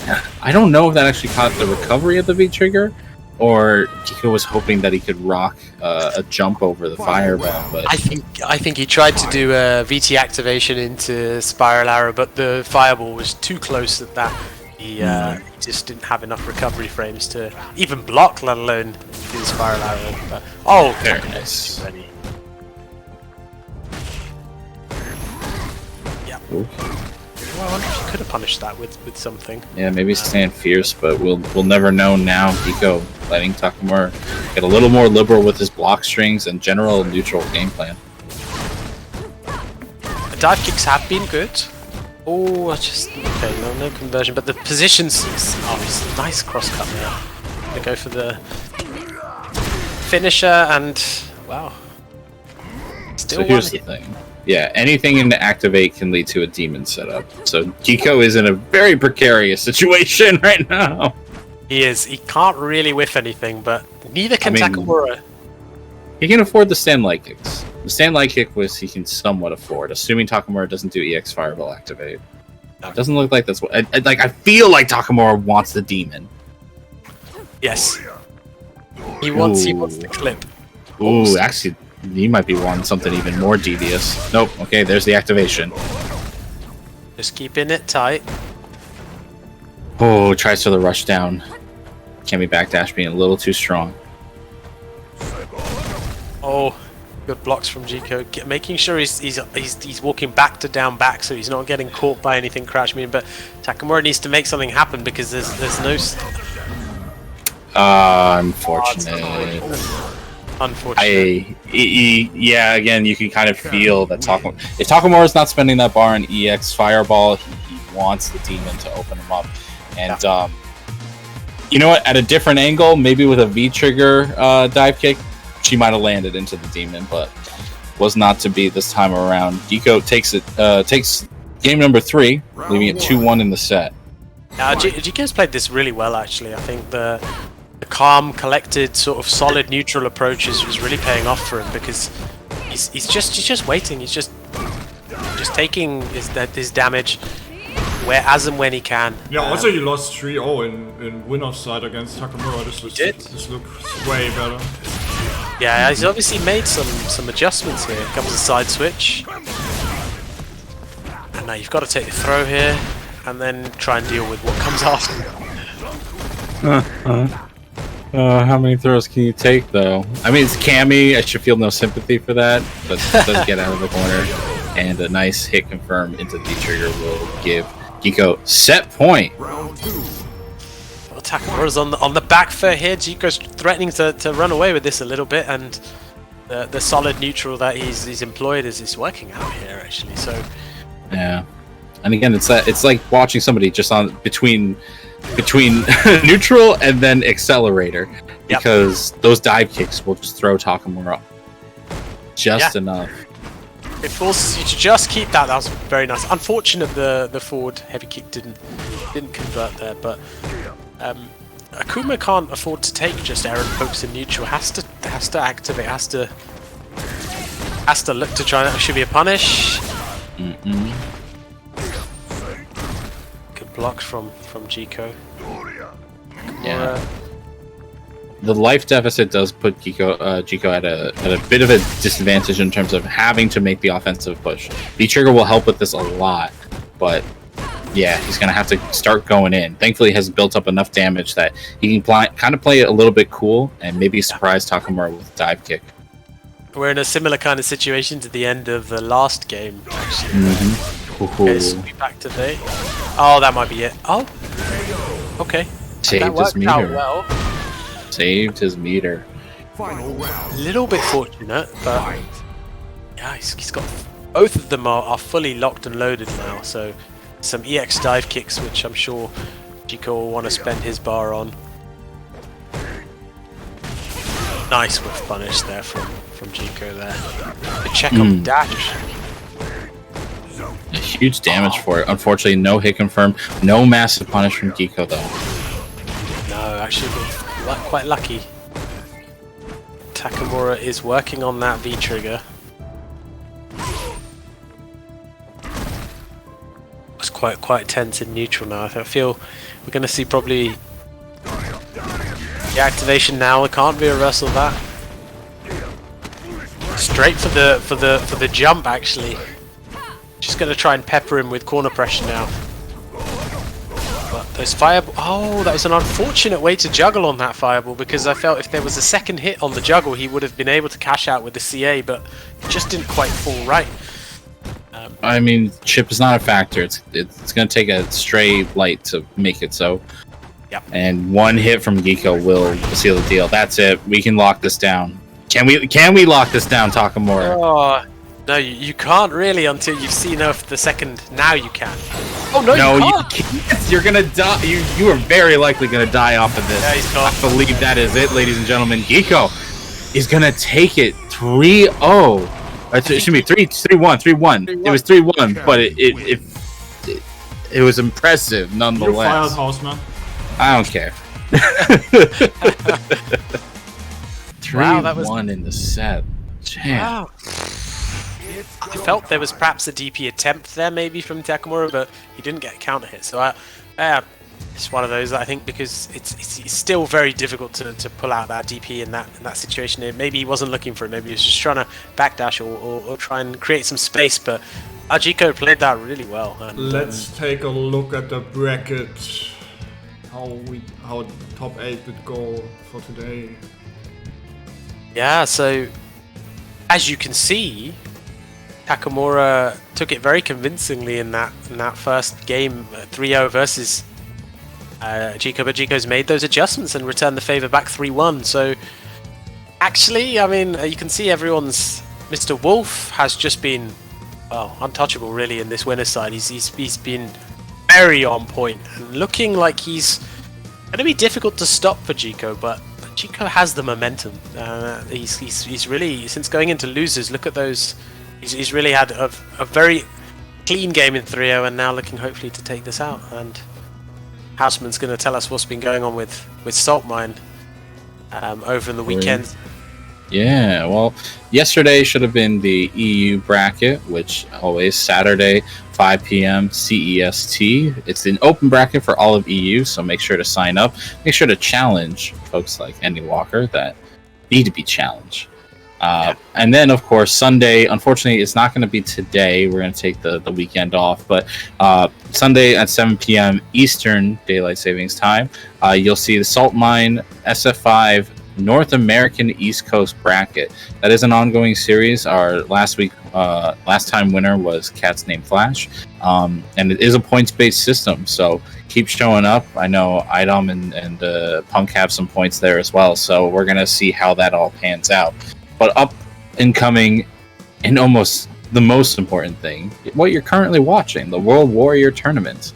We have UK and Ireland, Europe West, as you're watching right now, Europe East, and Germany, and the Nordic and Baltic. So make sure that you're watching on Saltmine League on Twitch. That's the channel you're on currently.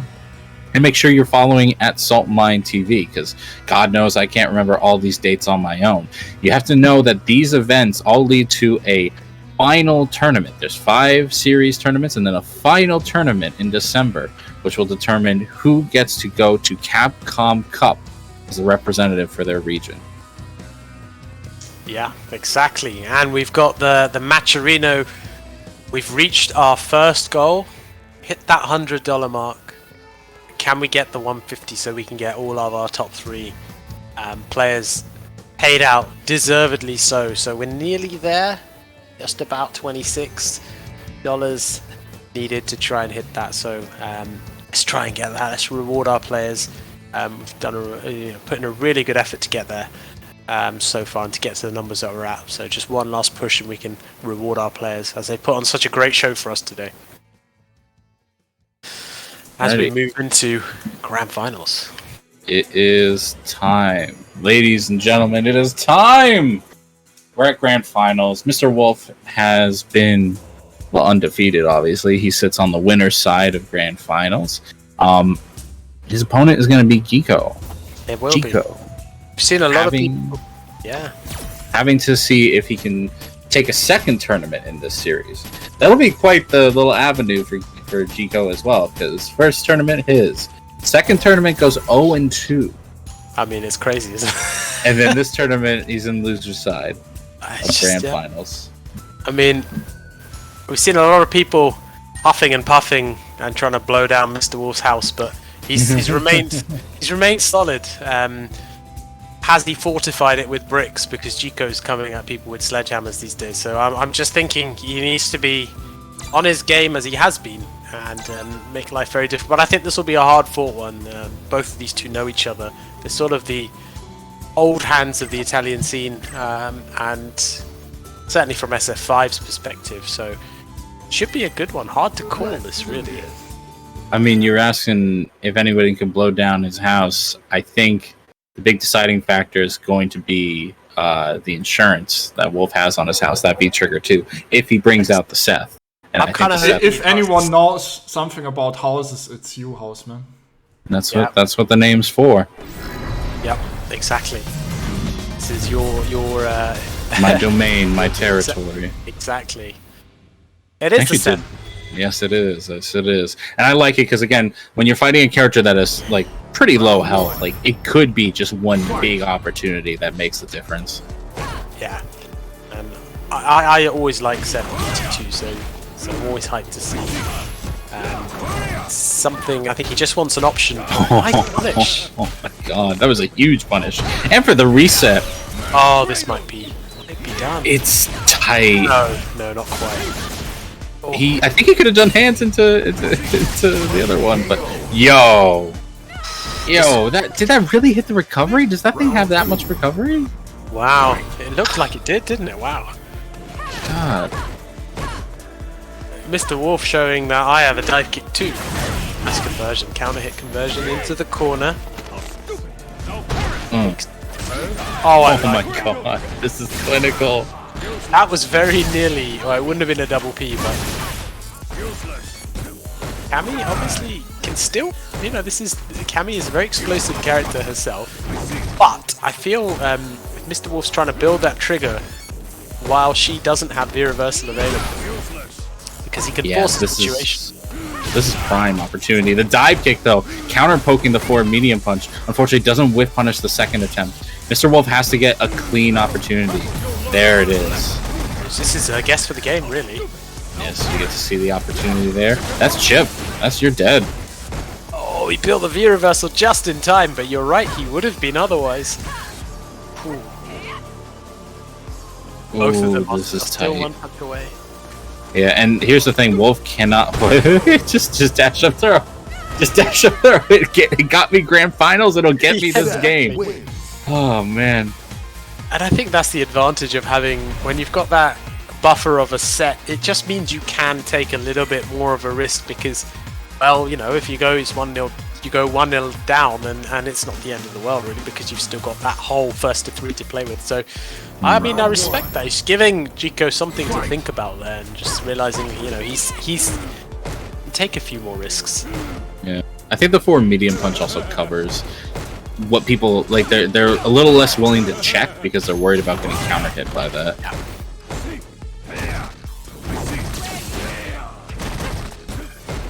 And Seth has these annoying sort of neutral-based forward medium punch. There's the crouch heavy kick, the stand medium kick, deceptively longer range pokes than you might think, and it can just keep Cammy a little bit honest. And he's been so on point with these punishes on landing frames that he's not letting Chica get away with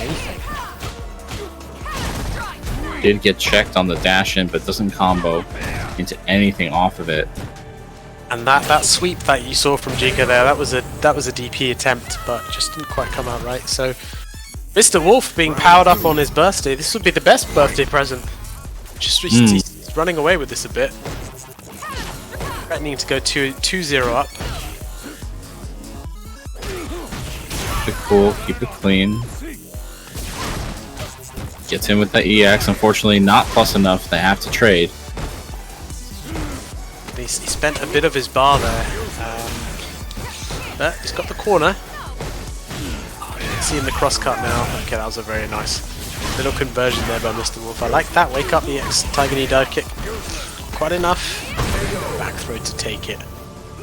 That's how you survive Seth's V-Trigger 2. You just don't let him get started. You just don't let it come out. Exactly. Attacking. He can't do anything if he's on defense. And it was a measured approach there from Jico, kept everything nice and tight. Get the forward heavy kick. I really like that. You often see Cammys try and go for the sort of stand light punch or the stand light kick reset, but Jico's always looking for the damage, the corner carry, trying to maximize his opportunity. So here comes the VT. What are we gonna get?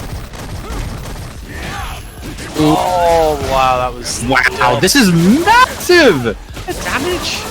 I kind of wish he cashed out so I could see the absurd damage, but no.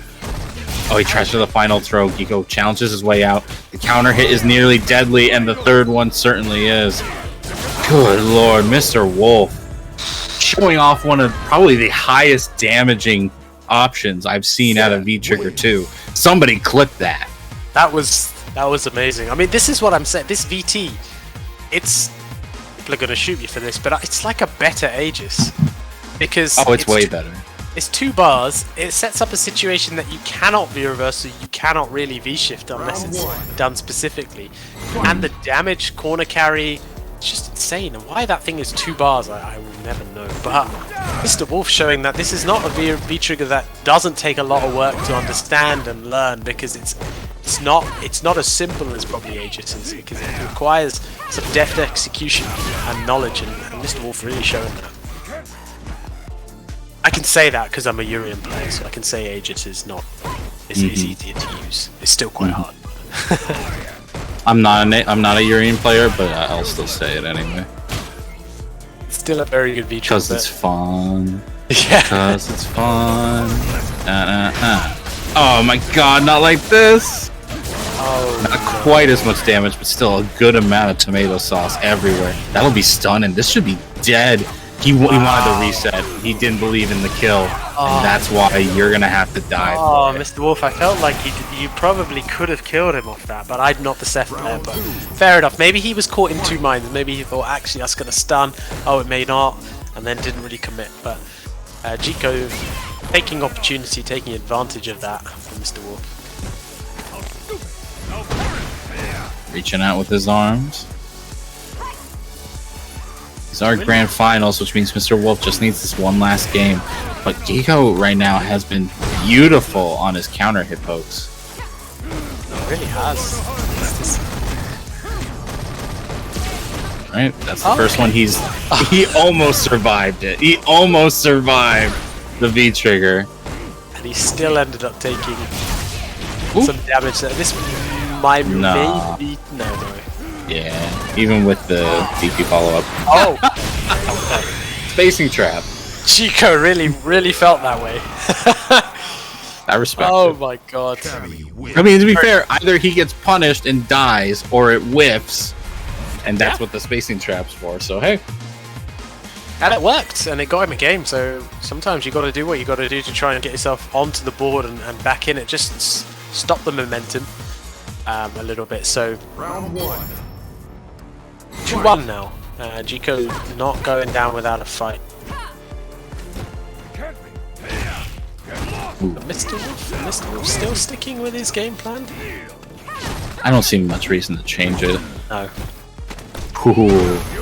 Thank God for those nerfs. Back in the day, that dive kick would have smacked her right to the ground. Yep. It would have done.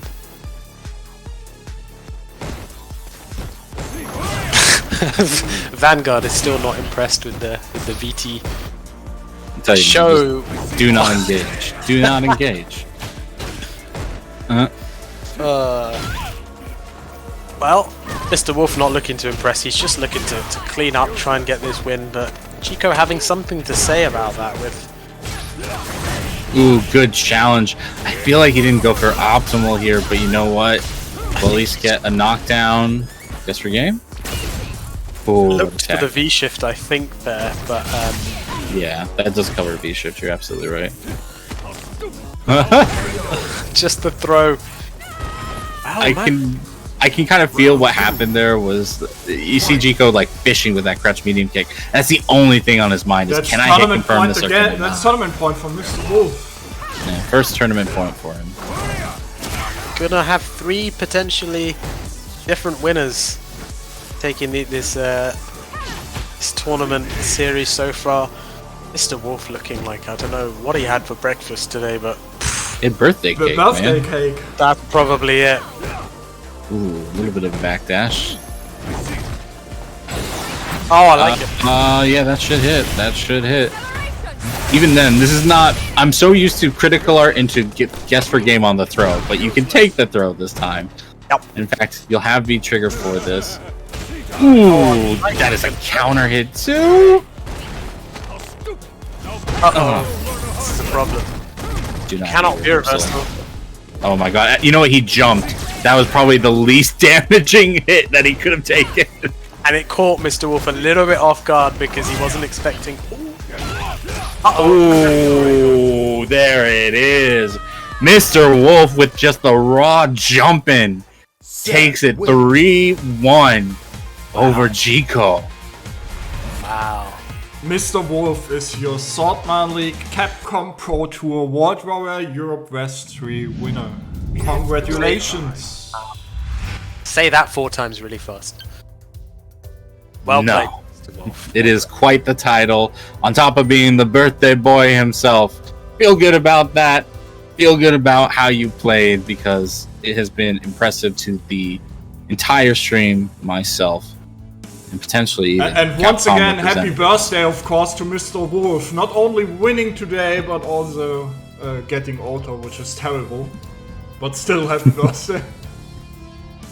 Yeah, Well- it's great showing. I'm going to take a look and see where that leaves us with points, because of course first place gets 50 points, and Mr. Wolf was tied for 7th earlier, so this will bump him up to 85 points. Unfortunately, that doesn't leave him in first place in the league. Garnet should still be above that. Takamura should still be above there, and I think even Geeko might be around the same positioning since he took 2nd place, maybe even above. Can someone read through the top 8 real quick? Yes. Yeah, so absolutely. Go ahead. we have Mr. Wolf taking first place very convincingly, and a great showing to him with Geeko in 2nd, Takamura 3rd, Garnet 4th, and then in 5th joint we have Gambanera and Akram, and then in 7th joint we have Dadomago and Jin. So look at that, we have 6 Italians in our top 8. So shout outs to them for putting in such a good effort, really, and really taking charge of this this EU West Championship. So Yeah, well also played. great character variety here, right? yeah, no new characters were repeated there, and also we still, Mr. Wolf, don't forget, was also playing Nikali. So as was Takamura playing Ken. So well played to Mr. Wolf and happy birthday. Thank you very Big much to Bold Strike, first time commentating Saltmine event. I hope you had fun.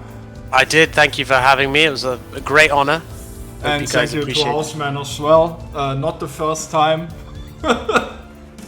I'm waiting for you to say the last time, but we'll see. We'll see. No. I'm not like that, man. All right. Well, it's been a lot of I fun. want to fire you more, that's why we'll come back. I need to hire you more so that I can fire you more. That's fantastic. I'm not hiring, I only fire people. I don't know how they always come back. How can you fire someone you never hired? I don't understand. That's my power. Whatever. That is the logic of Saltmine League. I hope you all have been enjoying yourself. As mentioned before, this is a CPT World Warrior event. Points mean quite a bit, so thank you all for coming out and supporting it. Make sure you follow Saltmine League, this Twitch channel as is. Make sure you follow the Twitter at Saltmine League, or excuse me, at Saltmine TV. I'll get a firing for that, whatever. World tournaments are happening, Nordic and Baltic, Yeah, next Germany one is as Germany well. next week. On the And 18th, normal Saltmine League comes back next week as well on Saturday, and on Sunday is on my birthday actually. Germany number 3, and then is Nordic Baltic, and at the end of the month will be Europe East. So make sure to tune in to sign up if you are in the region to enter. And yeah, it was fun.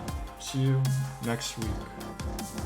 Why are you wishing me happy birthday? My birthday is next week. Don't do that. That brings bad luck if you do it early. That's not bad. Yeah. Anyway, that's it. We are out. Peace, y'all. Peace, guys. Take care.